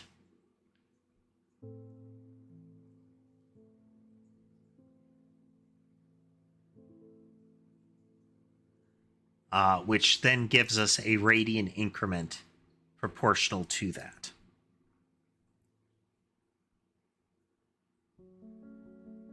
So our speed, the rate of movement that we've got, needs to be derived from a rotations per second of 1 given the radius.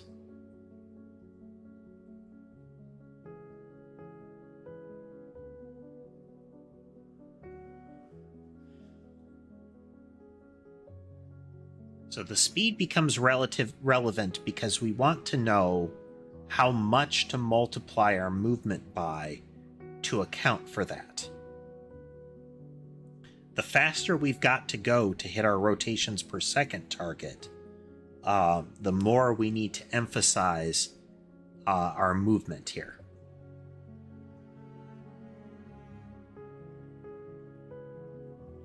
All right, so let's...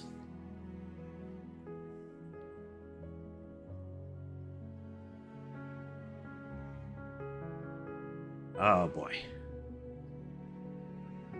Anytime we change the radius, we update rotations per second. That's okay.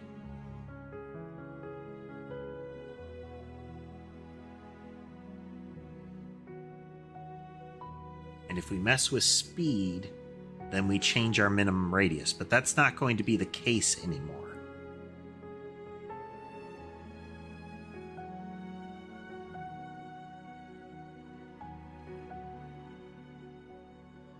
Speed will be entirely defined by the rest of the equation here.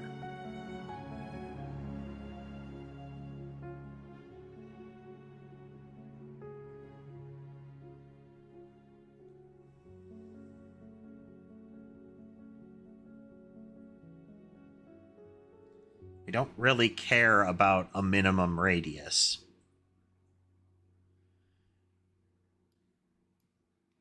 This can get, right now I've got a constant in there, but it's, if you rotate too fast, then animations get weird. Hopefully that's not a problem. We're going to be simplifying a lot of this ultimately. That's what we're going to do. Okay, speed is going to be calculated.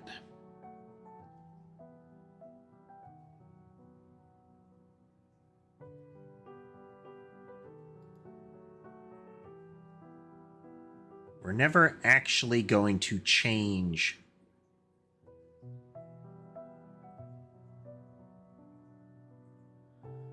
what our actual speed is. So this we can just ignore.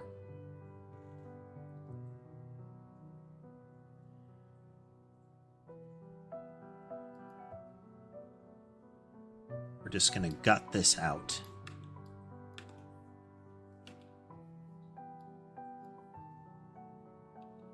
I'm leaving it so the JSON doesn't flip out. Because I don't want to go into the data files and mess with that at the moment. I might do it anyway. Let's do it anyway.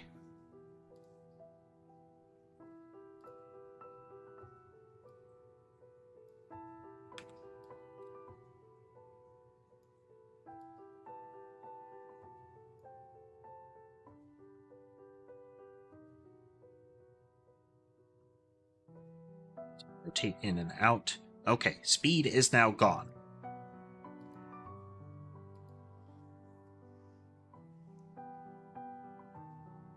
Actually.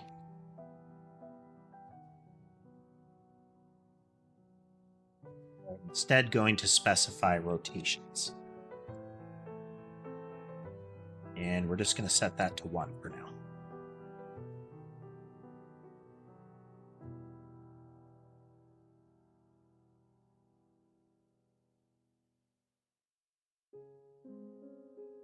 Since this is always going to be multiplied around things, we're going to make you a float.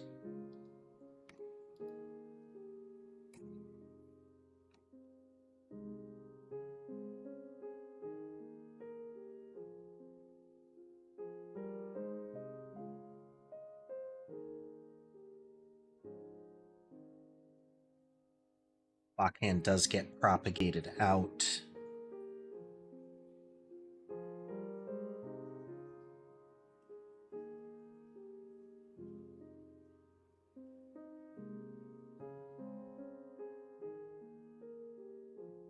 Speed gets removed. Instead, going to copy rotations per second out. Move you up here.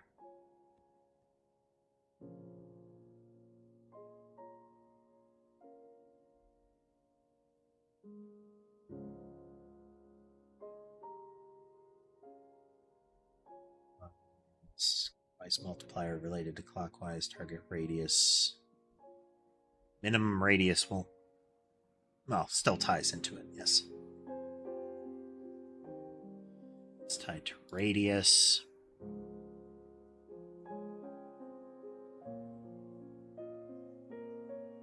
Just making sure I put these things in relevant locations. Okay, rotations per second. We are going to change you to rotations.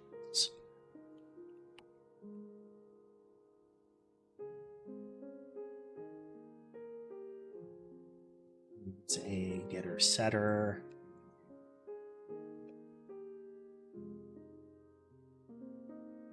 It's public. And it is not JSON ignored. Speed is derived from rotations per second. We're probably going to call it something else, but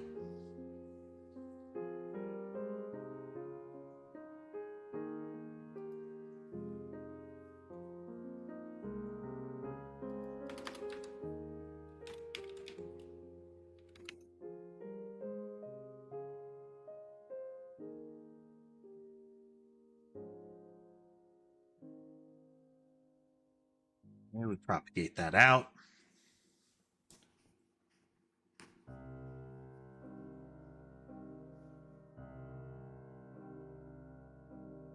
We'll get rid of you.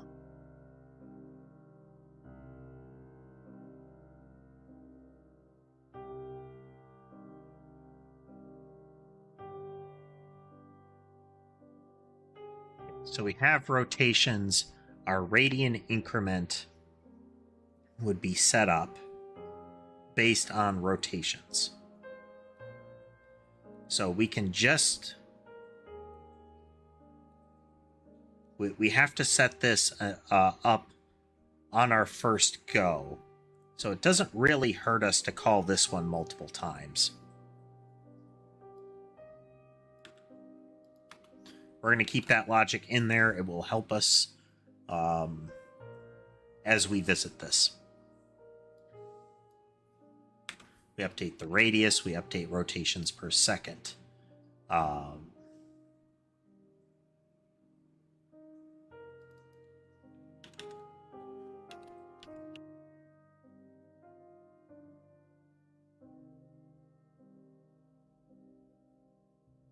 So we need to get our speed multiplier now. Radian increment, we only need to check once.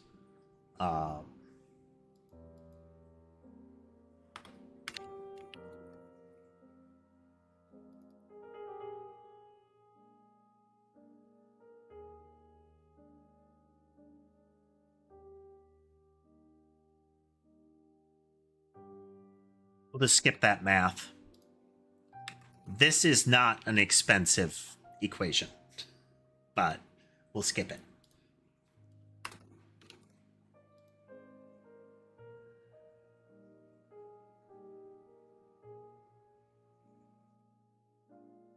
It's a separate thing, though.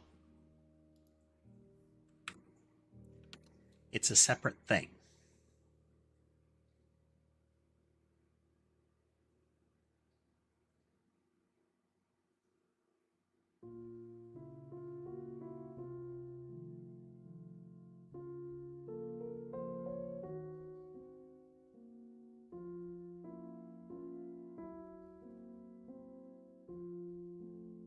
Didn't quite right. This is not right. Because I don't want it speeding up the further we get from it.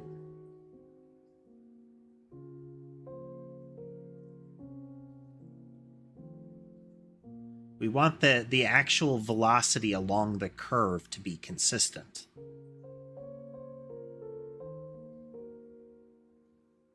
Which means the radian increment slows down. And that would account for our speed multiplication there as well, is that we just don't move as fast around the edge.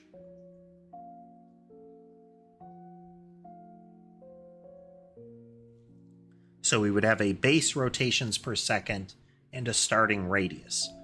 The rotations per second would change according to that. What change do I have in place for this here?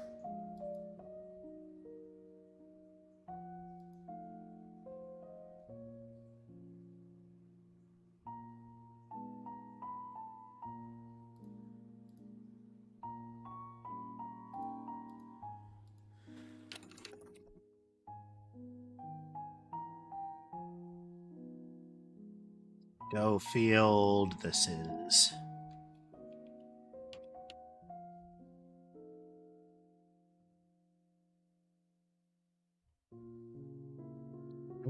I need to think about that more. And as such, I think... Let me take something here. Let me check some things.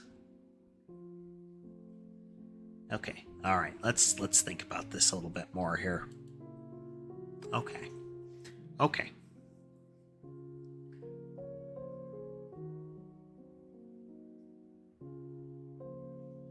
This is still...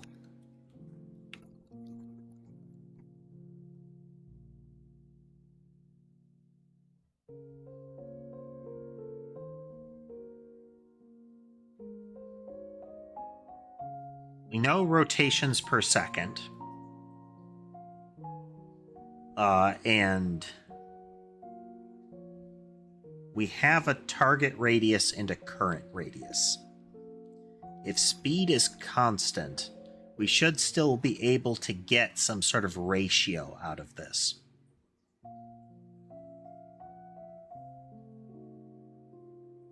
Again, we don't really care.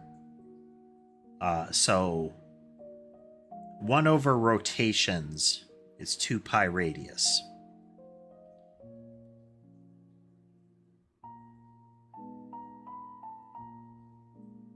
So again, yeah. So our radius impacts our rotations.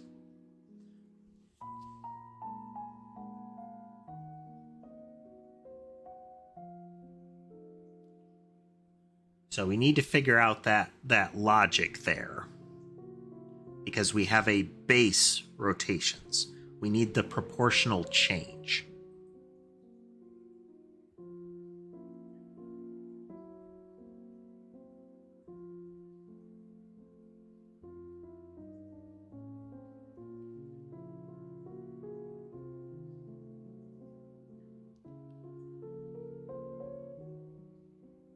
Okay, we can get a base speed out of this.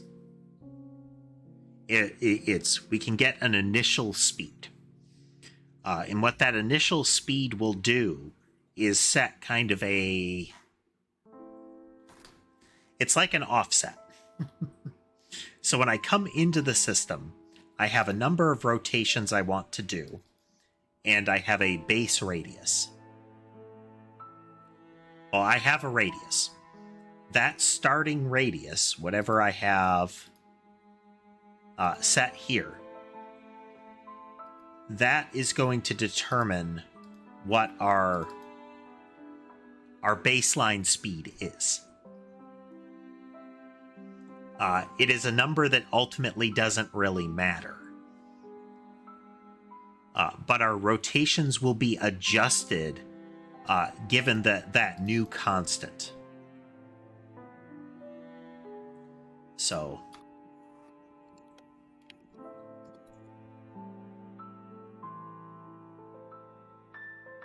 if speed is 0, we're going to calculate it. So we have rotations and we have radius. So that means speed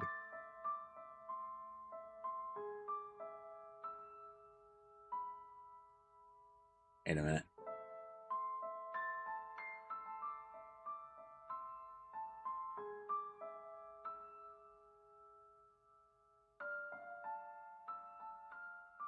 Should be speed is equal to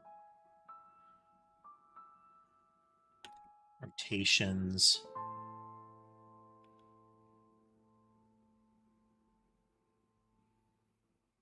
times 2 math.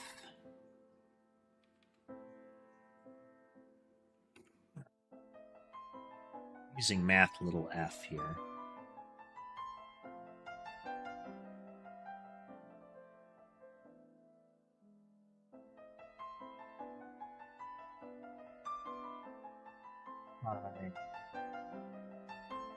Radius.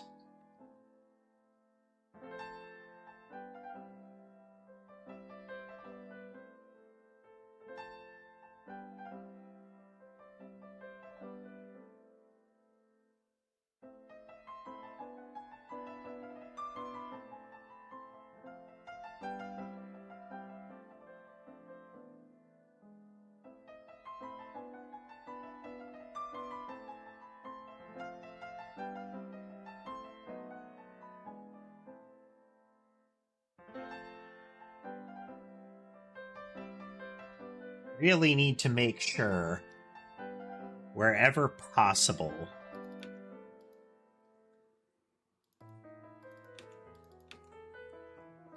that I'm not using double unless I need to. And the reason for that is what we just saw, is that it is... When Godot initially talks to C#, it turns some of the values that Godot uses as a float into a double. But all of the math inside Godot, all of your vectors and similar, are floats. And it's a hassle to constantly cast them. Let's compact some of this here.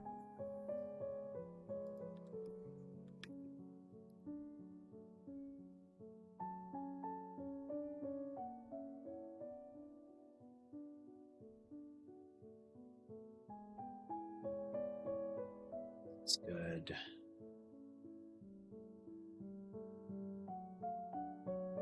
Would be able to be afloat.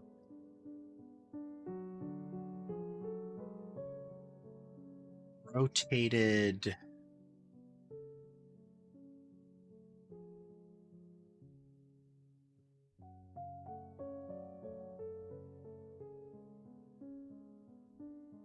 Leave that alone for now.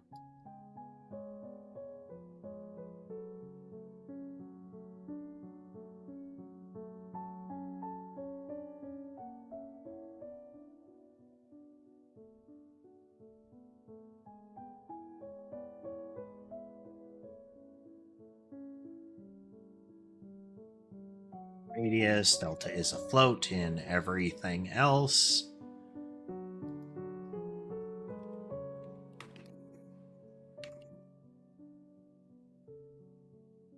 Ultimately, what I need to do with this is I need to change the time passed one to a float. And then when I am updating time passed and I'm sending it in, I cast it to a float and we're done. We'll get there.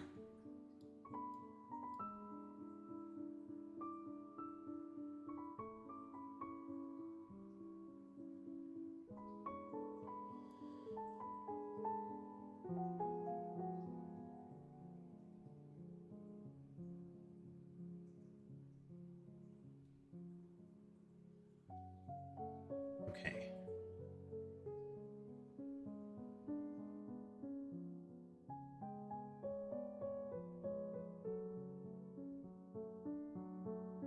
So this is to get the number of rotations we want. We're essentially multiplying by the circumference here. That's how fast we would need to move per second to get that number of rotations per second. We're not using this speed as an actual, like, part of the velocity. We're going to be using this to act as a new constant to get radian increment.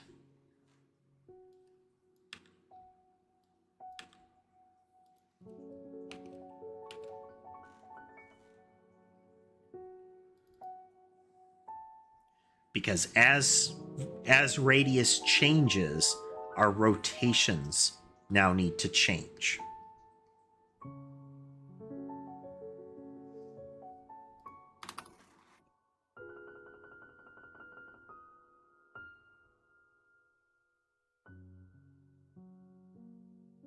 This is speed divided by 2 times math.pi radius.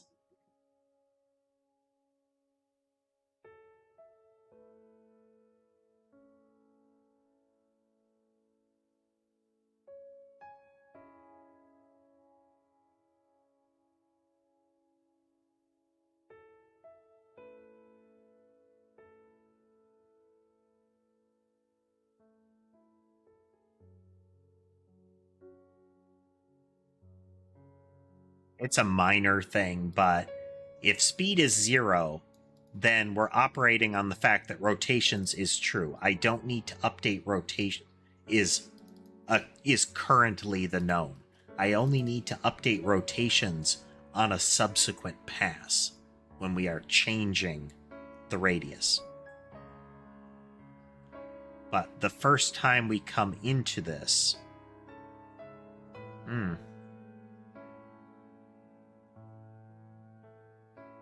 Yes.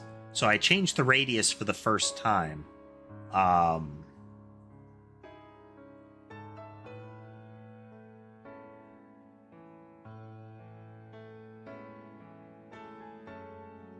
Okay. We essentially have a first time operation, something that we're going to do this exactly once.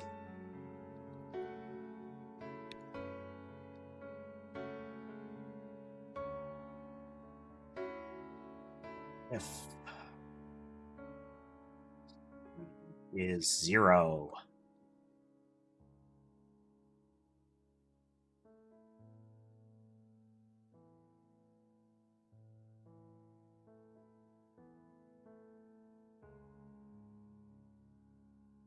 Initialize speed. Okay.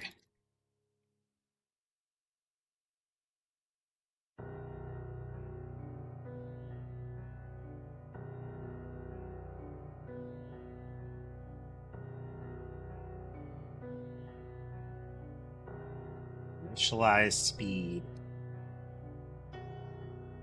Then we update the radius, and then we get our new radian increment.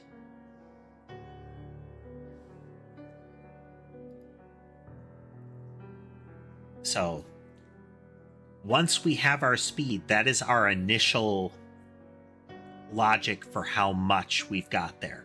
The increment of the radian increment here changes. It slows down because speed remains constant now. How fast we're moving around the edge remains constant. It is based on what we initially started with. So the radian increment slows down. That should avoid us needing an actual multiplier in our calculations here.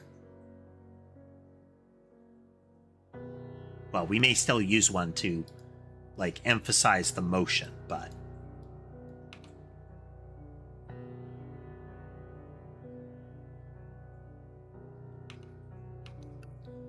it's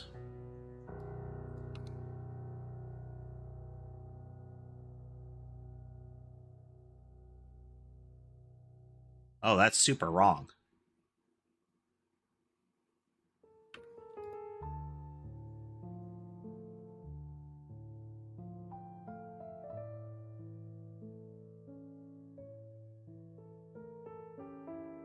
They do an initial turn, and then they're slowing way down.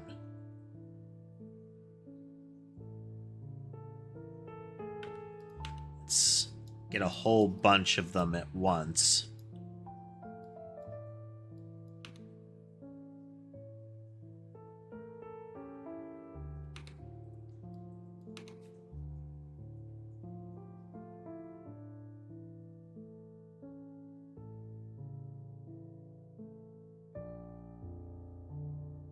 Radian increment is slowing down substantially as we go here.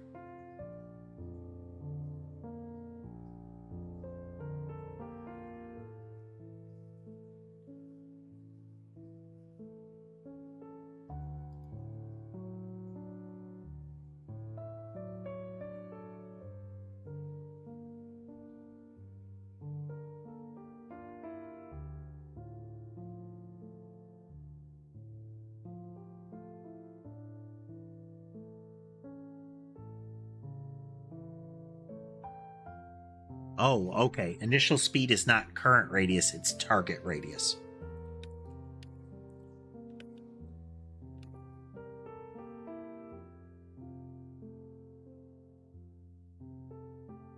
We might need to adjust that further.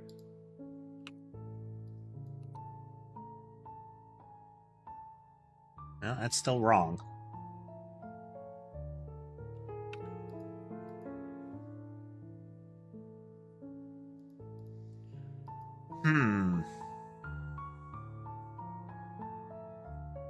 Still wrong.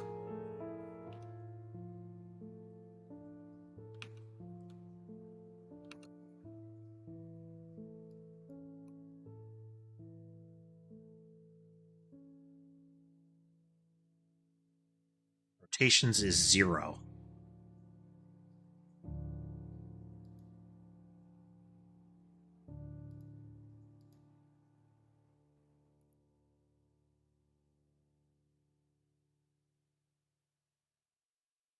Rotations should not be 0.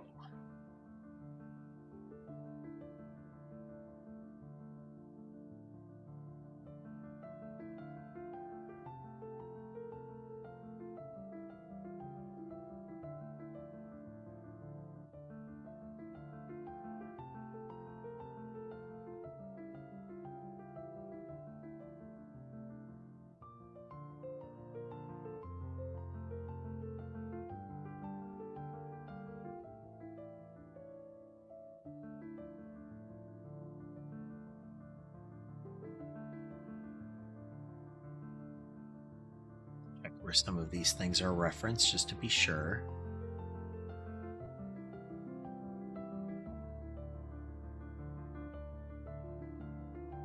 Yeah, there we go.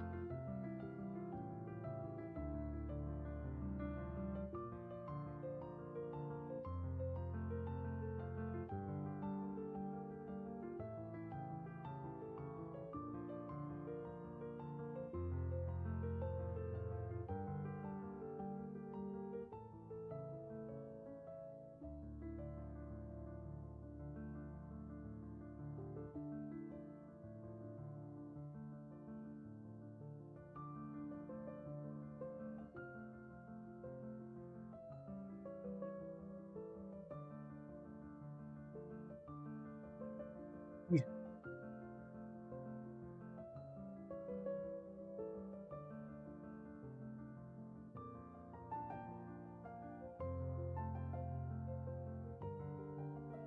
Cleaning stuff up. I don't know that that's not everything, but okay.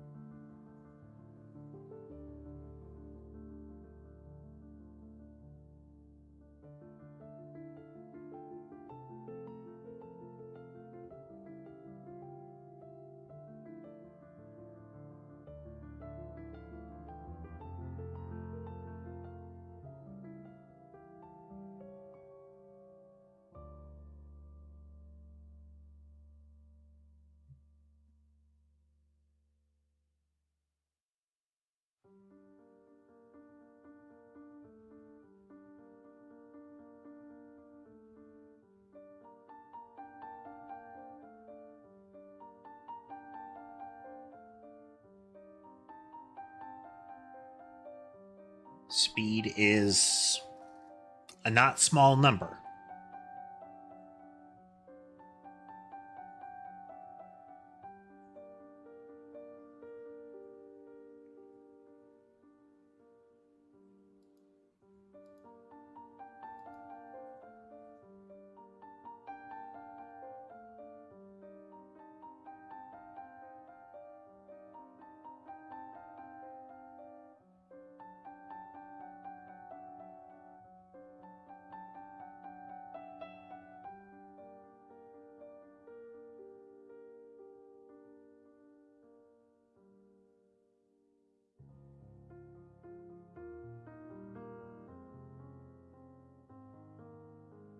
Updated our radius. Our radius is what? Oh, wait.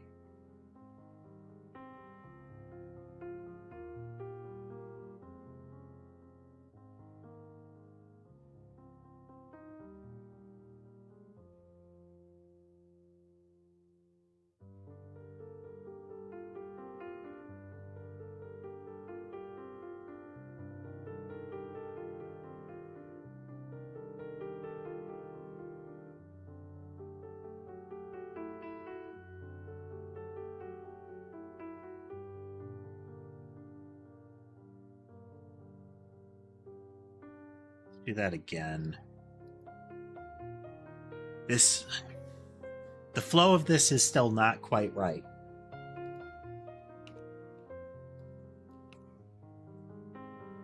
All right. So here's our initial pass through it.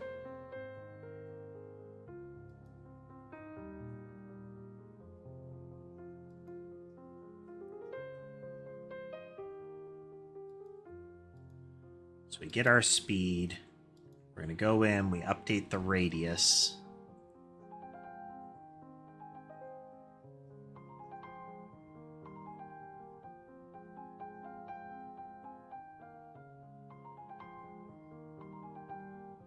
Okay, no, I think this still needs to be radius. This is where we start. So everything is proportional to that.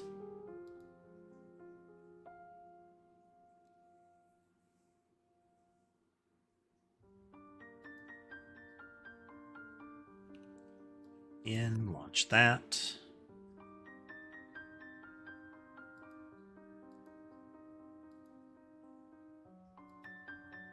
Same result. This one doesn't change its radius, but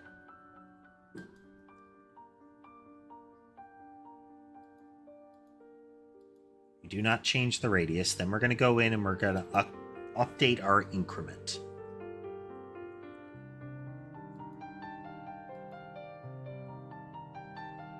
Rotations did not change.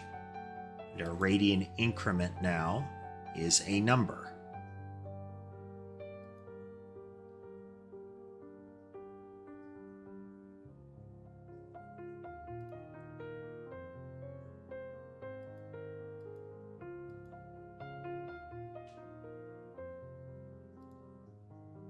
Our radius does not change.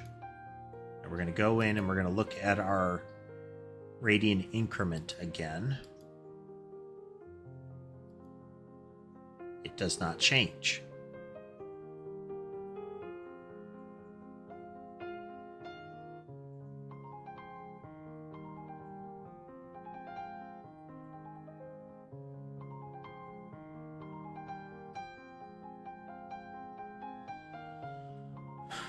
Okay, what we need is a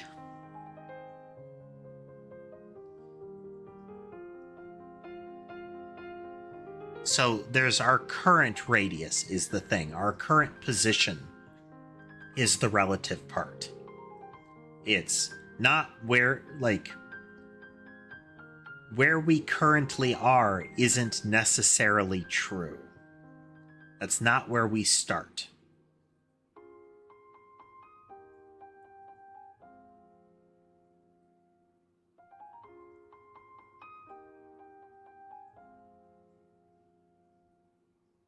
And we can't actually start with a 0 radius because that will 0 speed. All right. Mental roadblock here. We got to circle back around to this. Ideally, by the next stream, I will have come up with some sort of solution or at least path to investigate. We'll see. Buttons. I hope you had a good time, folks. We have our new movement system in, but as I've mentioned before, rotate is currently our most complicated type of movement. So it's the one that if we tweak movement, we have to look at. And if it doesn't look like it's working right ever, that usually means that there is some sort of fundamental problem in the movement chain. Now, it might be that rotation is just broken. That is also a possibility. But our trickiest movement is a good canary for the coal mine here. But yeah, I hope you had a good time today. If you like what you saw and would like to see more, remember to like, follow, subscribe, comment, all of that kind of stuff. It helps the channel grow. If you'd like to consider financially supporting the channel, you can do so through platform-specific means, like subscriptions and memberships, as well as through Patreon, Coffee, Throne, similar things to that. Links are in my bio and in the video descriptions. Now, with all that said, I hope you have a good rest of your day, and I will see you next time.